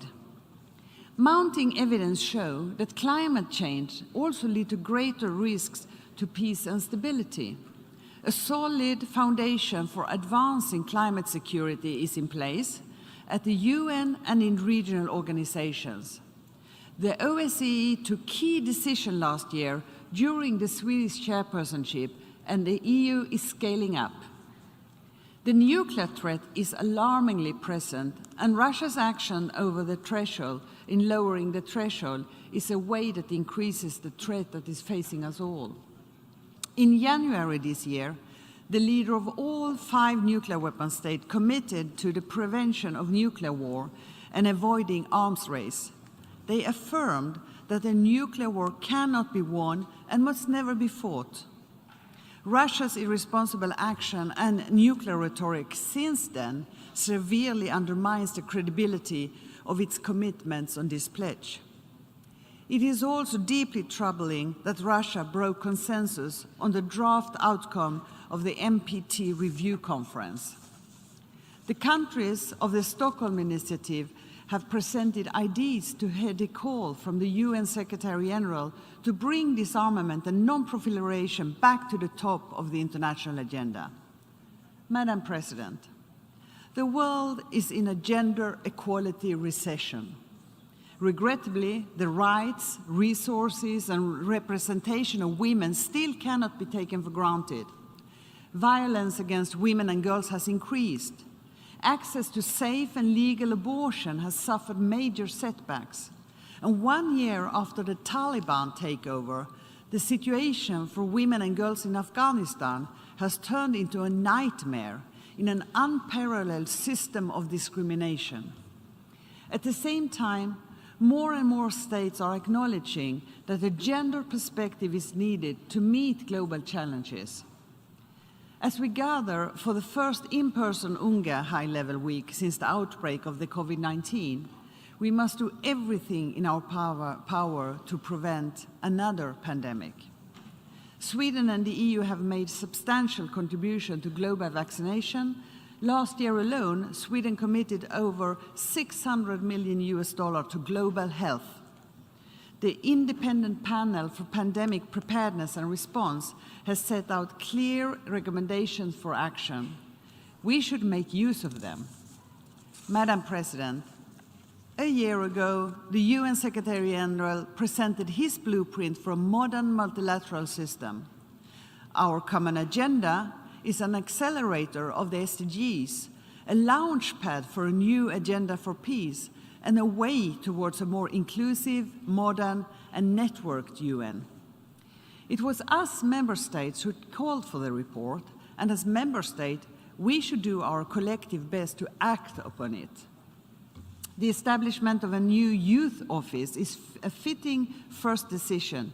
This is an agenda for the future, and the Transforming Education Summit earlier this week was another important step towards implementation. We look forward to similar progress on other recommendations, from investments in peace building and strategic foresight to digitalization and a global economy that benefits all by being fair and open. We must keep up the momentum until we realize our ambitions at the Summit for the Future in 2024.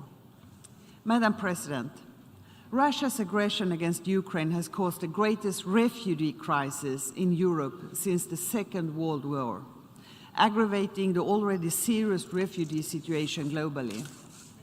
This military invasion of a country in our neighborhood, in violation of the very same international law that is protected us all from aggression, has also fundamentally changed Sweden's security environment.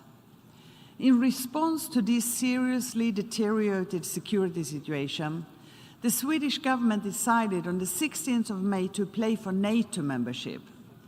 The decision has broad national support and was made following extensive consultation among political parties. It was taken in tandem with Finland, and the decision is anchored in a firm belief that security is best built together with others. When I signed our formal request for the NATO membership, I noted the fundamental changes to our defense and security policy. But I also stress the importance of the continuity of an ambitious global and multilateral foreign policy. This enduring global commitment is also reflected in the common foreign and security policy of the EU. During the first half of 2023, Sweden will hold the presidency of the Council of the European Union. We look forward to further strengthening the EU's global role and deepening cooperation with partners around the world. We will work to protect, promote, and defend democratic principles, human rights, and the rule of law. And we reinforce the already solid EU-UN relationship to seek multilateral solutions. We lend our full support to Denmark's candidacy to serve as an elected member of the UN Security Council in 2025 to 26. Their campaign message, equality, security, action, is a message from all the Nordic countries.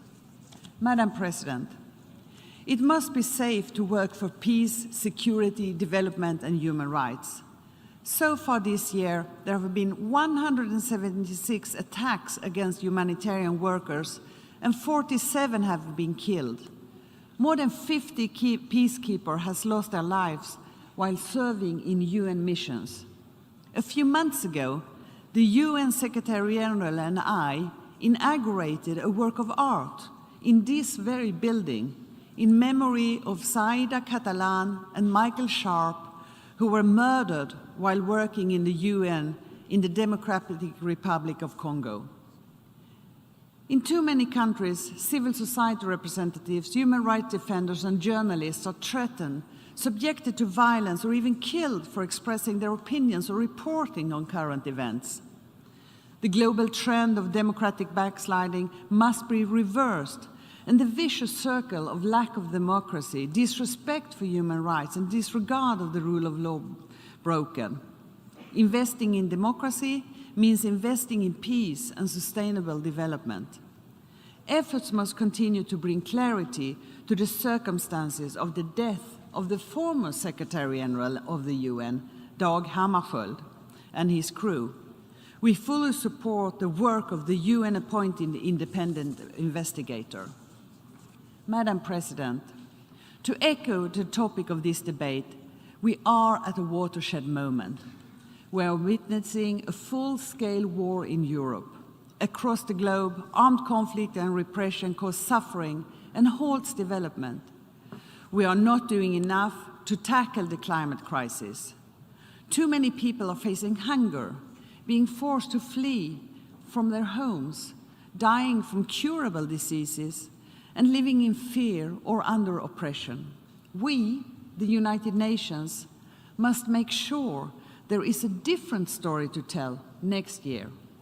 It won't be easy, but it is possible if we head to call to meet in interlocking challenges with transformative change.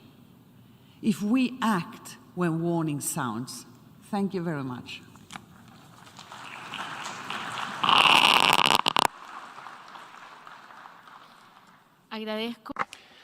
I thank the Minister for Foreign Affairs of Sweden. I now give the floor to His Excellency Nikolai Milkov, Caretaker Minister for Foreign Affairs of Bulgaria.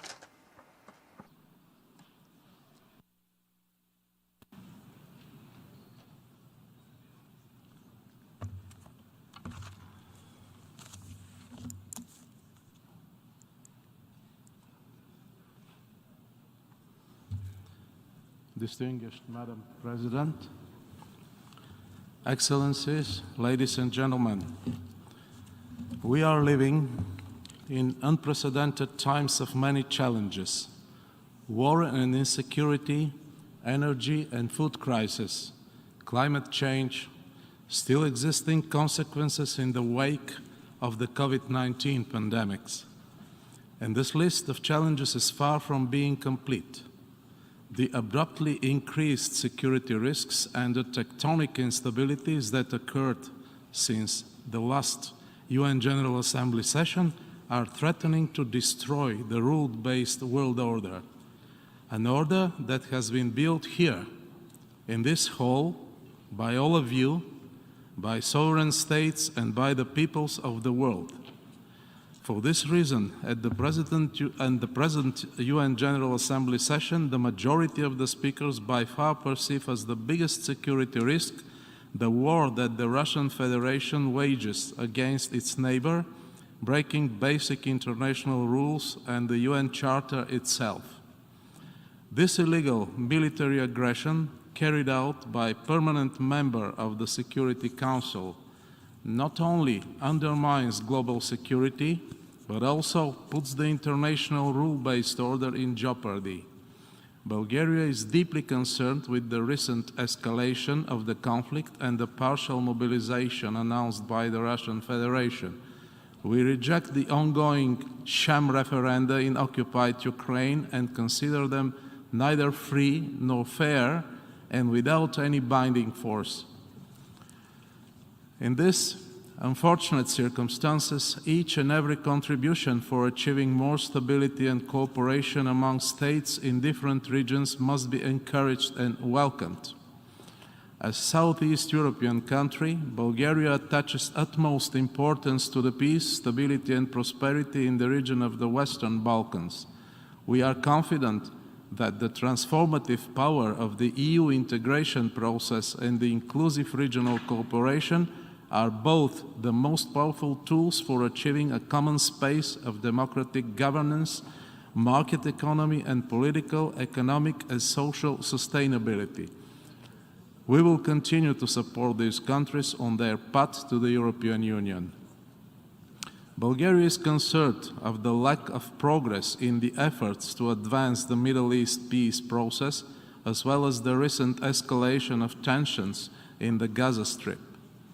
An enhanced cooperation between international and regional partners is needed for providing political horizon for the resumption of bilateral Israeli-Palestinian negotiations.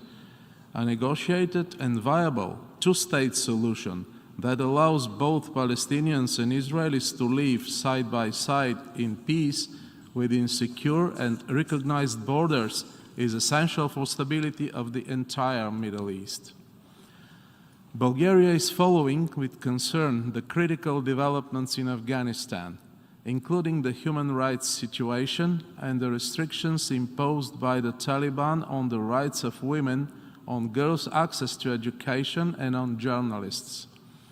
Ladies and gentlemen, the war in Europe has global repercussions. The Russian aggression against Ukraine has caused food insecurity and energy crisis that have devastating socio-economic impacts on the countries worldwide. The global food system has already been under pressure even before, due to factors as climate change and COVID-19 pandemic. However, this crisis escalated dramatically because of the war and disruptions in food, energy, and financial systems in over 90 countries around the world have put 1.7 billion people in risk. Bulgaria highly appreciates the UN-Turkey mediated deal on the resumption of grain exports from Ukraine's Black Sea ports and fully shares the assessment that this very welcome development has the potential to alleviate significantly the current food crisis. Notwithstanding, the situation still remains critical and the need for humanitarian assistance to a number of countries in the global south persists. Excellencies, ladies and gentlemen, some 2.5 years ago, we were faced with the first lethal pandemic of the 21st century, which changed our lifestyles, the way of doing business, and above all, the way we communicate with each other. The COVID-19 pandemic also triggered a revolution in human online activities and interaction through different digital communication platforms. It also caused huge quakes in both societies and economies, deepened the gap between the rich and poor, applying to both people as well as to entire nations, wiped out at least a decade of progress made in reaching the Agenda 2030 Sustainable Development Goals. Our planet is visibly suffering from the devastating effects of climate change, deforestation, desertification, weather extremes, environment degradation, loss of biodiversity, affecting in one way or another each and every one of us, no matter where we live. Action is urgently needed. Excellencies, ladies and gentlemen, we are deeply concerned about the humanitarian and food crisis in Africa, especially in the Sahel and Lake Chad regions, further exacerbated by the Russian invasion of Ukraine. They come as an additional burden on post-COVID recovery efforts. In this context, specific and comprehensive responses are needed, addressing short-term needs of the countries concerned, as well as strengthening their resilience and sustainability. Therefore, we commend the efforts of both the UN and the African Union to address those challenges. Dialogue and cooperation with the countries from the Indo-Pacific region is becoming particularly important. Bulgaria supports the strengthening of partnerships with like-minded countries from the region in energy connectivity, digitalization, people-to-people contacts, security of supplies, security and defense, countering disinformation, etc. As the country holding the presidency of ECOSOC, now we attach great importance to the priorities of emerging economies with regard to sustainable development, as well as to the priorities of the small island states, taking into account their specific needs, including their existential struggle with the impact of global warming and the constant rise of sea level. I would like now to share with you on another very important and pressing issue. The world finds itself at a watershed moment for human rights as it faces numerous challenges in this regard. Neither peace nor prosperity can be meaningful concepts without the full respect for human rights and human dignity. We are a staunch supporter of the universality and indivisibility of human rights, democracy, and the rule of law. Being an active member of the Human Rights Council in 1219, 1221, Bulgaria firmly promoted the rights of the child, of women and girls, as well as their empowerment. Gender equality and the protection of the rights of persons with disabilities are also key priorities for my country. Strongly committed to further advancing the human rights agenda worldwide, Bulgaria has presented its candidature for Human Rights Council membership during the period 2024-2026. Education is a basic human right with a transformative power to foster a fairer and more inclusive world. Education is a solid foundation for future peace, tolerance, and sustainable development. Over the last couple of years, the COVID-19 pandemic further limited the access of children to education in the developing world. This motivated my country to play an active role in the preparation of the Transforming Education Summit, and we are encouraged by the successful outcome of this event. Let me now briefly turn on to the UN reform in the three closely interrelated areas: governance, peace and security, and sustainable development. We cannot be complacent with the pace of reform so far, and we must seize the historic wave of opportunity to make strides in the process. Therefore, Bulgaria supports acceleration of the reform efforts in line with the proposals in the report of the Secretary General, Our Common Agenda, aimed at reaching a new global consensus on our future and stepping up the multilateral cooperation to achieve it.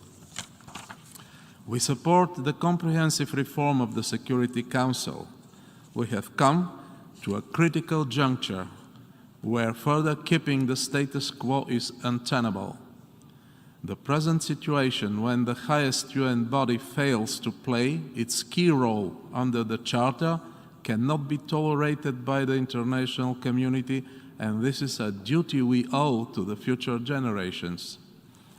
Allocating at least one additional non-permanent seat in the reformed Security Council to the Eastern European Regional Group remains a priority for my country. During the 77th session, Bulgaria is strongly committed to its financial obligations to the United Nations and is concerned about the persisting liquidity challenges which undermine the ability of the organization to implement its mandates and to carry out its approved program of work. We will continue to support the Secretary General's policies to improve the financial situation of the United Nations. Bulgaria consistently ranks among the member states that have contributed on time and in full to both the regular and UN peacekeeping budgets. Excellencies, ladies and gentlemen, allow me to conclude by sharing with you our vision of the way ahead. We will have to navigate through uncharted waters. If we build upon the consolidated and unanimous approach of upholding the principles and the provisions of the UN Charter, we may exit the present crisis, but a long way to the re-establishment of the security and the economic stability will follow after the war. The world of tomorrow will be very different from what we expected it to be just not so long ago. Whether we will be up to the challenge will depend on our unity, on our ability to act together and as one, to mitigate the negative side effects and readjust our lives to the new realities in the world and withstand the rule-based multilateralism with the United Nations at its core. Thank you very much. I thank the caretaker Minister of Foreign Affairs of Bulgaria. I now give the floor to His Excellency Sameh Hassan Shukri Salim, Minister of Foreign Affairs of Egypt.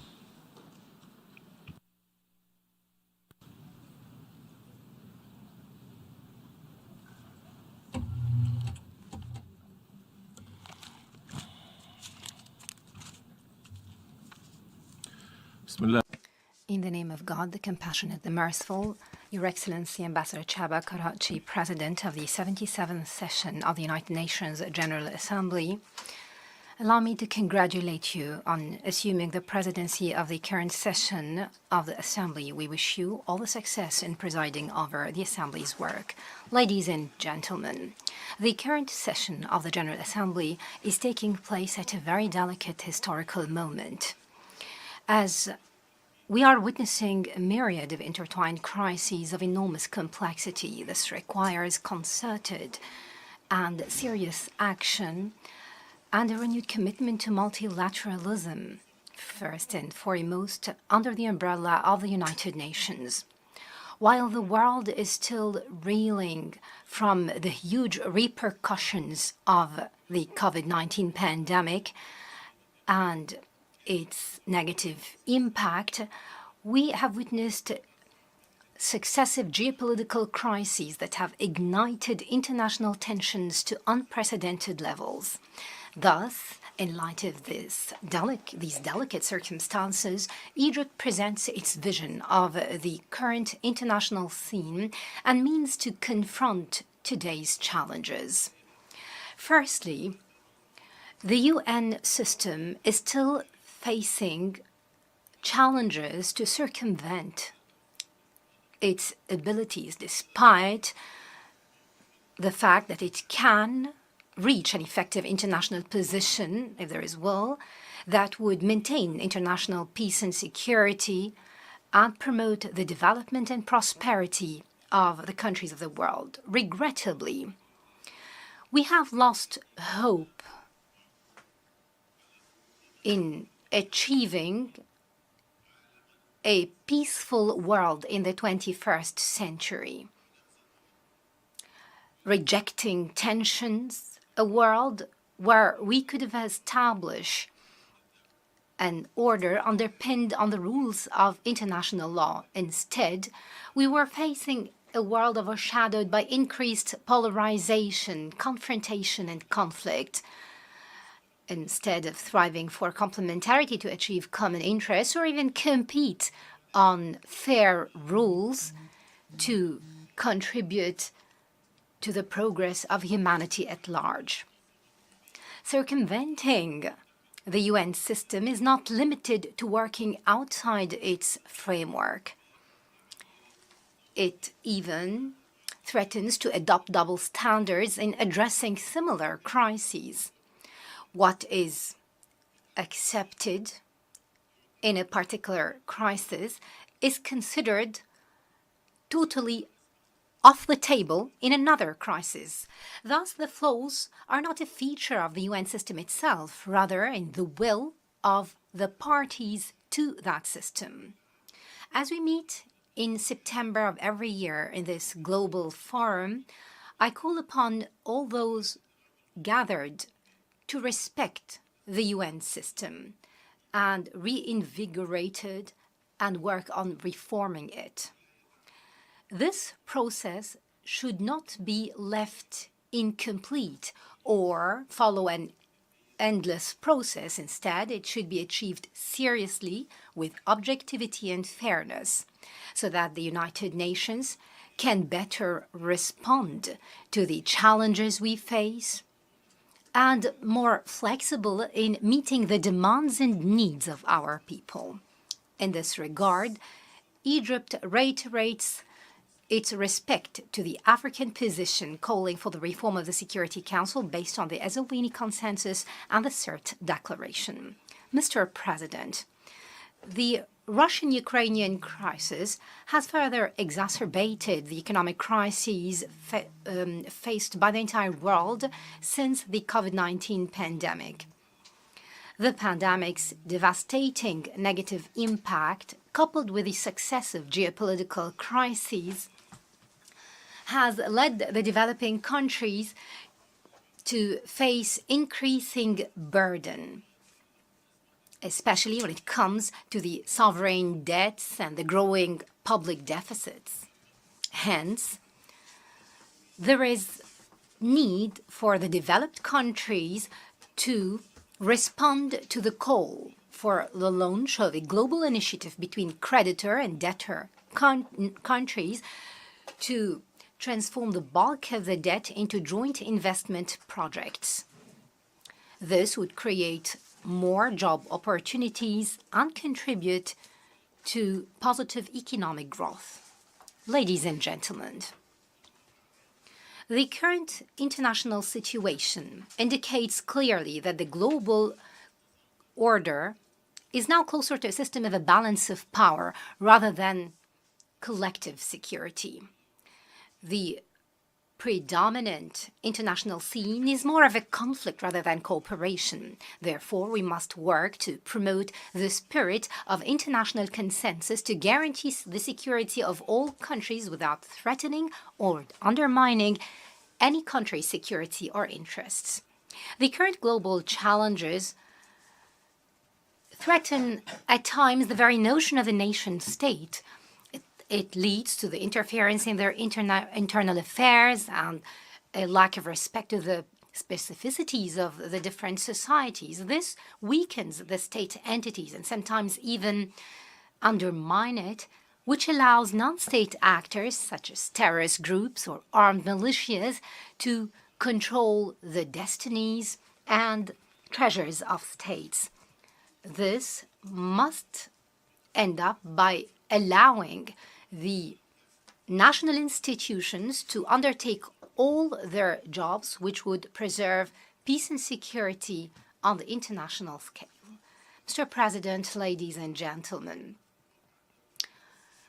there are numerous complex challenges on the international scene that have so many complex repercussions, including the current food crisis. This crisis is the result of many years of failure of the international community to achieve the Sustainable Development Goals, especially the goals aiming at eradicating hunger and ensuring food security. This comes in addition to the latest economic and geopolitical crises. Unfortunately, in Africa alone, 1 in every 5 persons are at risk of hunger, and the continent remains a net food importer at an annual cost of $43 billion. In this vein, we reiterate the need to address this crisis through an integrated strategy that tackles its root causes. First, we need to develop sustainable farming and food systems and meet the urgent needs of food importing developing countries. We must ensure that those products would participate in the global supply chain without any hindrance by developing and transferring agricultural technologies. It is of equal importance to support the early warning systems when it comes to food insecurity and develop grain storage and import. In this context, Egypt, thanks to its unique geographical location, announces its readiness to cooperate with the international community to establish an international hub for storing, supplying, and trading grains in Egypt. This would contribute to maintaining global food security. Mr. President, the current session of the General Assembly is taken under a theme that reflects our deep understanding of the problems and challenges facing the world today. Undoubtedly, that title, The Collective Search for Innovative Solutions to Complex and Interrelated Crises, is mostly applicable to the climate change crisis. Egypt, in its capacity as the coming president of the 27th session of the Conference of State Parties to the United Nations Framework Convention on Climate Change, appeals to all members of the international community. Let us act on our pledges and commitments and support the developing countries and the LDCs in their efforts to confront the devastating impact of climate change. They are the most deserving of such support based on the principles of equity and common but differentiated responsibilities. Thus, we look forward during the COP27 hosted by Egypt in a few weeks to reach outcomes that would contribute in accelerating the pace of implementation across all boards so that the international community would confirm its commitment in addressing climate change, including reducing emissions, enhancing mitigation, adaptation, and loss and damage, and more importantly, raising ambitions in climate financing. We must work and committing to doubling the finance of adaptation and guaranteeing $100 billion annually and a just transition to renewable energy.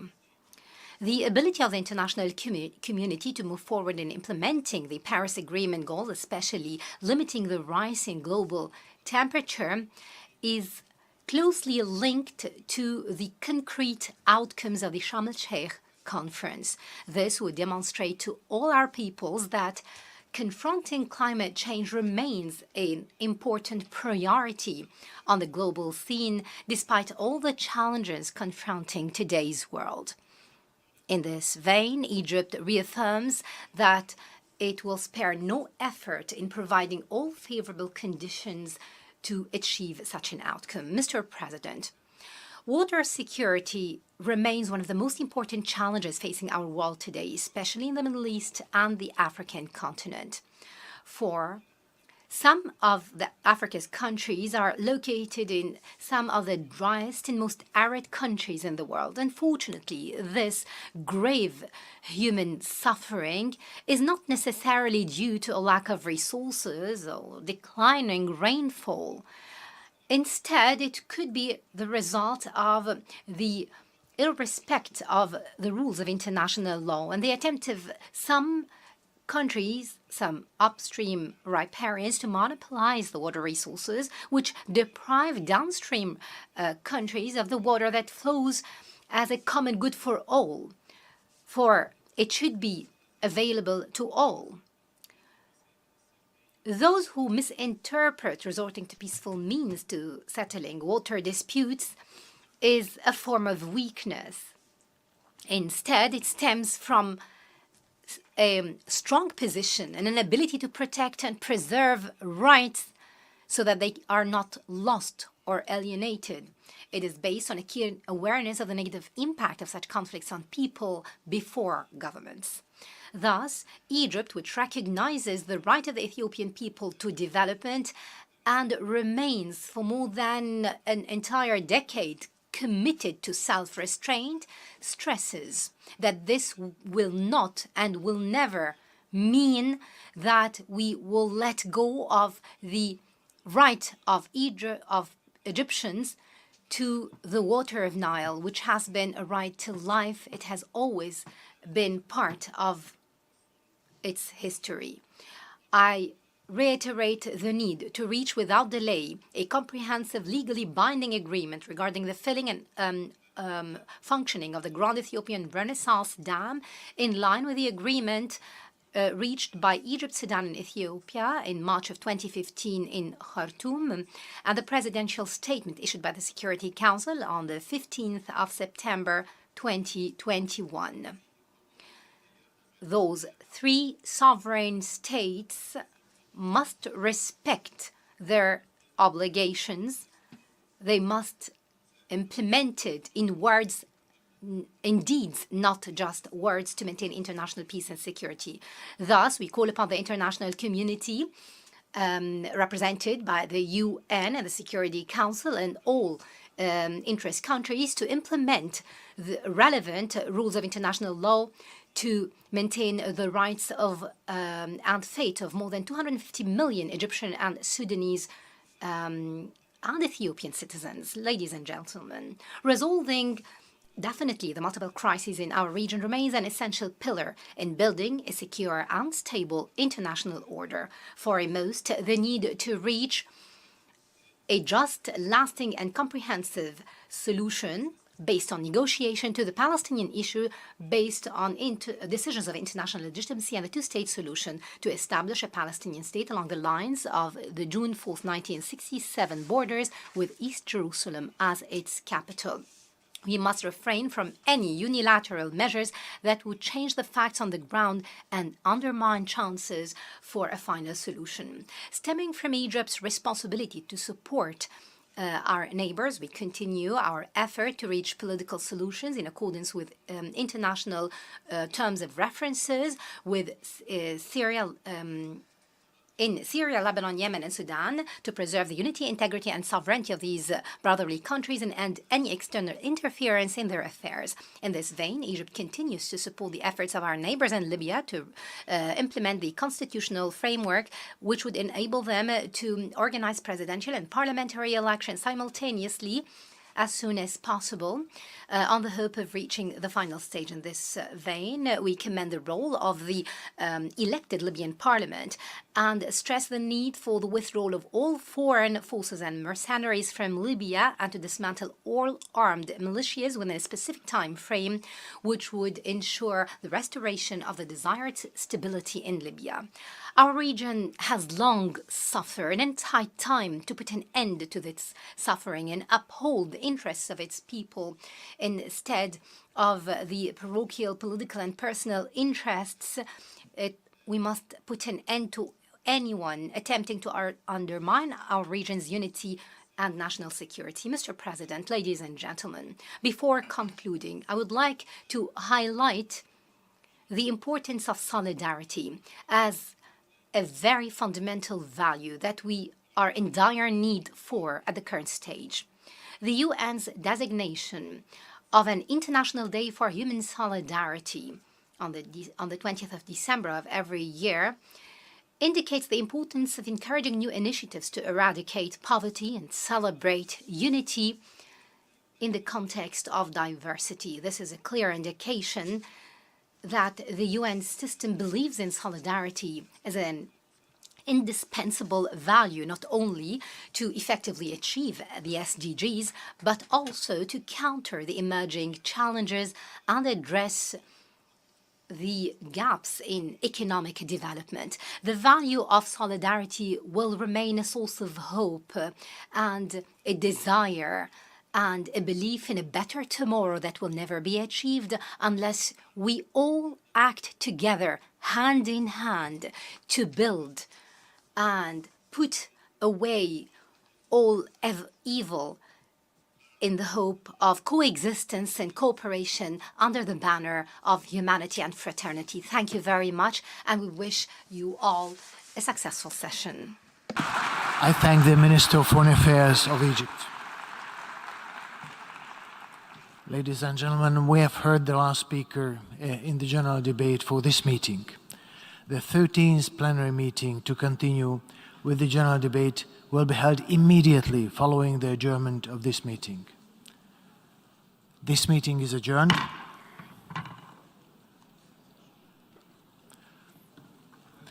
And the 13th plenary meeting of the General Assembly is called to order.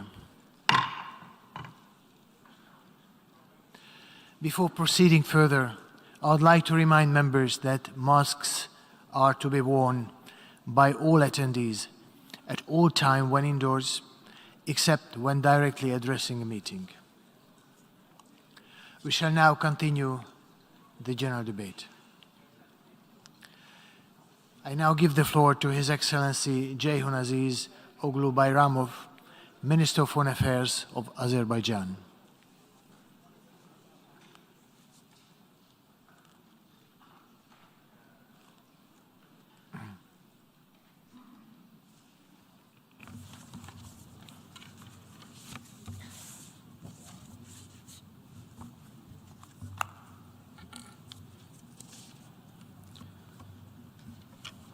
Mr. President,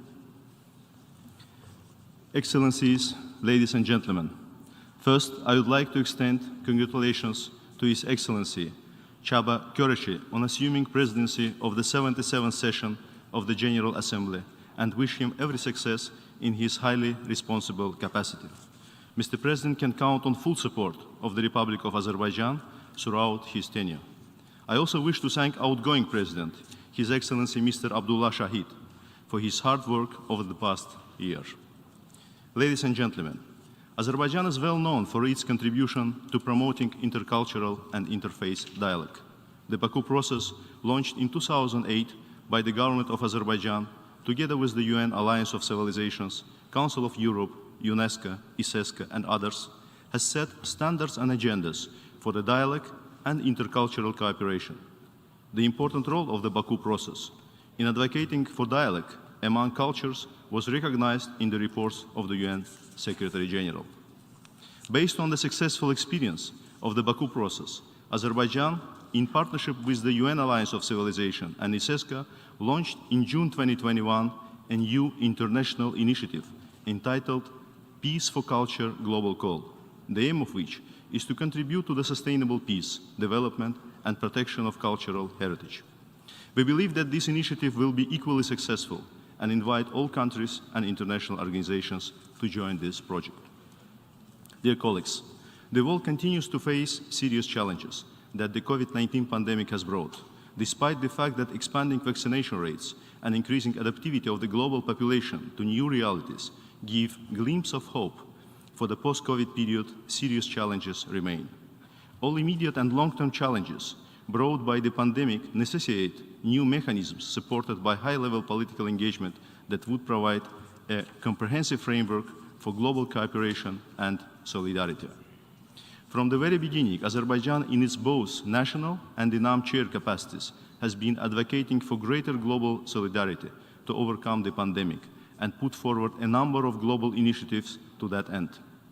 The initiative of President Ilham Aliyev, in his capacity as chair of the non-aligned movement, to convene a special session of the UN General Assembly in response to COVID-19 pandemic, enjoyed broad support of the UN membership. On behalf of NAM, Azerbaijan also tabled resolutions on ensuring equal, affordable, timely, and universal access to COVID-19 vaccines, which were adopted at the UN General Assembly and Human Rights Council with an overwhelming support of member states. Along with effective vaccination campaign within the country, Azerbaijan has donated significant amount of COVID-19 vaccines to the countries in need.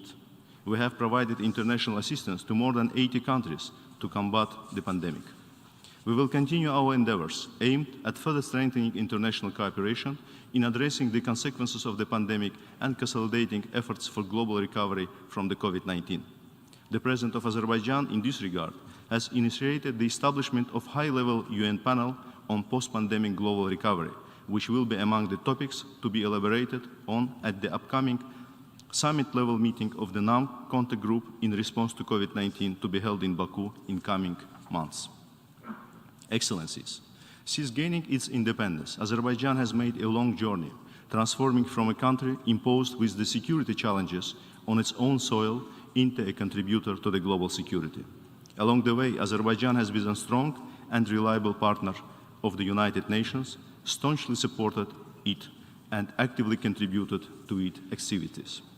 Both in its national capacity and as current chair of the non-aligned movement, Azerbaijan is keen to continue contributing to peace and security, strengthening the international legal order, and enhancing dialogue, global solidarity, and multilateralism. We also look forward to the summit of the future, its intergovernmental negotiated outcome, and a new agenda for peace as an opportunity to reinvigorate global action, reflect on collective commitment of the Charter of the United Nations and multilateralism. Azerbaijan is fully committed to 2030 Agenda for Sustainable Development. We launched the new development strategy up to 2030, which goes hand in hand with the 2030 Agenda. Over the last year, Azerbaijan has progressed further in terms of SDG achievement and was ranked in top 50 countries in the UN 2022 Sustainable Development Report. Azerbaijan is among 12 countries which submitted 3 voluntary national reviews in the high-level political forum held under the auspices of ECOSOC. We pursue transformational changes in remodeling our economy to make transition to green and circular economy. The clean environment and green growth have been identified as one of the 5 priority areas of our new national development strategy. This transition stands high on our development agenda, despite the fact that the oil and gas sectors play a significant role in our economy. It is against this backdrop that the non-oil sector of Azerbaijan rose by 11% in the first half of 2022, triggering the increase in our GDP by 7.2%. Currently, Azerbaijan is one of few countries worldwide gradually mainstreaming the sustainable energy in its development agenda while being a reliable hydrocarbons exporter to the international markets. We will increase our profile in this regard, including through introduction new elements of alternative and renewable energy as well. A recently concluded EU-Azerbaijan MOU on a strategic partnership in the field of energy is a good example of Azerbaijan's constructive input into global energy security. Sustainability has also been mainstreamed in post-conflict reconstruction and rehabilitation activities in the liberated territories as well. New cities and villages are now being built from the scratch by applying modern urban planning methods, the concepts of smart city and smart village. After the war, $3 million have already allocated from the state budget. $3 billion have already allocated from the state budget for these purposes, and Azerbaijan is keen to invest even more in the future. The liberated area was designated a green energy zone. Positioned at the crossroads of north-south and east-west transport corridors, Azerbaijan is a rising transport country. Corridors and routes passing through Azerbaijan offer competitive advantages for the transport operators and businesses in terms of high-end infrastructure and fast, secure transit traffic.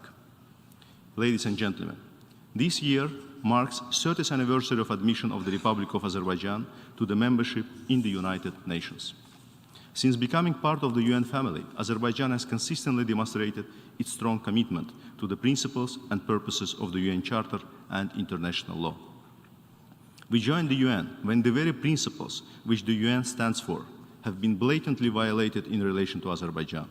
In those difficult times, the UN stood with Azerbaijan in defending the core values enshrined in its charter. Azerbaijan has seriously suffered from the aggression by Armenia in the early 1990s, at the core of which were groundless territorial claims, misinterpretation of international law, fabricated historical narratives, and racist motivations. Back then, the United Nations Security Council unanimously expressed its support to the sovereignty, territorial integrity, and inviolability of the internationally recognized borders of Azerbaijan, and demanded the withdrawal of all occupying forces from Azerbaijani territories. So did the General Assembly. In course of aggression, Armenia occupied 20% of Azerbaijan's territory. 20,000 Azerbaijanis have been killed. more than 1 million have become refugees and IDPs. Almost 4,000 citizens of Azerbaijan, both civilians and military, still remain missing in connection with the conflict. Armenia has inflicted long-term damage on the environment in Azerbaijan. Also,